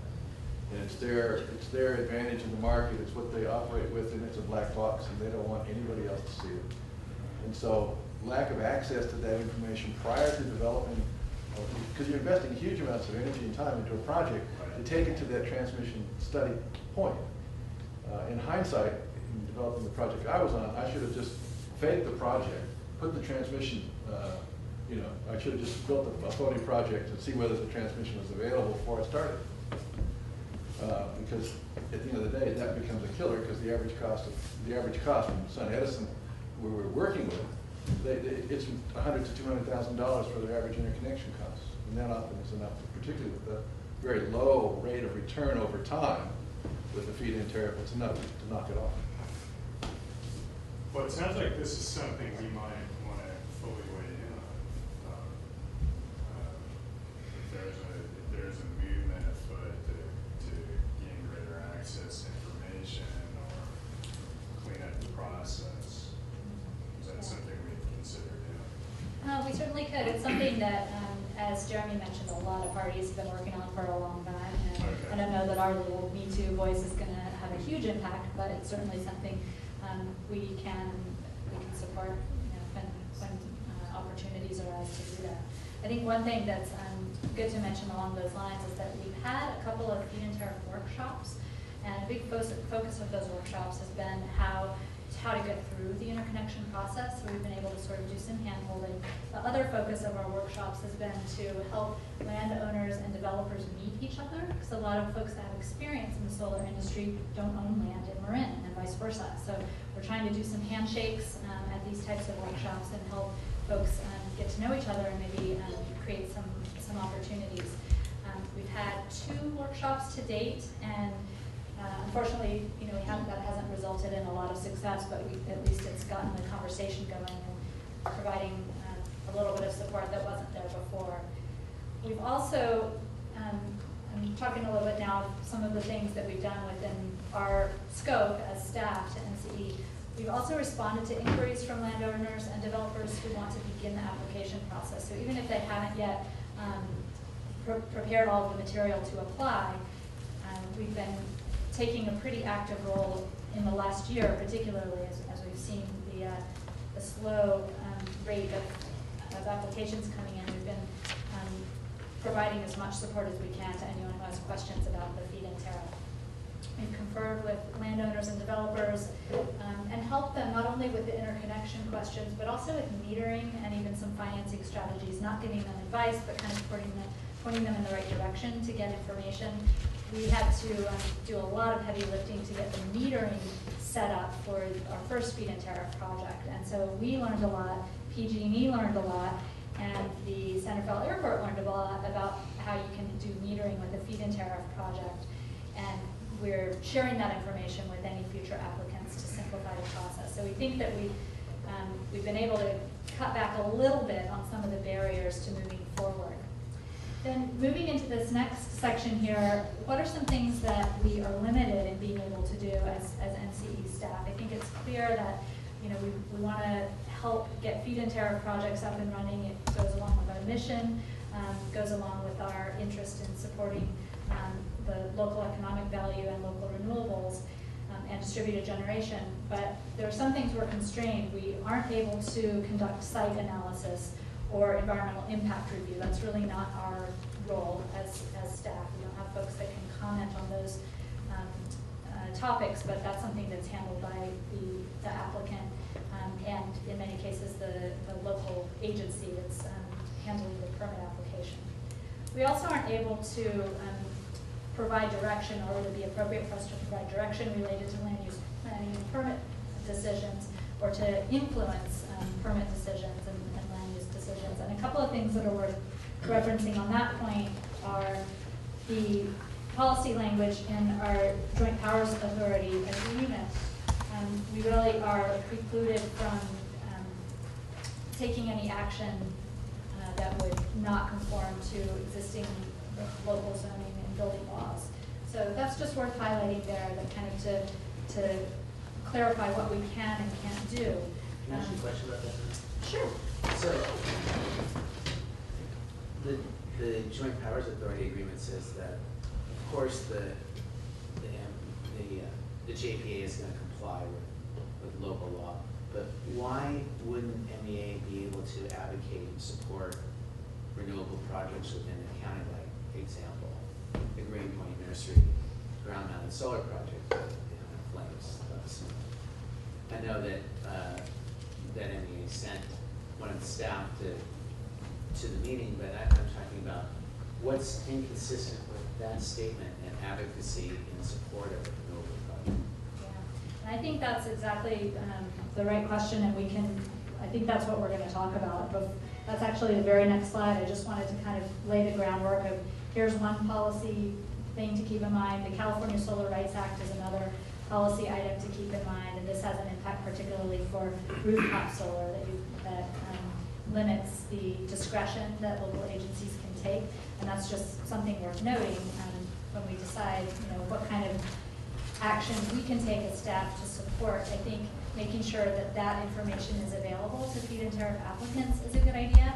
But the real question before us today is really, is there anything different that we can do or should be doing as staff, as a board, to support feed-in tariff projects? I think that the policy direction and our mission statement is clear.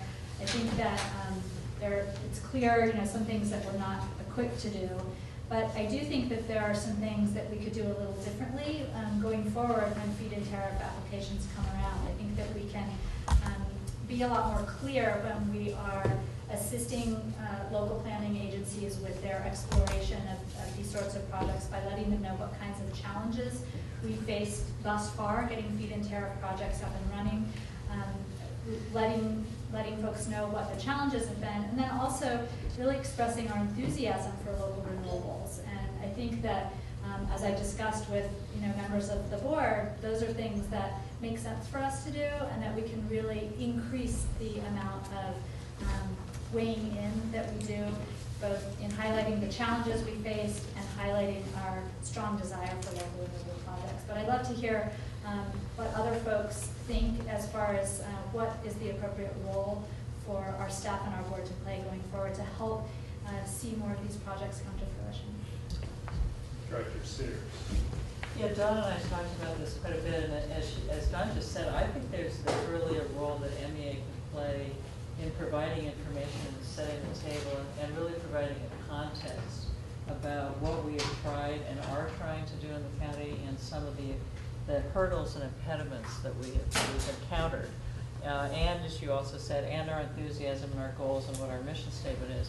I do think it's important to try to walk a line. I'm less enthused about our taking a real advocacy role. I think it gets into an issue of our taking a position on local land use planning that can be pretty sensitive to the folks who are on the dais trying to make that decision. A lot of times, there's a lot of variables that go into making a land use decision that, as Don showed in one of the earlier slides, MEA really isn't equipped to weigh in on. So I think it's really finding the balance where we can convey information that's really helpful to decision makers and convey enthusiasm for renewable energy without being too much of an advocate. And the other reason I'm somewhat cautious about this is we are sponsors, and hopefully in the future we'll be sponsors of more local projects ourselves. And I think we need to be mindful of our reputation. Obviously, we have strong mission and strong goals, but I think we want to sort of protect how we're viewed in the community at large, because we may be interacting with a lot of local decision makers who will be able to make a decision about our project. So, and Len probably has a different view on it. Just slightly. Just slightly. As a counterpoint, I would suggest that there's many groups that have, that want to have credibility in the community, but advocate a position. In the Greenpoint Nursery case, Marin Audubon Society was front and center there, suggesting that the project was going to be somehow harmful to their lands they had nearby Sierra Club. And I could name 100 different groups that appear at a land use hearing, a public hearing on this. And so Marin Energy Authority should be perceived as experts in renewable energy. I'm not suggesting that we advocate something that isn't accurate, factual, or true, but if I'm correct, our mission statement that we had up on the screen earlier was we're here about supporting renewable energy projects, and particularly it's important to have renewable energy projects in county to the extent that we can, or now based upon policy 007, Contra Costa County and wherever else we may go now. And so I'm just suggesting that I don't think that we need to be cautious. I think we need to be factual, but we need to show up and support this. This is the mission. This is why Charles McClashin started this thing, you know, with his heart and soul to do this. And I think that advocacy and support of renewable energy projects is a good thing, even if there's other people that don't necessarily agree with the proposed project. And I don't think either Don or I was suggesting that we don't show up. I think being factual is important. You and I might draw the line differently on where being factual transforms into being an advocate in a way that perhaps is not quite as fact-based. But I think we have a strong information role that's very important, can be very important and helpful to local decision makers, but it's where you draw the line without intruding on your local decision makers, that I think is the issue we really need to grapple with. I guess I would suggest just at the Greenpoint Nursery, and I just keep bringing it back because it's the... You represented one of the applicants. Right, I represented one of the applicants, but I'm suggesting that I would like to see our board grapple with a policy here. That's to see, you know, to do something where we encourage board members to show up at public hearings in support of projects if that particular board member can support that. So I'll be quiet now. I've expressed what I'm thinking. Director Athens. I want to go a little bit different from what you guys are talking about, but Marin Association of Realtors, I think, is a good example of a group that right now has an issue in regards to resale ordinances being inconsistent city to city. And as a realtor, I'm faced with it all the time. But what they're doing is coming up with a model of a proposal to bring to the cities as a consistent program that maybe every city could do. And I'm thinking of that with this, because I mean, you can set the table, which I think is what we want to do, but you also need developers to be able to come in with the food so that everybody can enjoy it. And my concern is we can have all of the great policies in the world, but if we don't have consistency in permits and fees and having a program to be able to do it, we're not going to be able to get the developers to come in front of us and actually build the projects. So I think, for me, I think it's a complete picture, and I'm wondering if we all are members of the cities, but we all also have city managers, and our city managers have a core group.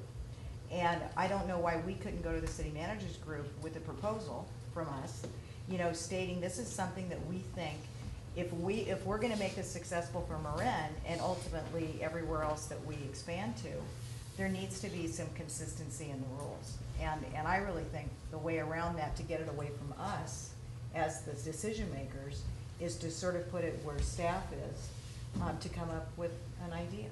Well, and let me just follow up on this, because I think this is actually a really great example of the distinction between a certain kind of advocacy and that kind of action. If you take some of the realtors groups that with respect to affordable housing, have been handing out flyers and putting things on their website that affordable housing will reduce everybody's property values, I'd say that that's a different form of advocacy than what you're suggesting, which is to get people together and come up with some consistency. Right. So there's a unified approach. So I think this is why it's important to have the conversation, because there's different ways to be an advocate, some of which I think are much more helpful than others, and have more of an impact on how you're perceived and how credible you are. Right.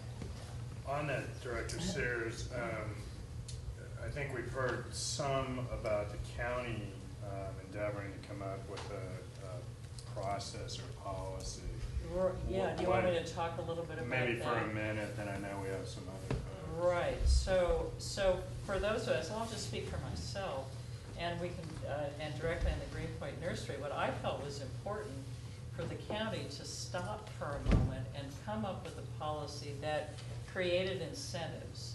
And because one of the things that we've had so much trouble with at MBA is contacting these shopping centers in the county to try to talk about rooftop installations of solar carport structure, something to get into the built environment. And we have been rebuffed in all of those conversations. And that to me is something that I feel we really need to do something about at a county level, but cities and towns as well, to come up with some unified approach that creates incentives so we can break through some of these barriers.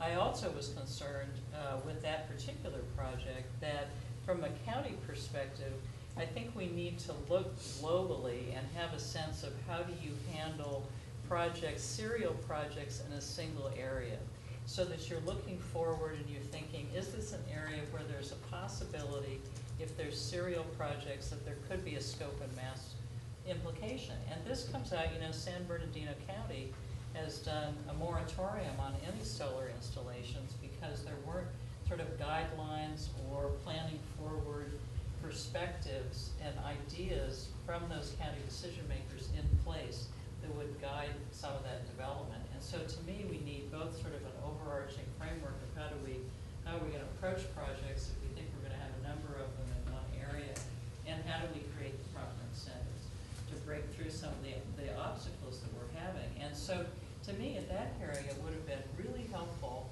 for MEA to come in and say, here's what we've been trying to do, here's what some of the impediments we're having, and because that creates a context for a decision maker that this isn't just a single project, but here's a larger context of different attempts of projects and different issues.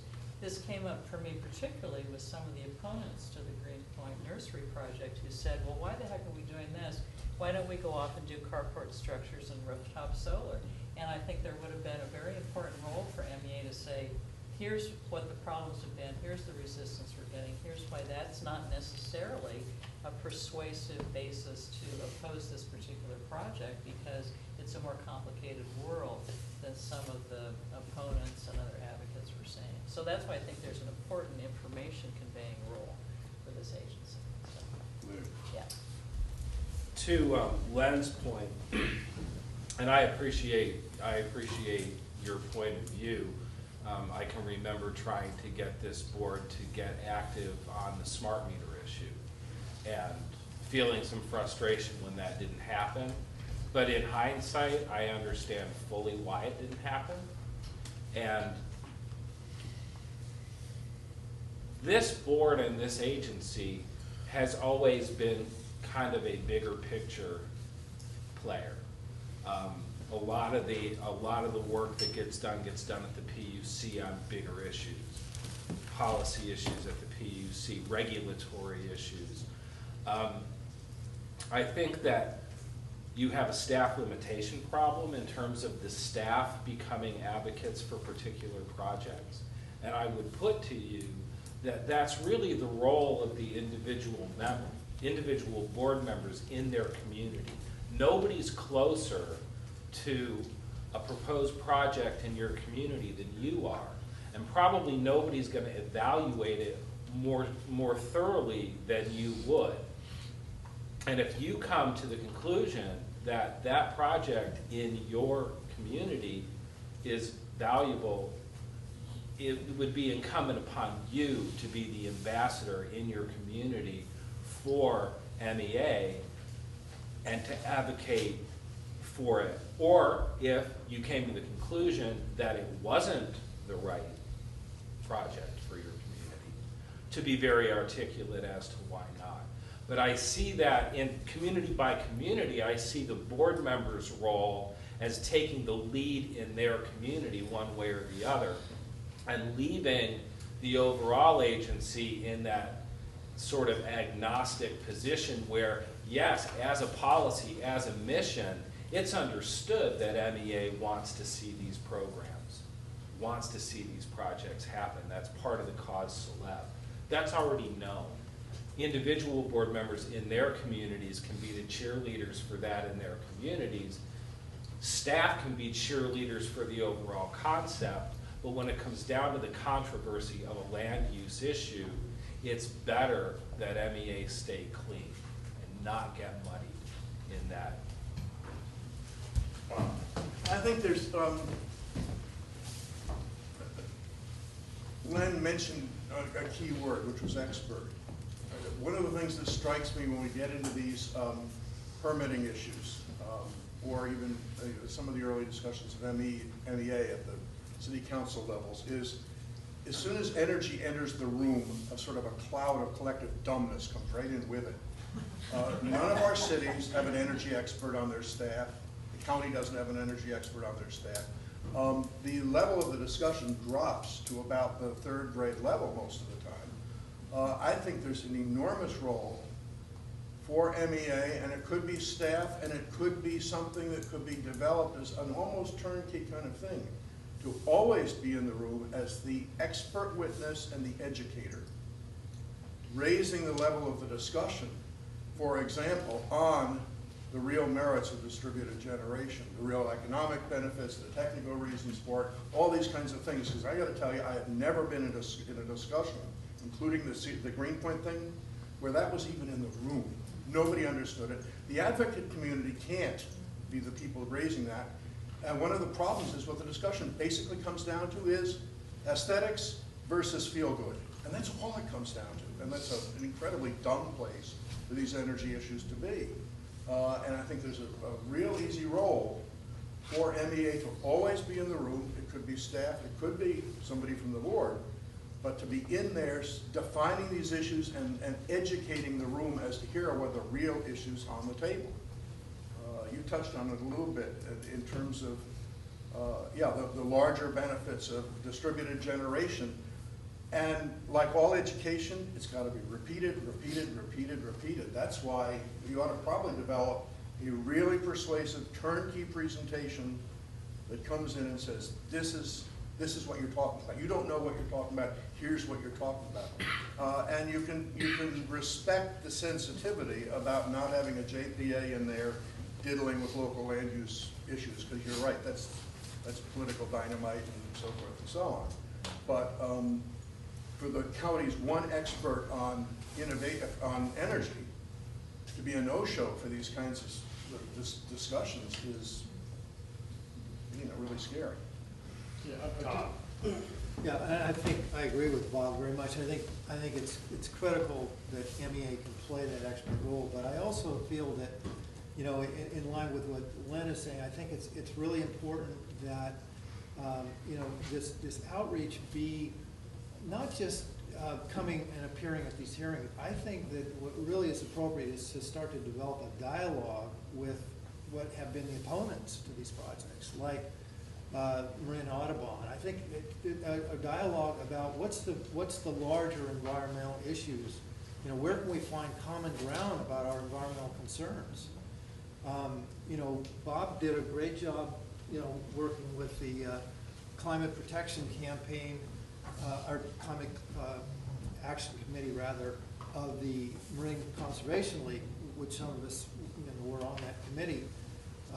But ultimately, we took a position in support of the Greenpoint project. Our committee did, but MCL, the leadership, ultimately really didn't.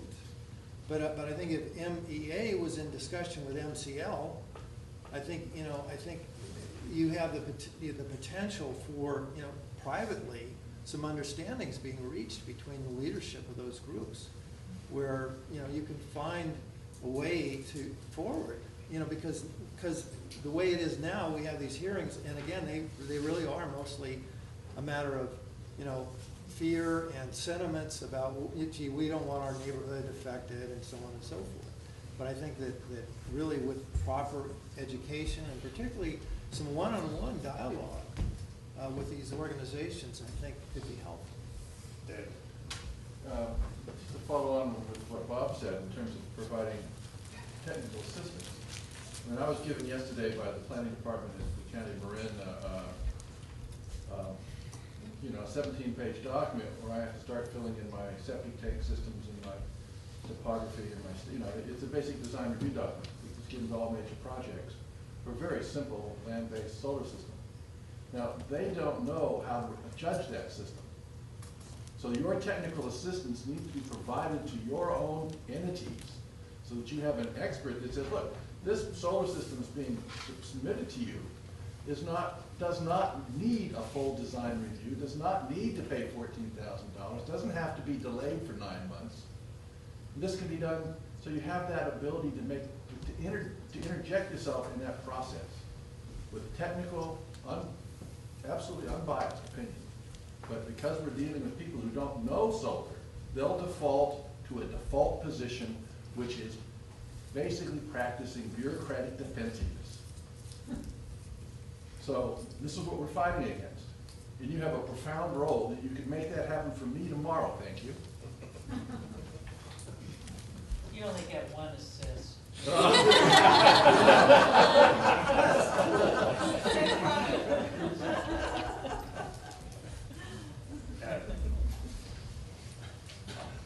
Well, I'd just like to support the last 4 speakers, or was it 3 speakers, and just add that the decision of the Board of Supervisors and 3 supervisors was inconsistent in my mind with what we just saw up on a previous slide there as far as the California solar policy goes.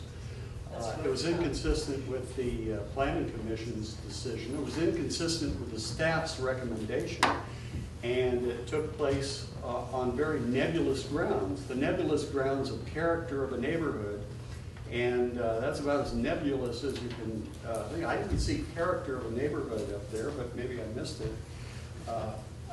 I think MEA has a very strong role to play in such situations in technically explaining the truth about certain projects. In this particular Greenpoint case, the boogeyman of all sorts of similar projects being put down in the Greenpoint or in the Black Point area, one after one in a chain or sea of PV projects, it was absolutely a boogeyman, and technically it was not feasible ever that such a thing could happen.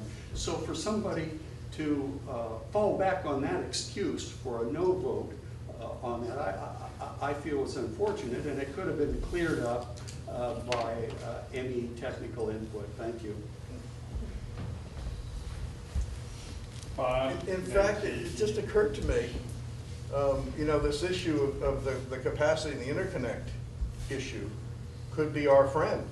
An expert from MEA could stand up and say, if you approve this issue, it is technically impossible, this project, wherever this is, it is technically impossible for another project to go up within a 5-mile circle of this. That could be a fairly persuasive talking point at a city council, and nobody but an energy, but the expert witness is in a position to make that statement. Just the 30,000-foot view comment, and that is that we've seen the mission statement for MCE on the screen many times today, and insofar as the board and the staff of Marin Energy can support the mission statement and all its manifestations in the county, I think it's incumbent upon you to do so. Further questions or comments? I mean, we've received a number of good ideas. I mean, what strikes me is the issue of coming up with some sort of overarching framework where it seems to me that MEA could play an important role. The county has undertaken that process to some extent. I think it would make sense for the cities to get involved. That way we avoid, I mean, because right now it does seem completely ad hoc. And to some extent that's unavoidable, I know, but to the extent we can help come up with some unified policies, it seems like a good thing. In terms of weighing in on specific land use decisions, I think we've heard, you know, kind of mixed feelings on that. Leslie, it sounds like you want to weigh in. I didn't want to interrupt you, but I was going to ask Denise if we could borrow Bob Brown to help craft something that might be a unifying policy on solar. If it were only up to me. I know. You're representing Nevada, right? He did such a great job with the first program. I mean, that's what I was thinking. Yeah. But I mean, that's why I'm bringing everyone saying. to the table and crafting language that worked for all the jurisdictions. And I think, I mean, the way it works in Nevada, I don't know about the rest of the cities, but the way it works is that, you know, the city manager's the one that gets the staff involved. So that's why I was suggesting start at the city manager level and then have them disperse the work, you know, accordingly. Because Bob, to me, is the one that's the most logical. I'd like to tighten this. I'm not following what your recommendation is. Well, it seemed really broad and fuzzy, so I didn't quite get it. That's what I was hoping people would. Okay, so let me try to make a summary of what I've heard everyone say. I mean, the range is there's concern, and I think it's legitimate concern that I heard Blue raise. It's like we're a JPA, and I think what I'm hearing, and I would be surprised if I don't hear this around the table, that if it's in one of our local jurisdictions and one of us investigates the land use decision, well, if we're on that land use decision, we're probably supposed to be impartial arbitrators and listen to it. We can't really be the cheerleader per se, but I think every board member should be free to support or oppose renewable energy projects around the county, as you know, as he or she sees fit. I would hope that most of our board members would be supportive of those projects, because that's why I think we're serving as board members on this body. In terms of like some sort of a framework, I don't think staff has capacity to be fully invested in every land use decision as it comes up, unless maybe we can have a policy if it's of a certain size. You know, I'm not talking about rooftop solar on single-family homes, but if it's of a certain capacity where it has more community-wide significance, it really would be helpful to have the expertise of MCE in the room, you know, to answer various different technical questions that may come up. So, I mean, I think that's one point, Lynn, but what I was driving at was not an MEA staff-driven policy. It's really almost like the green burst idea, which was the building standards, where each city comes together and comes up with policies with the county that we can play a role in helping to craft. I'm hopeful that at least in terms of site, I mean, like I know the county's starting on its ground-mounted solar policy. I hope, at least there was talk about it, and there wasn't funding apparently from the planning standpoint. But that would make sense that we had a uniform countywide policy on ground-mounted solar, if that's one of the issues, on all these different things, as well as perhaps a model ordinance about permitting as well that is developed and that each town can adopt and modify somewhat for each unique situation. And I think MEA can take a leading role in that to help develop these model policies and or ordinances, and then allow each jurisdiction to determine for itself whether it works. I think that's something we should be advocating, because ultimately it leads to what Leslie just said, or excuse me, Kiki, that this is part of our mission. Our mission is to advocate and support renewable energy projects in this county. And I think we need to get off our duffs and do that in an appropriate way that's not in the mud.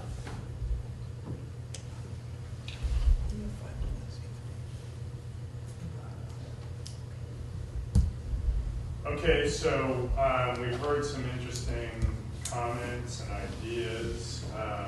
Just yeah. one thing, I feel like if I could step out of my role as an MC staff person, not every renewable project is a good renewable project. And it seems like, you know, if there was a 10-point questionnaire from just a purely energy-based perspective of, is this a good project? Is it close to a substation? Is there capacity on the lines? You know, whatever the, you know, or what kind of panels are they proposing to use? You know, that's something that we could come up with a list of and present, and that would be factual information that could elevate the dialogue. But beyond that, you know, it was, as the staff person who attended the Greenpoint Nursery meeting, it was incredibly awkward to be talking in support of a project with one of our board members weighing in on it and another board member advocating on behalf of the developer. That's an awkward position to be put in, and it would be much easier if we just had a checklist that we could go down and present to decision makers. Oh, I didn't put too much pressure. But fundamentally, that is the point, and that's really where this conversation is coming from, is the awkward position that you were put in. And that's not going to be the last time that happens, given the makeup of our board. And so that's why I think it's worthwhile to think through what would a checklist be, and what is the information that would be helpful to present. And maybe, maybe we give some thought to what would be sort of a standard information providing presentation that might cover different kinds of projects. If that, you're the person who's had the most experience as being a speaker, and Dawn too. What would go into sort of a standard information? And I just think that the Greenpoint Nursery, that could be a great project. There could be another project that would be a terrible project, and I would hate for us to be out in front speaking on behalf of that project. So here's another idea on that a number of solar developers have brought up with me. It would be the idea, and I haven't fully thought it through, but the idea that we develop that kind of checklist. Let's say there's 10 items. If the developer meets those 10 items, they get essentially put in like an MEA queue, like as a potential feed-in tariff project participant.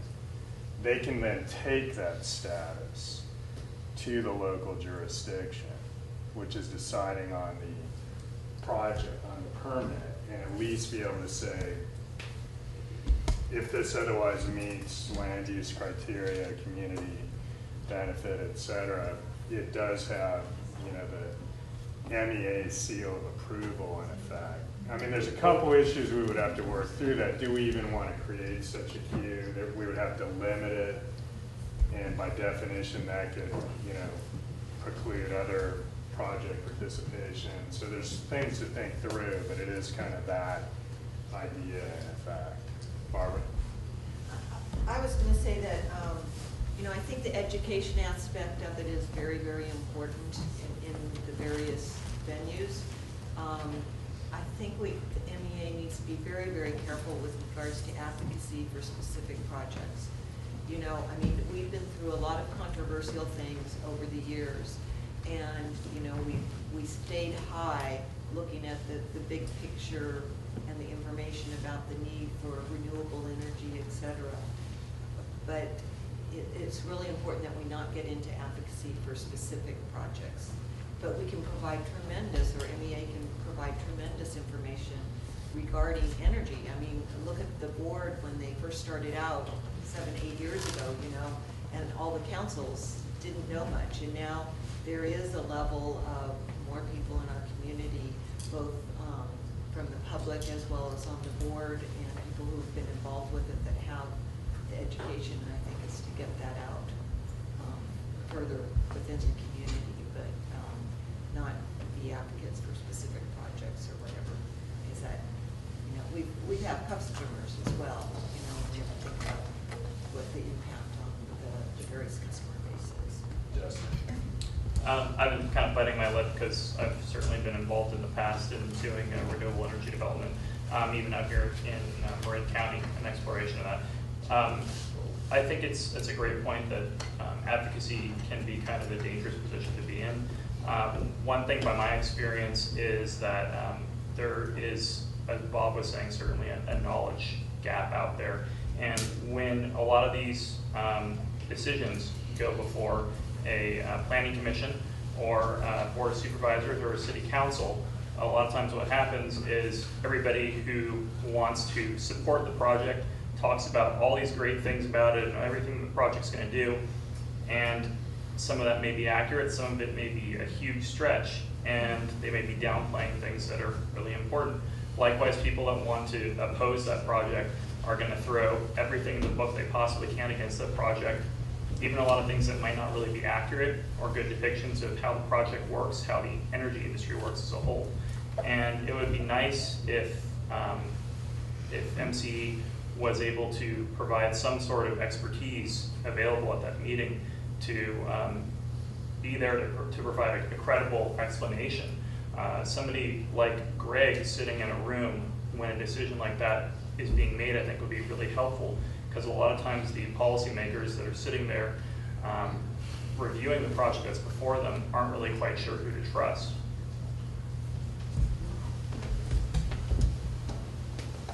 Sorry to volunteer you, Greg. That it would be helpful for MEA to provide factual information at hearings. I personally believe that longer term, it would be helpful perhaps for all the jurisdictions within the county, potentially even under the county's lead, since you're already starting Working so it. well with the past, right? Yeah, that's right. To look at developing some policies which we could provide input on. I don't think we really have the capacity to take the lead on that right now, especially when the real key issues in large part are more within the expertise of the land use planners and the jurisdictions. I think we could also, just as a side, I think we could also follow up with a conversation at TechCom about the idea of a checklist of some way, just to move that conversation forward a little bit. Unless there's anything else on that item. I don't think item 9 is completion of any unfinished items. I don't think we have any. Item 10 is board member and staff matters. Okay, well, thank you very much, everyone. This is great.